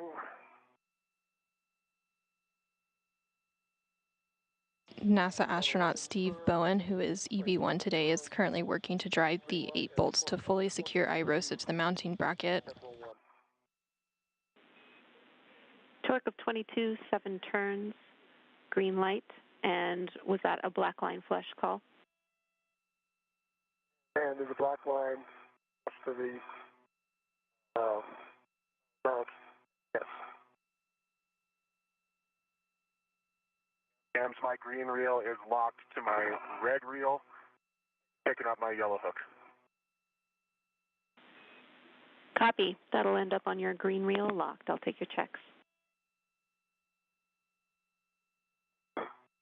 You are currently seeing views from NASA astronaut Woody Hoberg's helmet cam. He is working to swap some tethers. Copy. That's a good config, Reel Woody. itself. Okay, and I think my next thing is to reposition APFR to clocking 6. Good words. He's now about to start working on repositioning the articulating portable foot restraint on the robotic arm. You can both see it here, but we're heading. Meanwhile, NASA astronaut Steve Bowen continues to work on driving the final 8 bolts.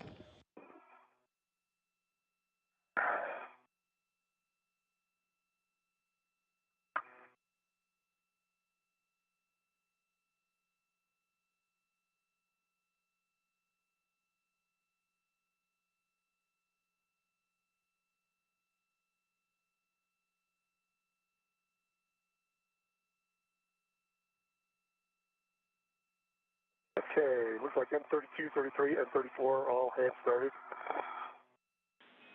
We copy?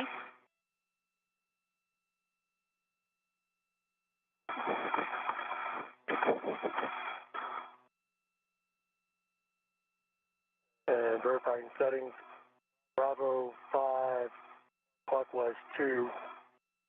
Good words. And M32's in work. Copy. M32, drive until black line flush to torque.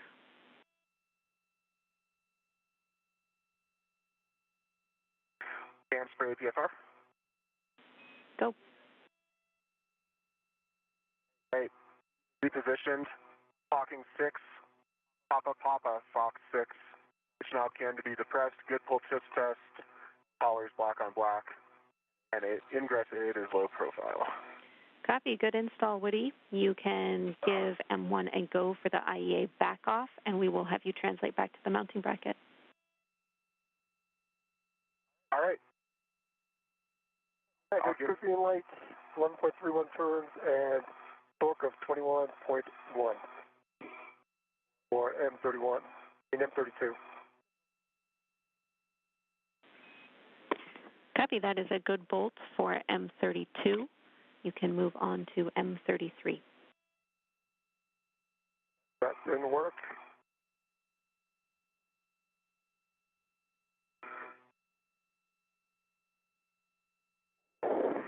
You're seeing live views of Steve Bowen working to drive the final 8 bolts. He is currently on the 3rd of 8. You have a go to the back off.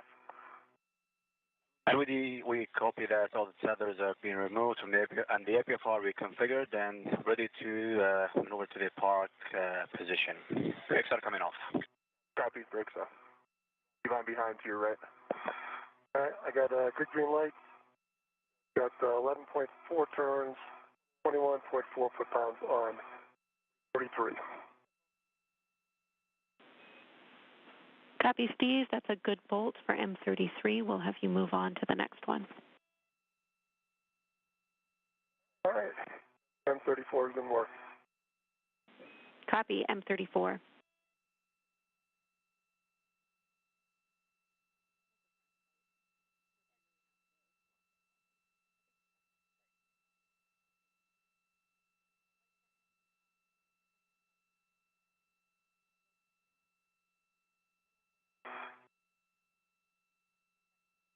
All right. With your green lights.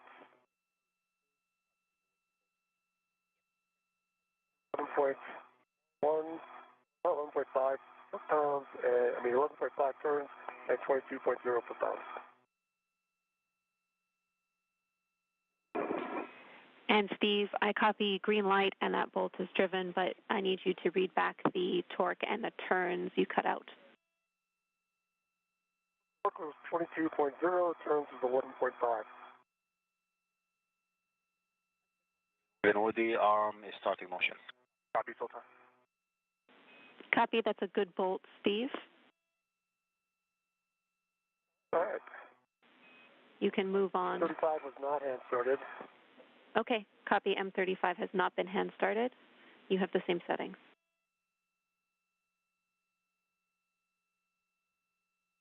All right, starting. NASA astronaut Steve Bowen is now halfway through installing the 8 mounting bracket bolts. He has 4 to go and has completed 4 of them.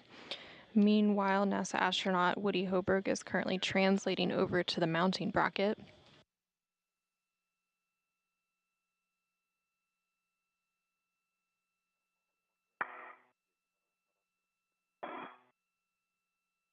I got a green light. The sun is my eyes.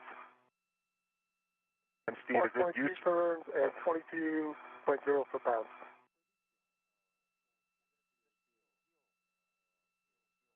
Yes, Woody? Is it useful for me to socket swap and help drive these, or? Sure, why don't you just take my PGT and do this off straight? Otherwise, I'd have to head over your side. Yeah, absolutely. I can do that. We're okay with you doing that, but Steve, say again the number of turns for M35. 12.2. Copy, 12.2, that is a good bolt. Then if you transfer your PGT to Woody, we can drive the remaining bolts. We're looking for M36 through 38. That should be Bravo 5. Let me toss it back under here. Okay. I got it. I got it. Okay. I've just got to get in position. No, that's fine. And Stephen, with the arm will be in motion. Copy, Sultan. Okay. NASA astronaut Steve Bowen just handed off the pistol group grip tool to Woody Hoberg, who's going to help him drive the final 3 bolts.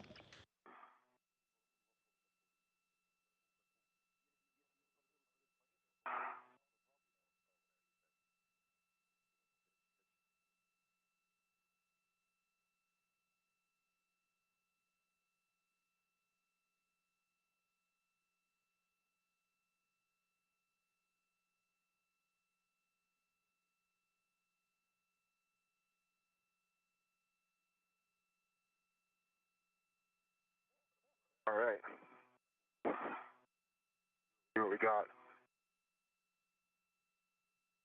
I got 26.29 turns, green light, 21.9 foot-pounds. Hey, you mustn't have gone back out. That's double. So subtract the turn, Steady, from the last bolt.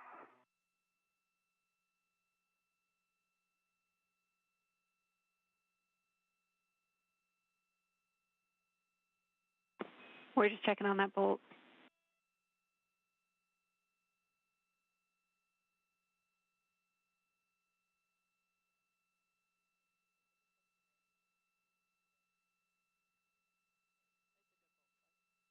By my memory, that's 14 turns and a good green light and good torque. It's a good bolt. We can move on. That was M36. We're ready to move on to 37 or 38. Want to do 37? No, 38. Yeah, I'll do 37. in a good spot. Let's Okay. see. Let me cycle this out because I bumped it. Okay. Bravo. 5 clockwise, 2 is 7. Good setting. Back to 0. Yep. All right.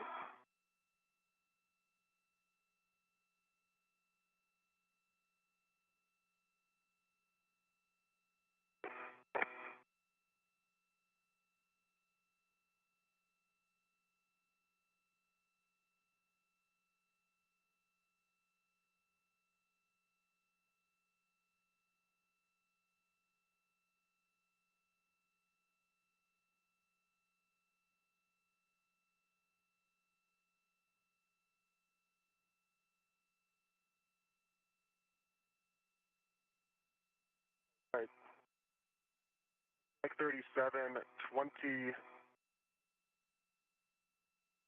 Correction. 12.5 turns, green light, 21.9 foot-pounds. Good bolts. You can move on to M38.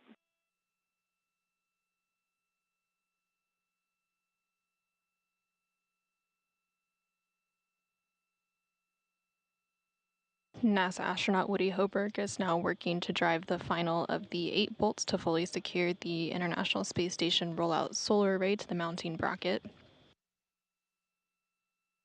After that's complete, EV1 or Steve Bowen will move to a deployment viewing position, while EV2, who is Woody Hoberg, will release the final 2 bolts holding IROSA in an undeployed position.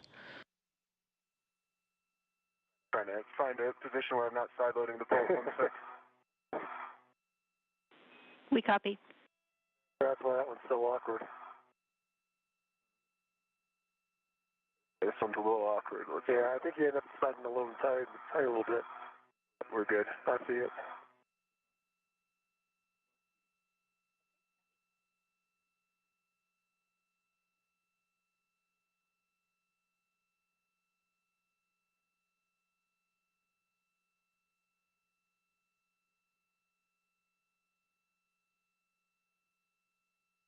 Okay, M38. We had 11.93 turns, green light, 22.2 foot-pounds. Here you go, Steve. Well, I'm going to my hands off here. We copy, Woody. That is a good bolt. We just need the confirmation the black line is flush because we cannot see it in your HECA. Yep, black line flush. Trying to point at it. Copy. Great work. We are complete with our M bolts. Steve, you can stow your PGT, and we'll have you positioned to observe the first 5 magnets snap together when we deploy. Woody, you need to get in position on the base of the mounting bracket for R9 and R10. Okay, getting in position for R9, R10. And I'm getting in position to watch. Super. Good words. Woody, as a reminder, this is a Bravo 7 setting. You can use the scoop on the base of the mounting bracket to brace yourself. All right, I see that. Thank you.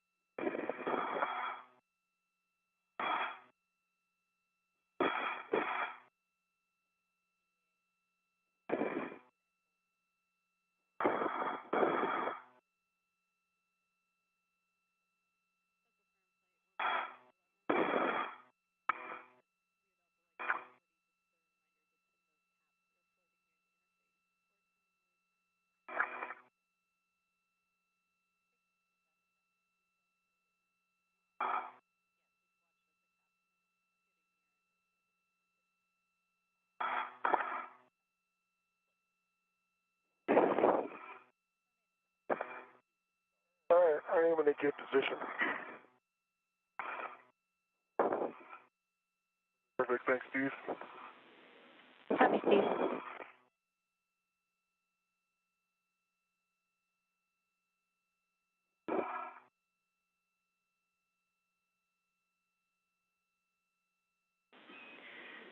Steve, agree you're in a good position. Woody, I see your PGT out. Warning for both of you prior to releasing the deployment launch restraint bolts.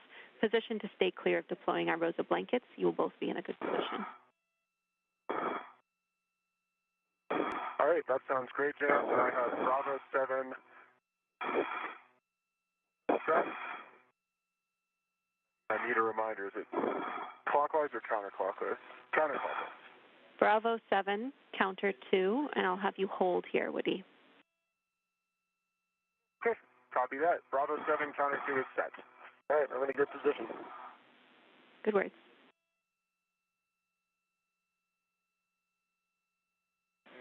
NASA astronaut Woody Hoberg is standing by to release the final 2 bolts holding the ISS rollout solar array in an undeployed position. You are going to release R9 and R10. The white line will appear when they are fully released. Expect 17 to 20 turns. iROSA will deploy after the second bolt is released. All right, I copy. Starting with R9.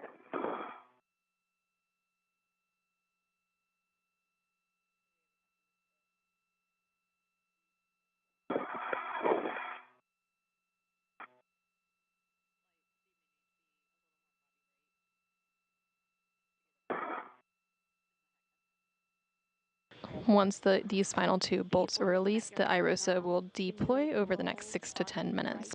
To give us a better view. Trying to figure out how to do that without falling off the edge of station here.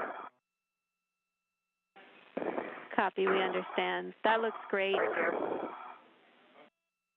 Hold on, I lost my position. White line visible, I counted 17 turns on R9. Copy, 17 turns on R9. Continue to stand by, Woody. The first of 2 restraint bolts has been fully released. Hold on.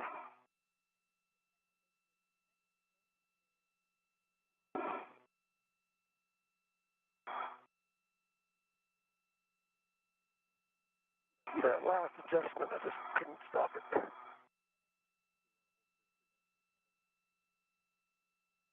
How's that? Is that better? Speed up a little bit.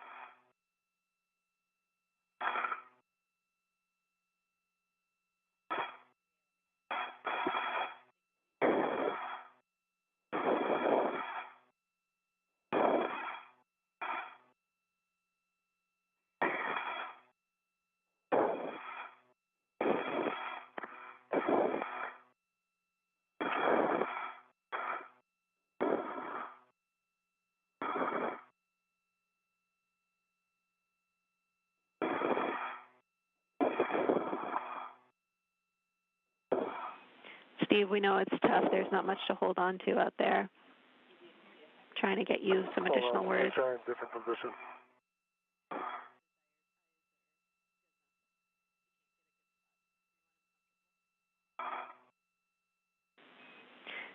Steve, as long as you can see, we'll be comfortable with it. Heck is desired, but your eyes are enough for us. All right, well, try this then. Copy.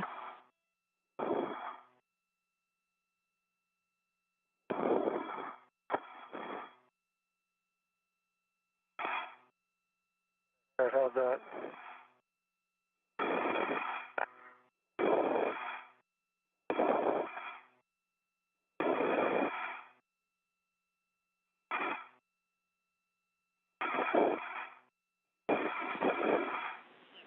All right, great work. Steve, if you are in a stable position, we're happy with your view. Woody, you are go to release R10. Go for R10. Starting turns.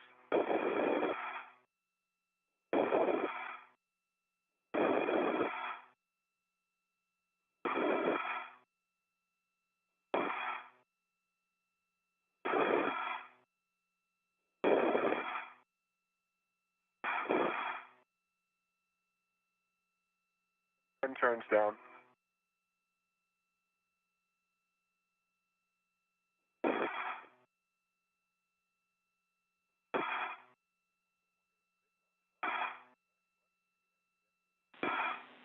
30 seconds to a short handover.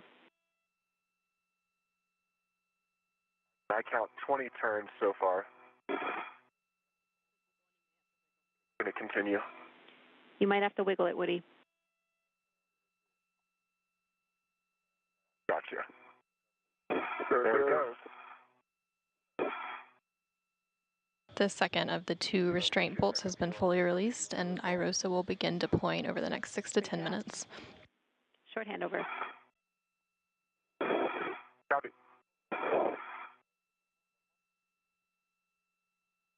We are now in a brief but expected handover period and will regain signal of those beautiful views of the space station in about 10 seconds.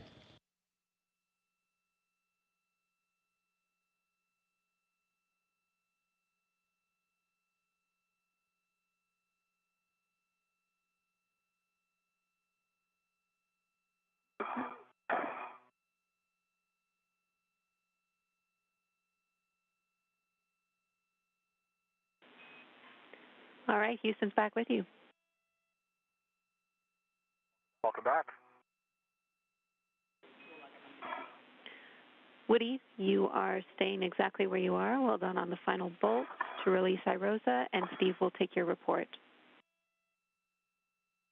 It looks good. Looks like it's stretching out nicely, and everything seems to be lining up.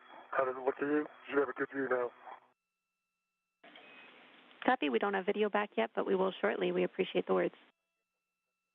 All right, I'll stand by.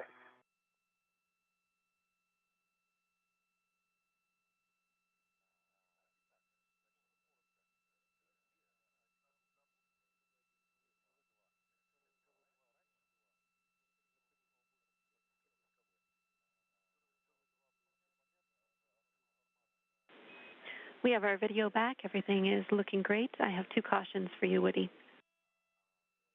You can now see live views of the International Space Station rollout solar array as it begins to unfurl as the space station flies over the coast of the southwest United States. Lateral load. This is 5 less than before. Okay, I copy. Thank you. I'll be cautious. Sounds good to us.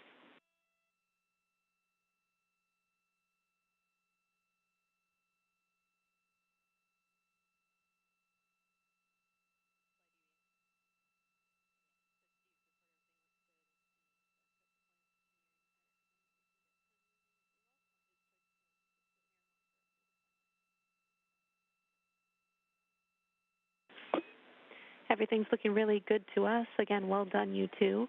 Woody, again, you have to stay put, but Steve, you can get moving if you want to. We're still well ahead of schedule, so you can stay and look a little longer if you prefer it, but your next step is to pick up your green hook. All right, I'm going to head back and pick up my green hook. Yeah. Copy.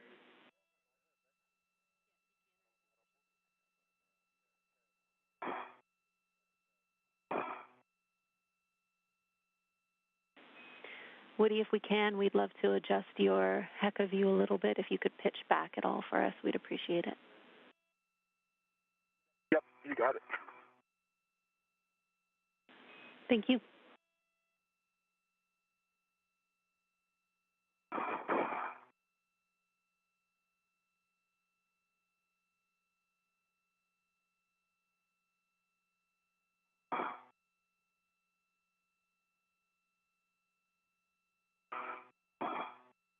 Woody Hoberg is continuing to monitor the IROSA as it deploys. Meanwhile, Steve Bowen is translating back to the IROSA carrier to reconfigure the carrier beams that previously held the upright IROSA. These beams will need to be rotated out of the way to allow access to the lower IROSA, which will be installed on next week's EVA on June 15th.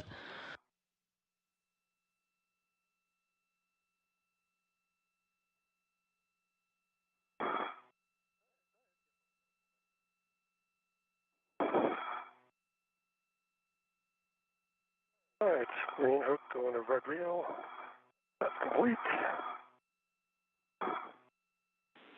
Copy, Steve. Let's slow down. Let's get some pictures of Woody here. Sounds great. Once fully deployed, the IROSA, or International Space Station Rollout Solar Array, will measure 60 feet long by 20 feet wide and will shade a little more than half of the original array.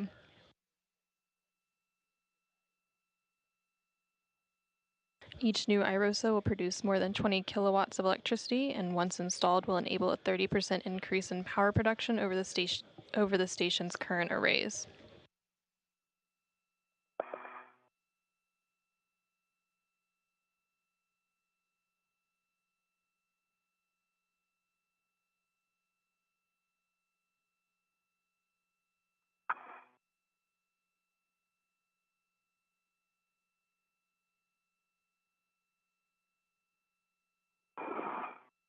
Hopefully those came out. We'll see.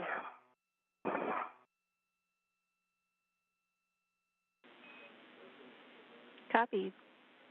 Steve, whenever you're ready, you're headed to the FSE. Heading to the FSE. On my way. Copy. I have more cautions and warnings for you when you're ready. All right. Give me 1 second. Clear this. I'll be ready. Let me know.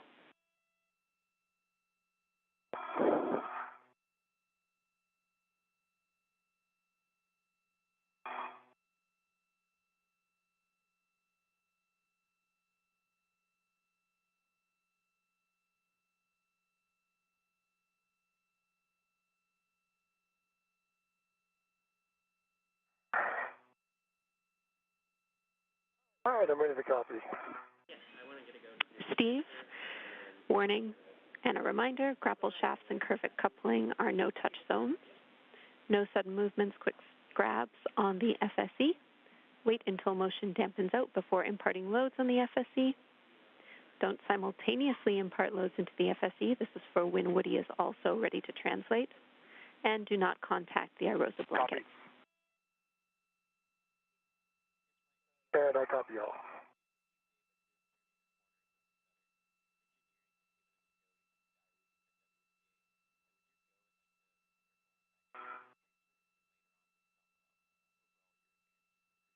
The International Space Station Rollout Solar Array, or IROSA, continues to deploy on the starboard forward truss connected to the 1A power channel of the space station as the space station flies over South Dakota. I do not have a fair lead listed for you, Steve, and no green hook drop. Let me just confirm. Okay. All right, that's fine. No. Yeah, I can confirm that now, Steve. There is no action for a fair lead or green hook drop. You are just translating directly onto the FSE from the port CETA cart. So do not take the POA path. Not take the POA path. I will do that. Affirm, different path than last time. Thank you.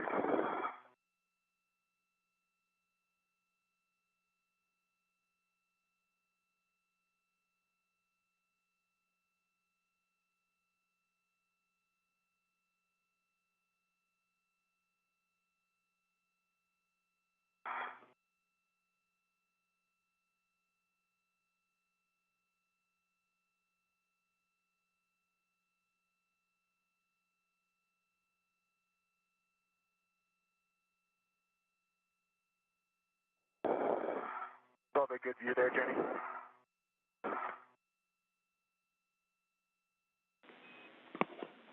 Affirm.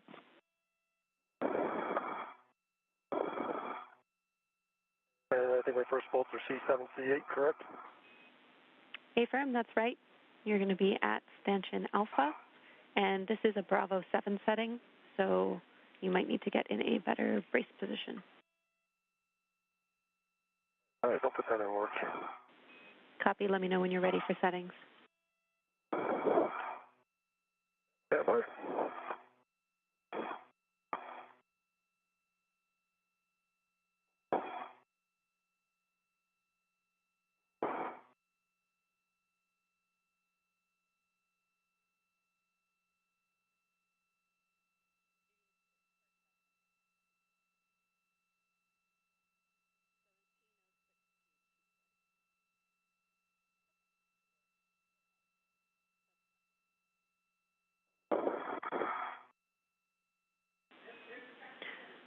Woody, we are nearly complete. More words for you in a minute. Okay, thank you.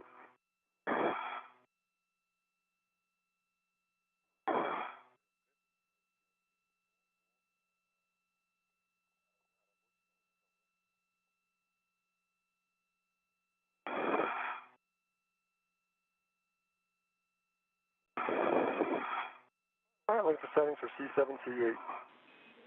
Bravo 7, counter 2. Bravo 7, counter 2. Good readback. You'll be releasing C7 and C8. Expect 8 to 11 turns. 8 to 11 turns, C7, C8. Good words. All right, here comes C7.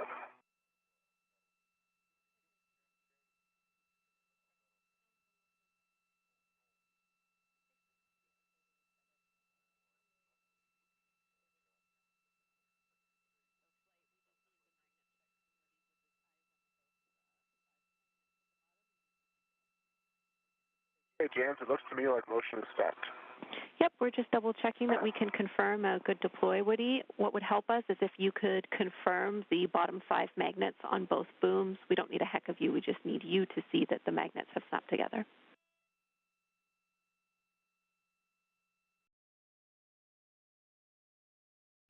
Be looking.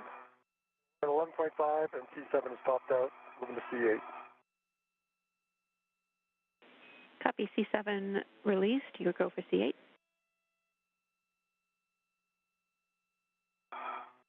And James, I'm thinking I might need to move to see those. Do you agree with that, or am I missing something? Magnets. Affirm, Woody, you will have to move and you are go to translate right now. Right now, you're seeing views of NASA astronaut Steve Bowen as he works to release the beam restraint bolts. He has already released one of them and has a couple more to go. 10.6 turns. Copy C8 is released. Steve, stow your PGT and translate to stanchion Bravo. Translate expansion, Bravo.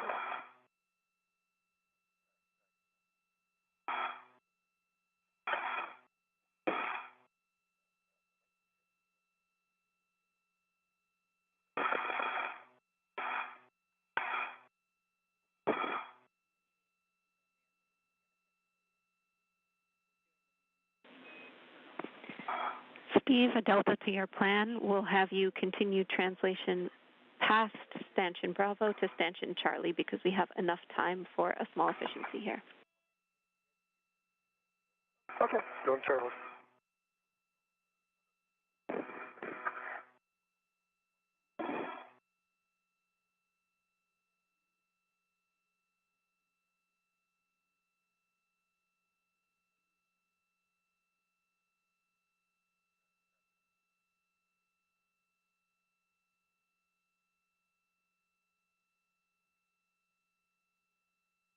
Jenny, yeah, I do see the first 5 magnets on the right side engaged.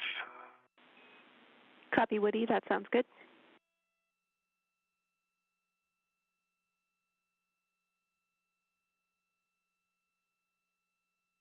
And left side, I see it as well.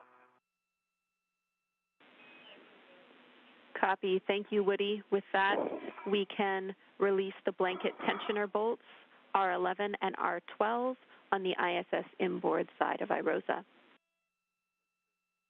Okay, 11 and 12, Alpha 1, counter 2. Alpha 1, counter 2. A successful deployment of the International Space Station Rollout Solar Array, or IROSA, has been confirmed as the space station flies over Quebec, Canada.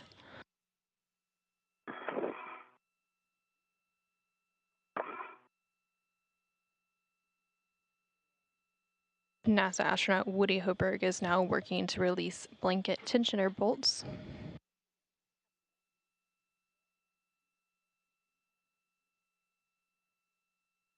After he releases these 2 bolts, it will allow the IROSA blankets to become tensioned.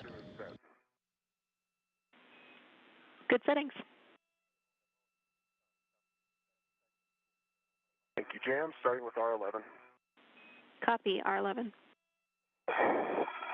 Meanwhile, NASA astronaut Steve Bowen is working on a get-ahead task to release some additional beam restraint bolts.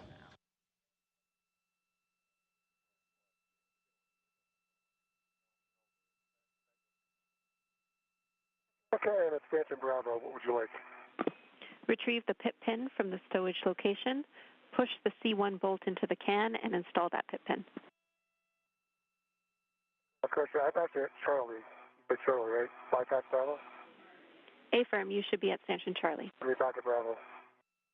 Thank you. Since I got 5 turns on R11, it popped out with a white band, and I saw the tension on the array. Copy, 5 turns, R11 released. You can move on to R12.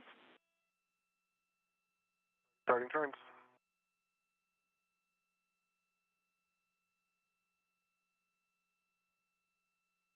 About 4 turns on R12. I saw the tension. Got the good white band at the bottom of R12. Copy, R12 fully released. You can stow your PGT and verify all the MLI on the mod kit is in place. We want no metal struts or collar bolts showing. NASA astronaut Woody Hoberg just released both of the tensioner bolts that allowed the iROSA blankets to become tensioned. He's now going to work on cleaning up the mod kit worksite. I would not describe the bolt as having popped out. Is that expected?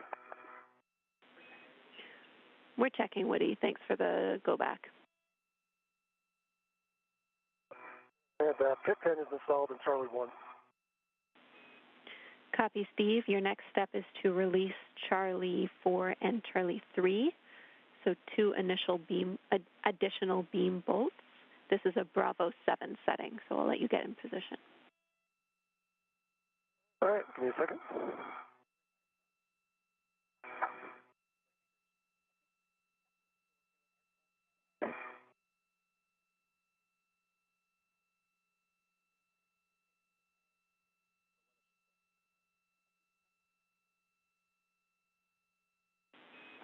All right, Woody, I can confirm that we are happy with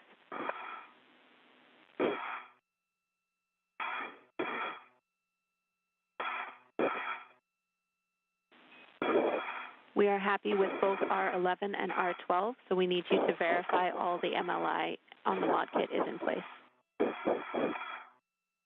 Copy all jams, that's in work. Right side is looking good. Copy, right side.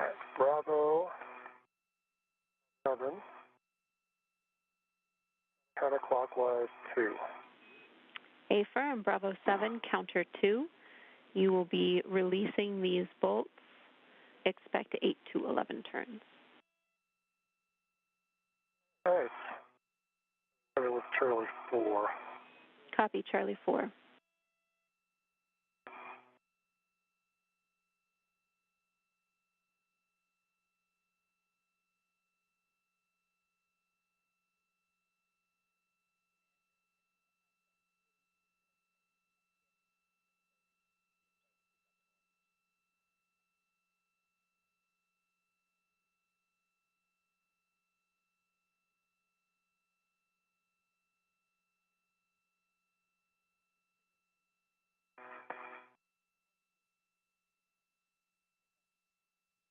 All right, Charlie 4 is done.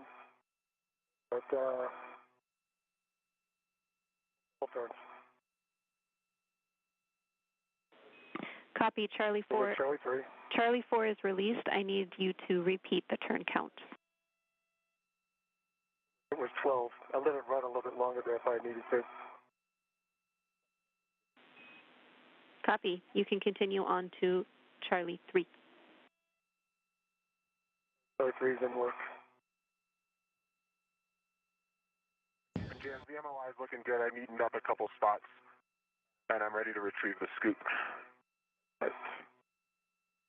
NASA astronaut Steve Bowen is now working to release the second of 2 beam restraint bolts in his get-ahead task. Copy, Charlie 3 released. Steve, you can stow your PGT, and we'll have you translate to Stanchion Bravo. Go back to Bravo. Woody, power your HECA on. Copy, Captain.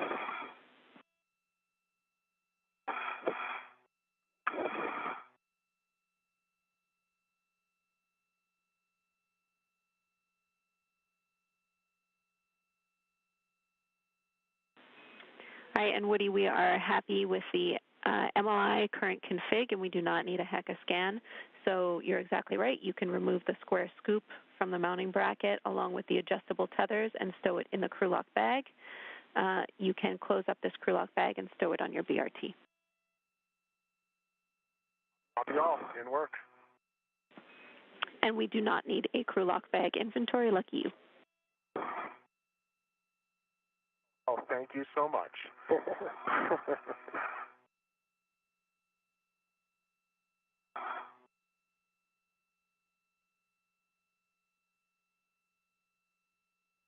All right, Stanchion Bravo.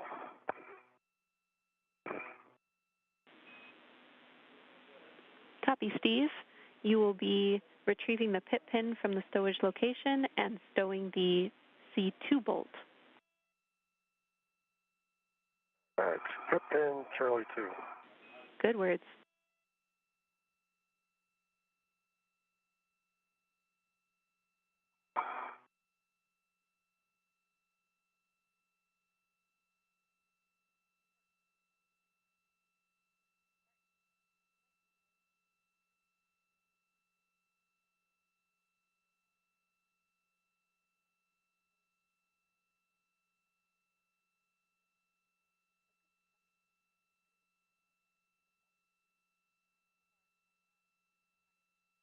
Pin Charlie 2 is installed. Copy, pit pin installed on Charlie 2.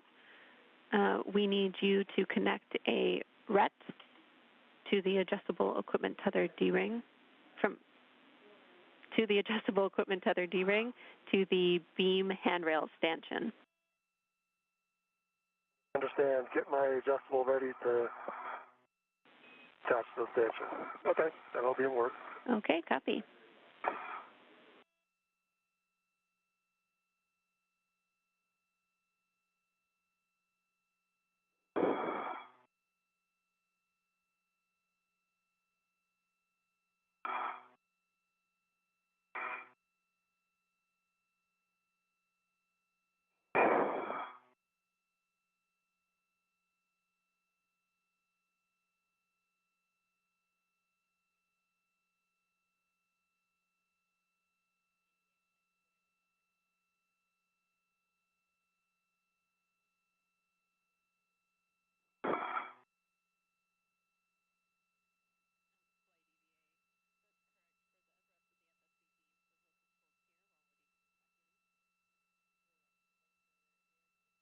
All right, just to be clear, Jane, you want the RET attached to me or to something else?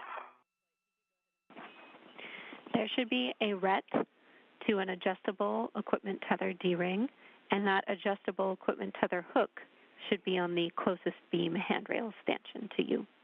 So you have an adjustable attached to the beam and the D-ring attached to a RET, and that RET is on your mini workstation. That's what I needed to hear. Okay, so we got an adjustable one hook going to stanchion.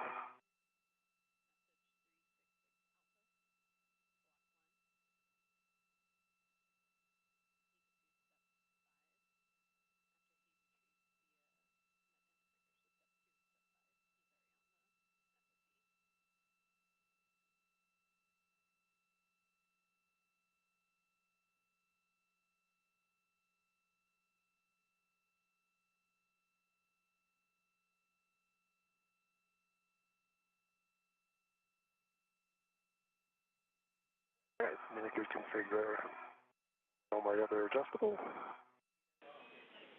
Copy, Steve. We're going to have you hold here. We're going to get Steve on the FSE with you, and then we will move forward with our beam release. All We're waiting on Woody. Sounds good. Yeah. We will have you get your I don't often say that much, so. All right. We'll have you get your PGT out. We're not releasing any bolts yet. Again, we're waiting to do that. But this will be a Bravo 7 setting to release Charlie 5 and Charlie 6, so you can get ready for that. You have some time. Okay.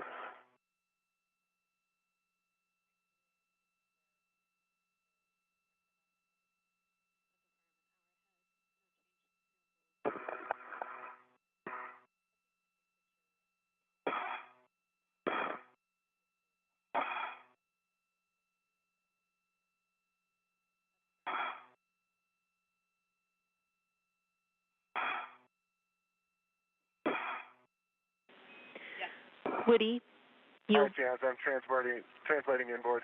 Affirm. I was about to tell you. Your next step is to press the starboard CETA cart brake release, and then you will be translating to the port CETA cart. All right, you got it. While you're translating, Woody, I have big picture words for both of you. Great. Jazz, do I need both brakes or just one of the two on each CETA cart?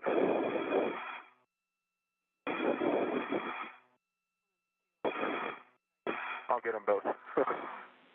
You can get both. I just confirmed you need one of the two on both CETA carts. Just took us a minute. Okay, copy. Thanks. There's good press. On the starboard side. Copy. Woody, you are going to be dropping your green hook on S3 handrail 3011 and then stowing crew lock bag M on 3217. 011 and 3217. Okay, thanks, James. Good read back. Let me know when you're ready for those big picture Looking words. for that. I'm ready. Okay. We are now 4 hours into this 7-hour, 30-minute EVA. Limiting consumable has not changed. That is the battery on Woody, and we are still 1 hour ahead of timeline. Obviously, we've deployed IROSA, so great job to you both.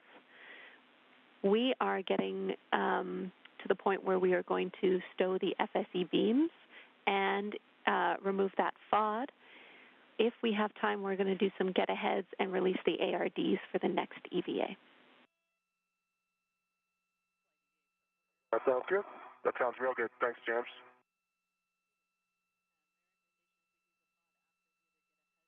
Okay, I found 3011. That was my green hook location, correct? Affirm. Copy.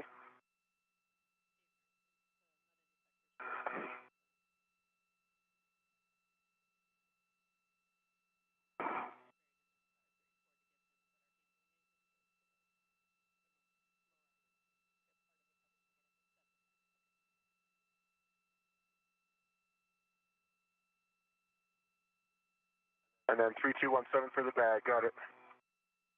Go ahead and have Good a words. chat with.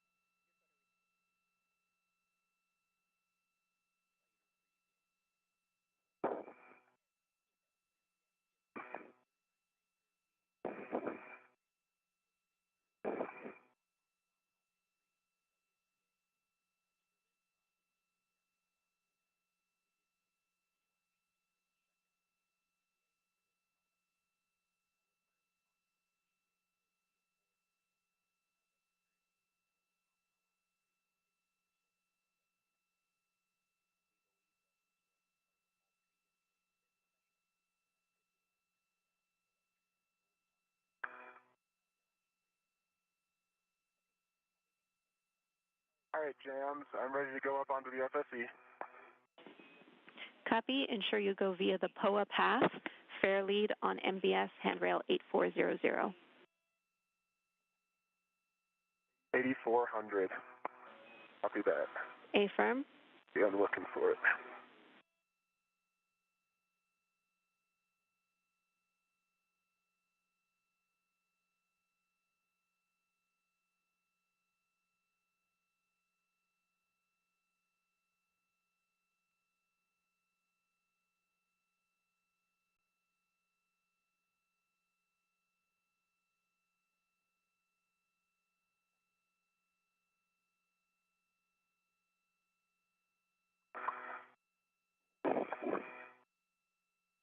Right now you're seeing views from NASA astronaut Woody Hoberg's helmet camera. He is working to translate over to the carrier beam where NASA astronaut Steve Bowen is currently.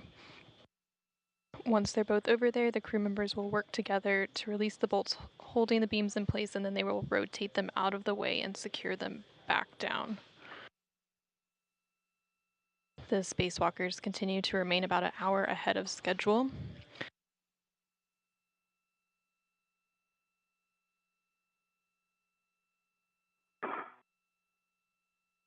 After they release the beam, there's a couple of get-ahead tasks that they can work on prior to ingress.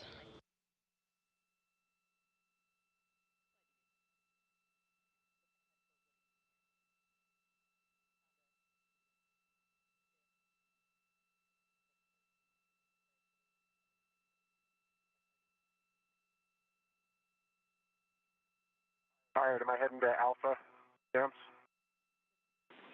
Affirm. Copy.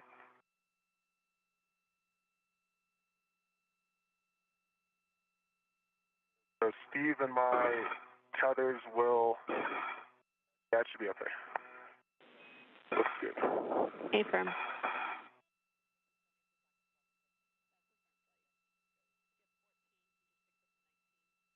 All right, I'm at Alpha.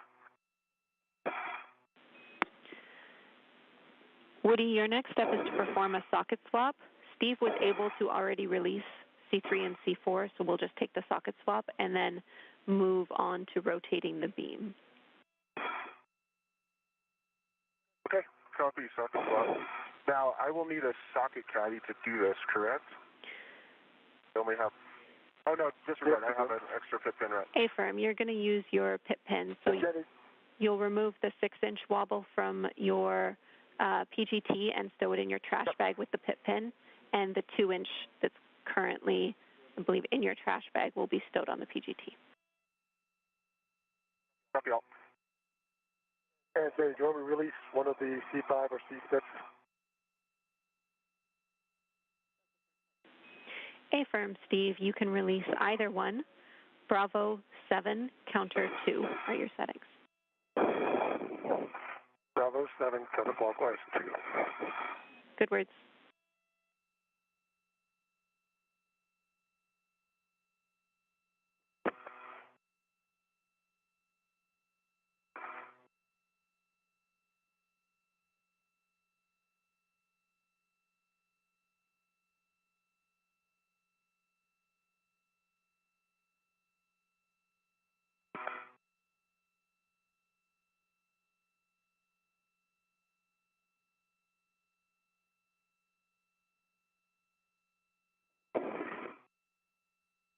C6 didn't work.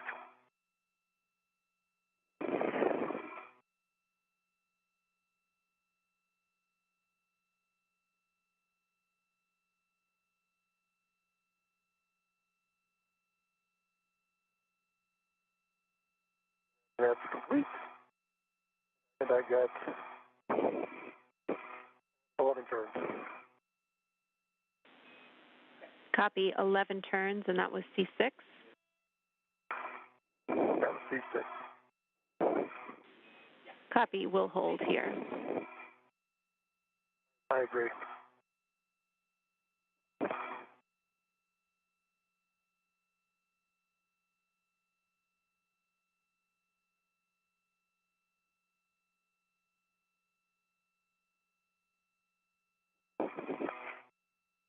Okay, Jenny, I've got the 5/8 2-inch rigid on the PGT. Copy, I'll take a pull test. Already complete. Okay. So when Steve releases this final bolt, C5, Steve, you will rotate the zenith end of the beam toward Woody. Understand. And you'll be temp stowing the beam in the stowage location, which is parallel to the blankets with the handrails facing the POA. You'll need 2 adjustable equipment tethers to do this. Okay, and Woody, you have an adjustable available quickly? Yes. Okay, we'll be ready to go. All right, we are go when you are ready. All right, release from C5. Copy C5.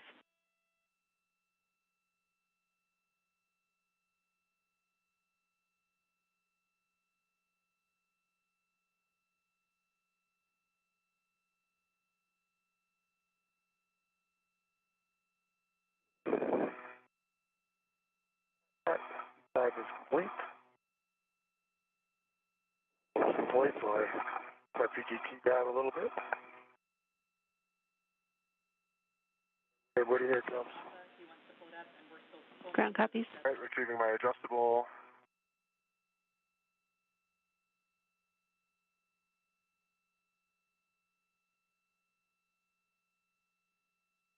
NASA astronaut Steve Bowen just released the final beam restraint bolts. Steve Bowen and Woody Hoberg will now work together to rotate the beams out of the way and secure them back down. Still installed. Bolts installed. What bolts? Disregard, sorry. Where they went? These carrier beams were being reconfigured. They previously held the upright IROSA, and they needed to be rotated out of the way to allow access to the lower IROSA, which will be installed on next week's EVA on June 15th. Okay. I've got it. I've got an adjustable on it. I can cinch this side. We won't cinch it down, but when you get yours on there, when we come back, we'll cinch them down and make them snug. Got an adjustable Houston on concurs, that's correct.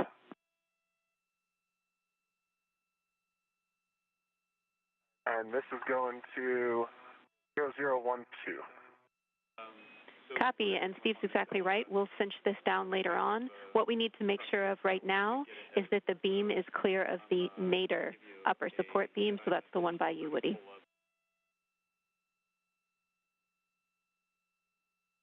Okay, stand by.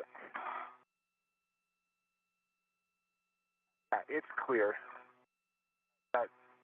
No interference there. Copy. Steve, you can release your RET. I understand that the beam is tethered via 2 adjustables. All right, I'm releasing my RET. A caution for both of you. Good adjustable on my side. Copy. A caution for both of you. Now that this beam is tied down, do not exceed 30 foot-pounds on the temp stowed beam. And again, a reminder for the FSE, we don't want to simultaneously impart loads into it, so we will alternate if we need to translate around the same time.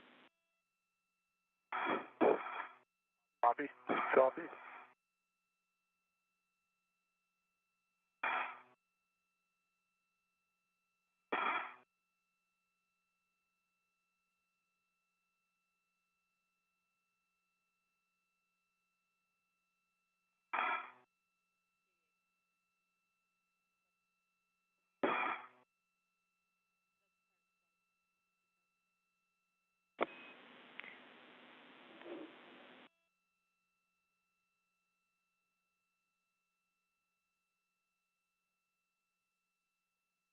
We are in another brief but expected handover period and will regain signal shortly.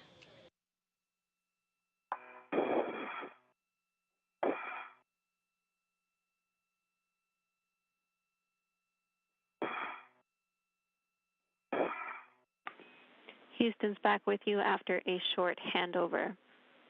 We will need Woody to translate to stanchion Delta and Steve will need to translate to Stanchion Charlie, but again, please alternate your translations. Okay, what are you ready to go? I am ready to go. Then go ahead and tell me when you're there. Okay, going to Delta. Good words. Woody, once you're there, you'll attach a mini workstation RET to the closest beam handrail stanchion. Copy.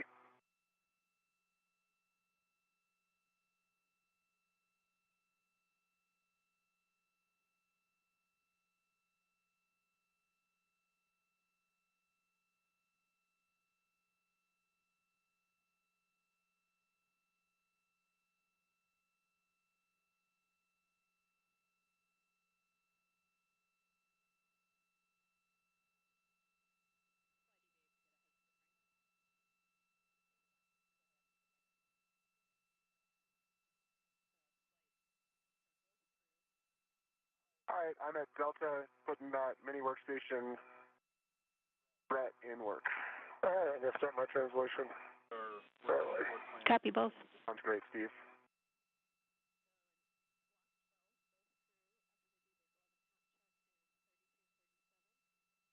Mini workstation RET is down.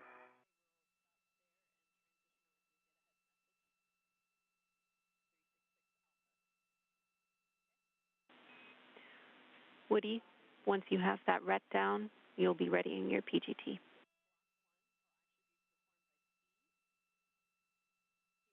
Thanks, James.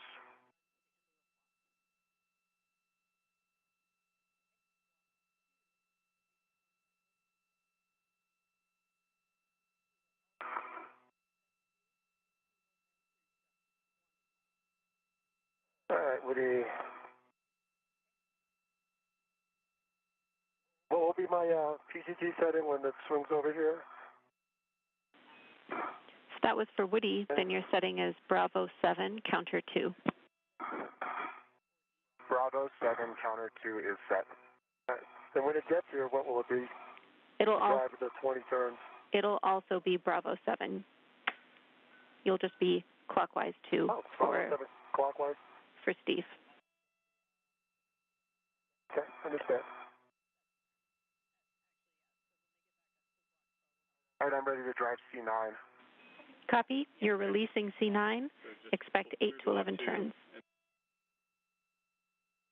Copy and work.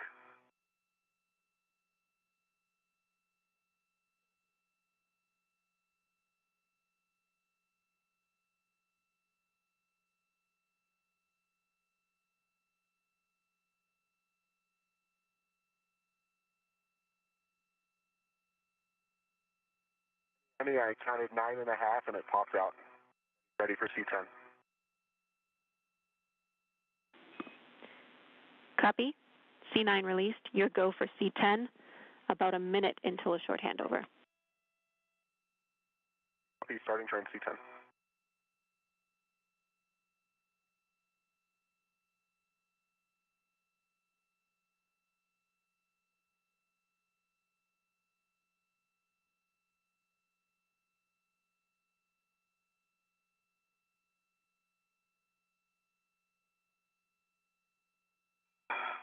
C10 popped out 9 turns.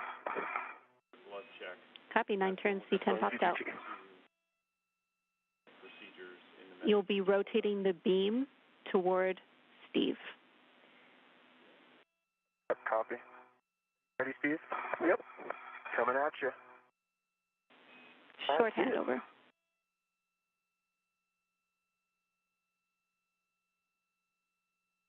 I got it. Copy, you got it. I'm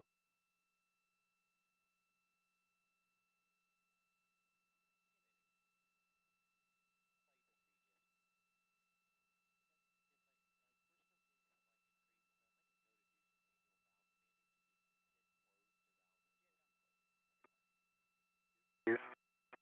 32. About 1 turn. Delta 2. Half copy. Yes, I'm good. Total of 20, right? Yes, I recall Bravo 7, clockwise 2 for no more than 20. No more than 20. Houston's back with you. Stop on turns. Houston's back with you. I copy your hand start. I concur, Bravo 7, clockwise 2, and this will be approximately 20 turns. Copy, James, but we are going to stop on turns. A-firm, let's do, that's 20 turns only. Okay, copy.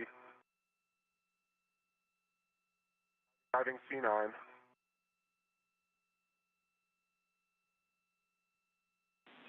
Copy C9.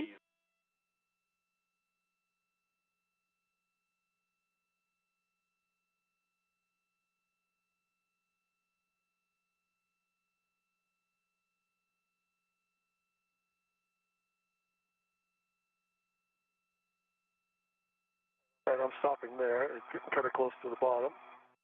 I got 17 turns plus the 2 that puts me at 19 turns. Is that okay? Or C7? Checking.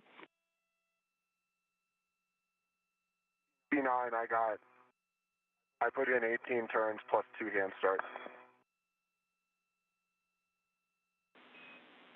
Copy, 18 turns on C9 plus 2 hand turns. We're checking.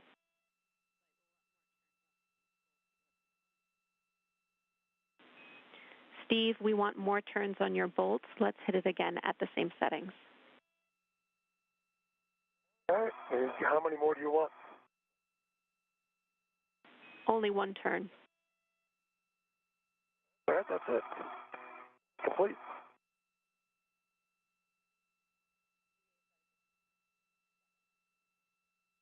At 20 turns, 21, 10, 20 turns. Copy, Steve. Stand by. We're still discussing that config on the ground. We might have more action here. Woody, your bolt is good. Okay, I copy. Thanks, James.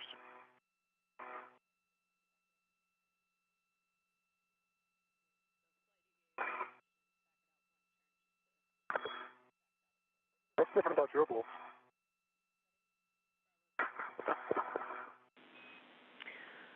All right, Steve, because we torqued out on this bolt, we need to back it out 1 turn. Your settings are Bravo 7. I didn't torque out on this bolt. Did not torque out on this bolt. I got a low torque. Okay, we misunderstood then. And I got 18 points.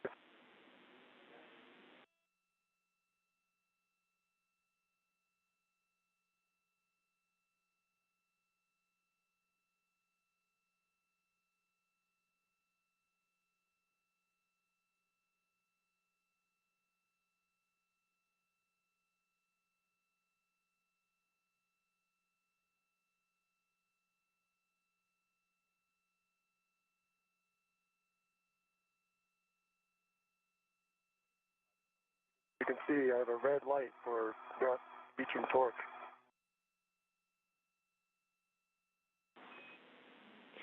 Hey, Steve, wait 1.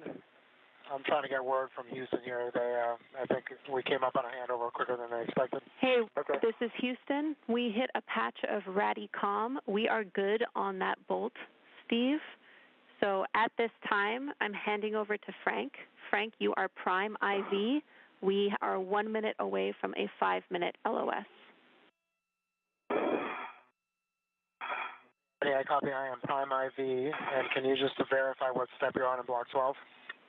Block 12, pick up in step 32 for Woody and 37 for Steve, and Nick passed you the additional instructions.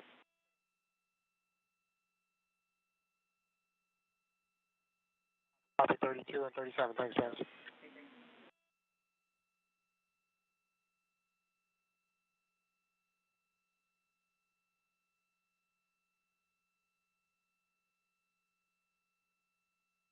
All right, Steve, I retrieved my RET because that beam is installed. That's good. It's installed. All right, guys, and I am with you on 1. So it looks like you guys... NASA astronauts Steve Bowen and Woody Hoberg have successfully finished rotating the carrier beams out of the way and secured them back down.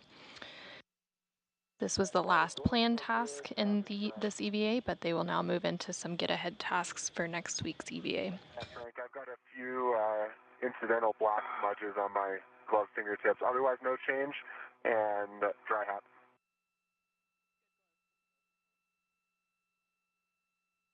Okay, I copy for both of you. And you'll just have to be a little bit patient with me here because we're working now out of a Jedi message. And so I'll just have to be toggling back and forth on a computer.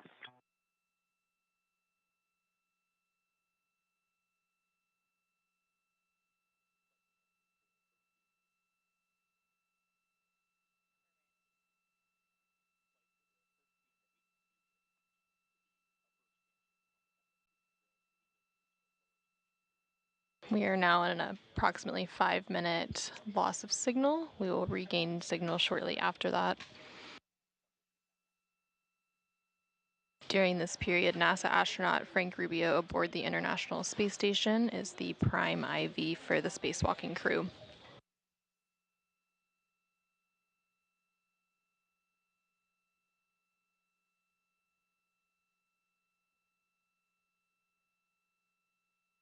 A couple of the get-ahead tasks that the crew will be working on include releasing the ARD, or anti-rotation device, for next week's IROSA, as well as releasing some of the lower R bolts, or restraint bolts.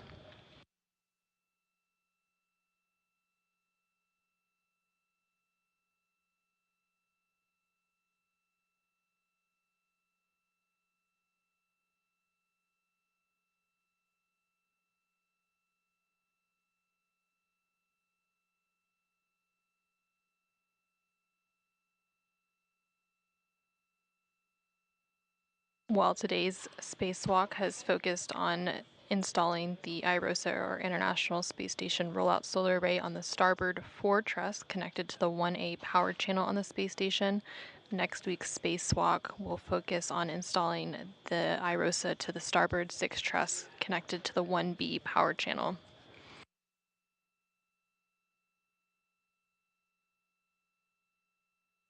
Coverage of next week's spacewalk, which is U.S. Spacewalk 88, is scheduled to begin at approximately 8:20 a.m. Central Time, 9:20 a.m. Eastern Time on June 15th.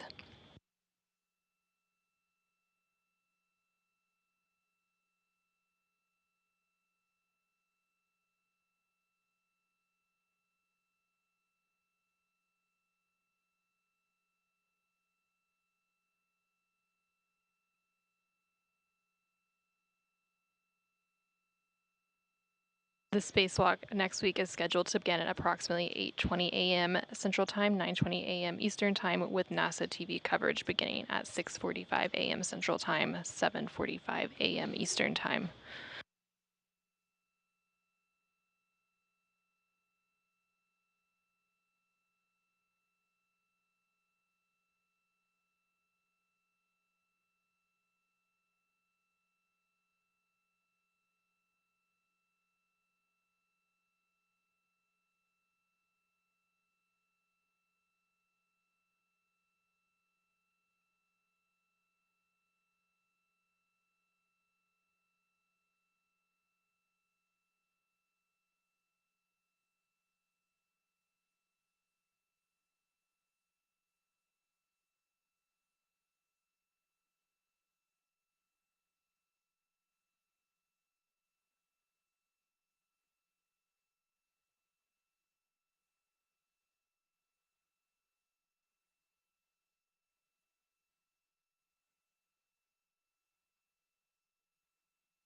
We are now about 4 hours and 35 minutes into today's spacewalk. The spacewalk officially began at 8:25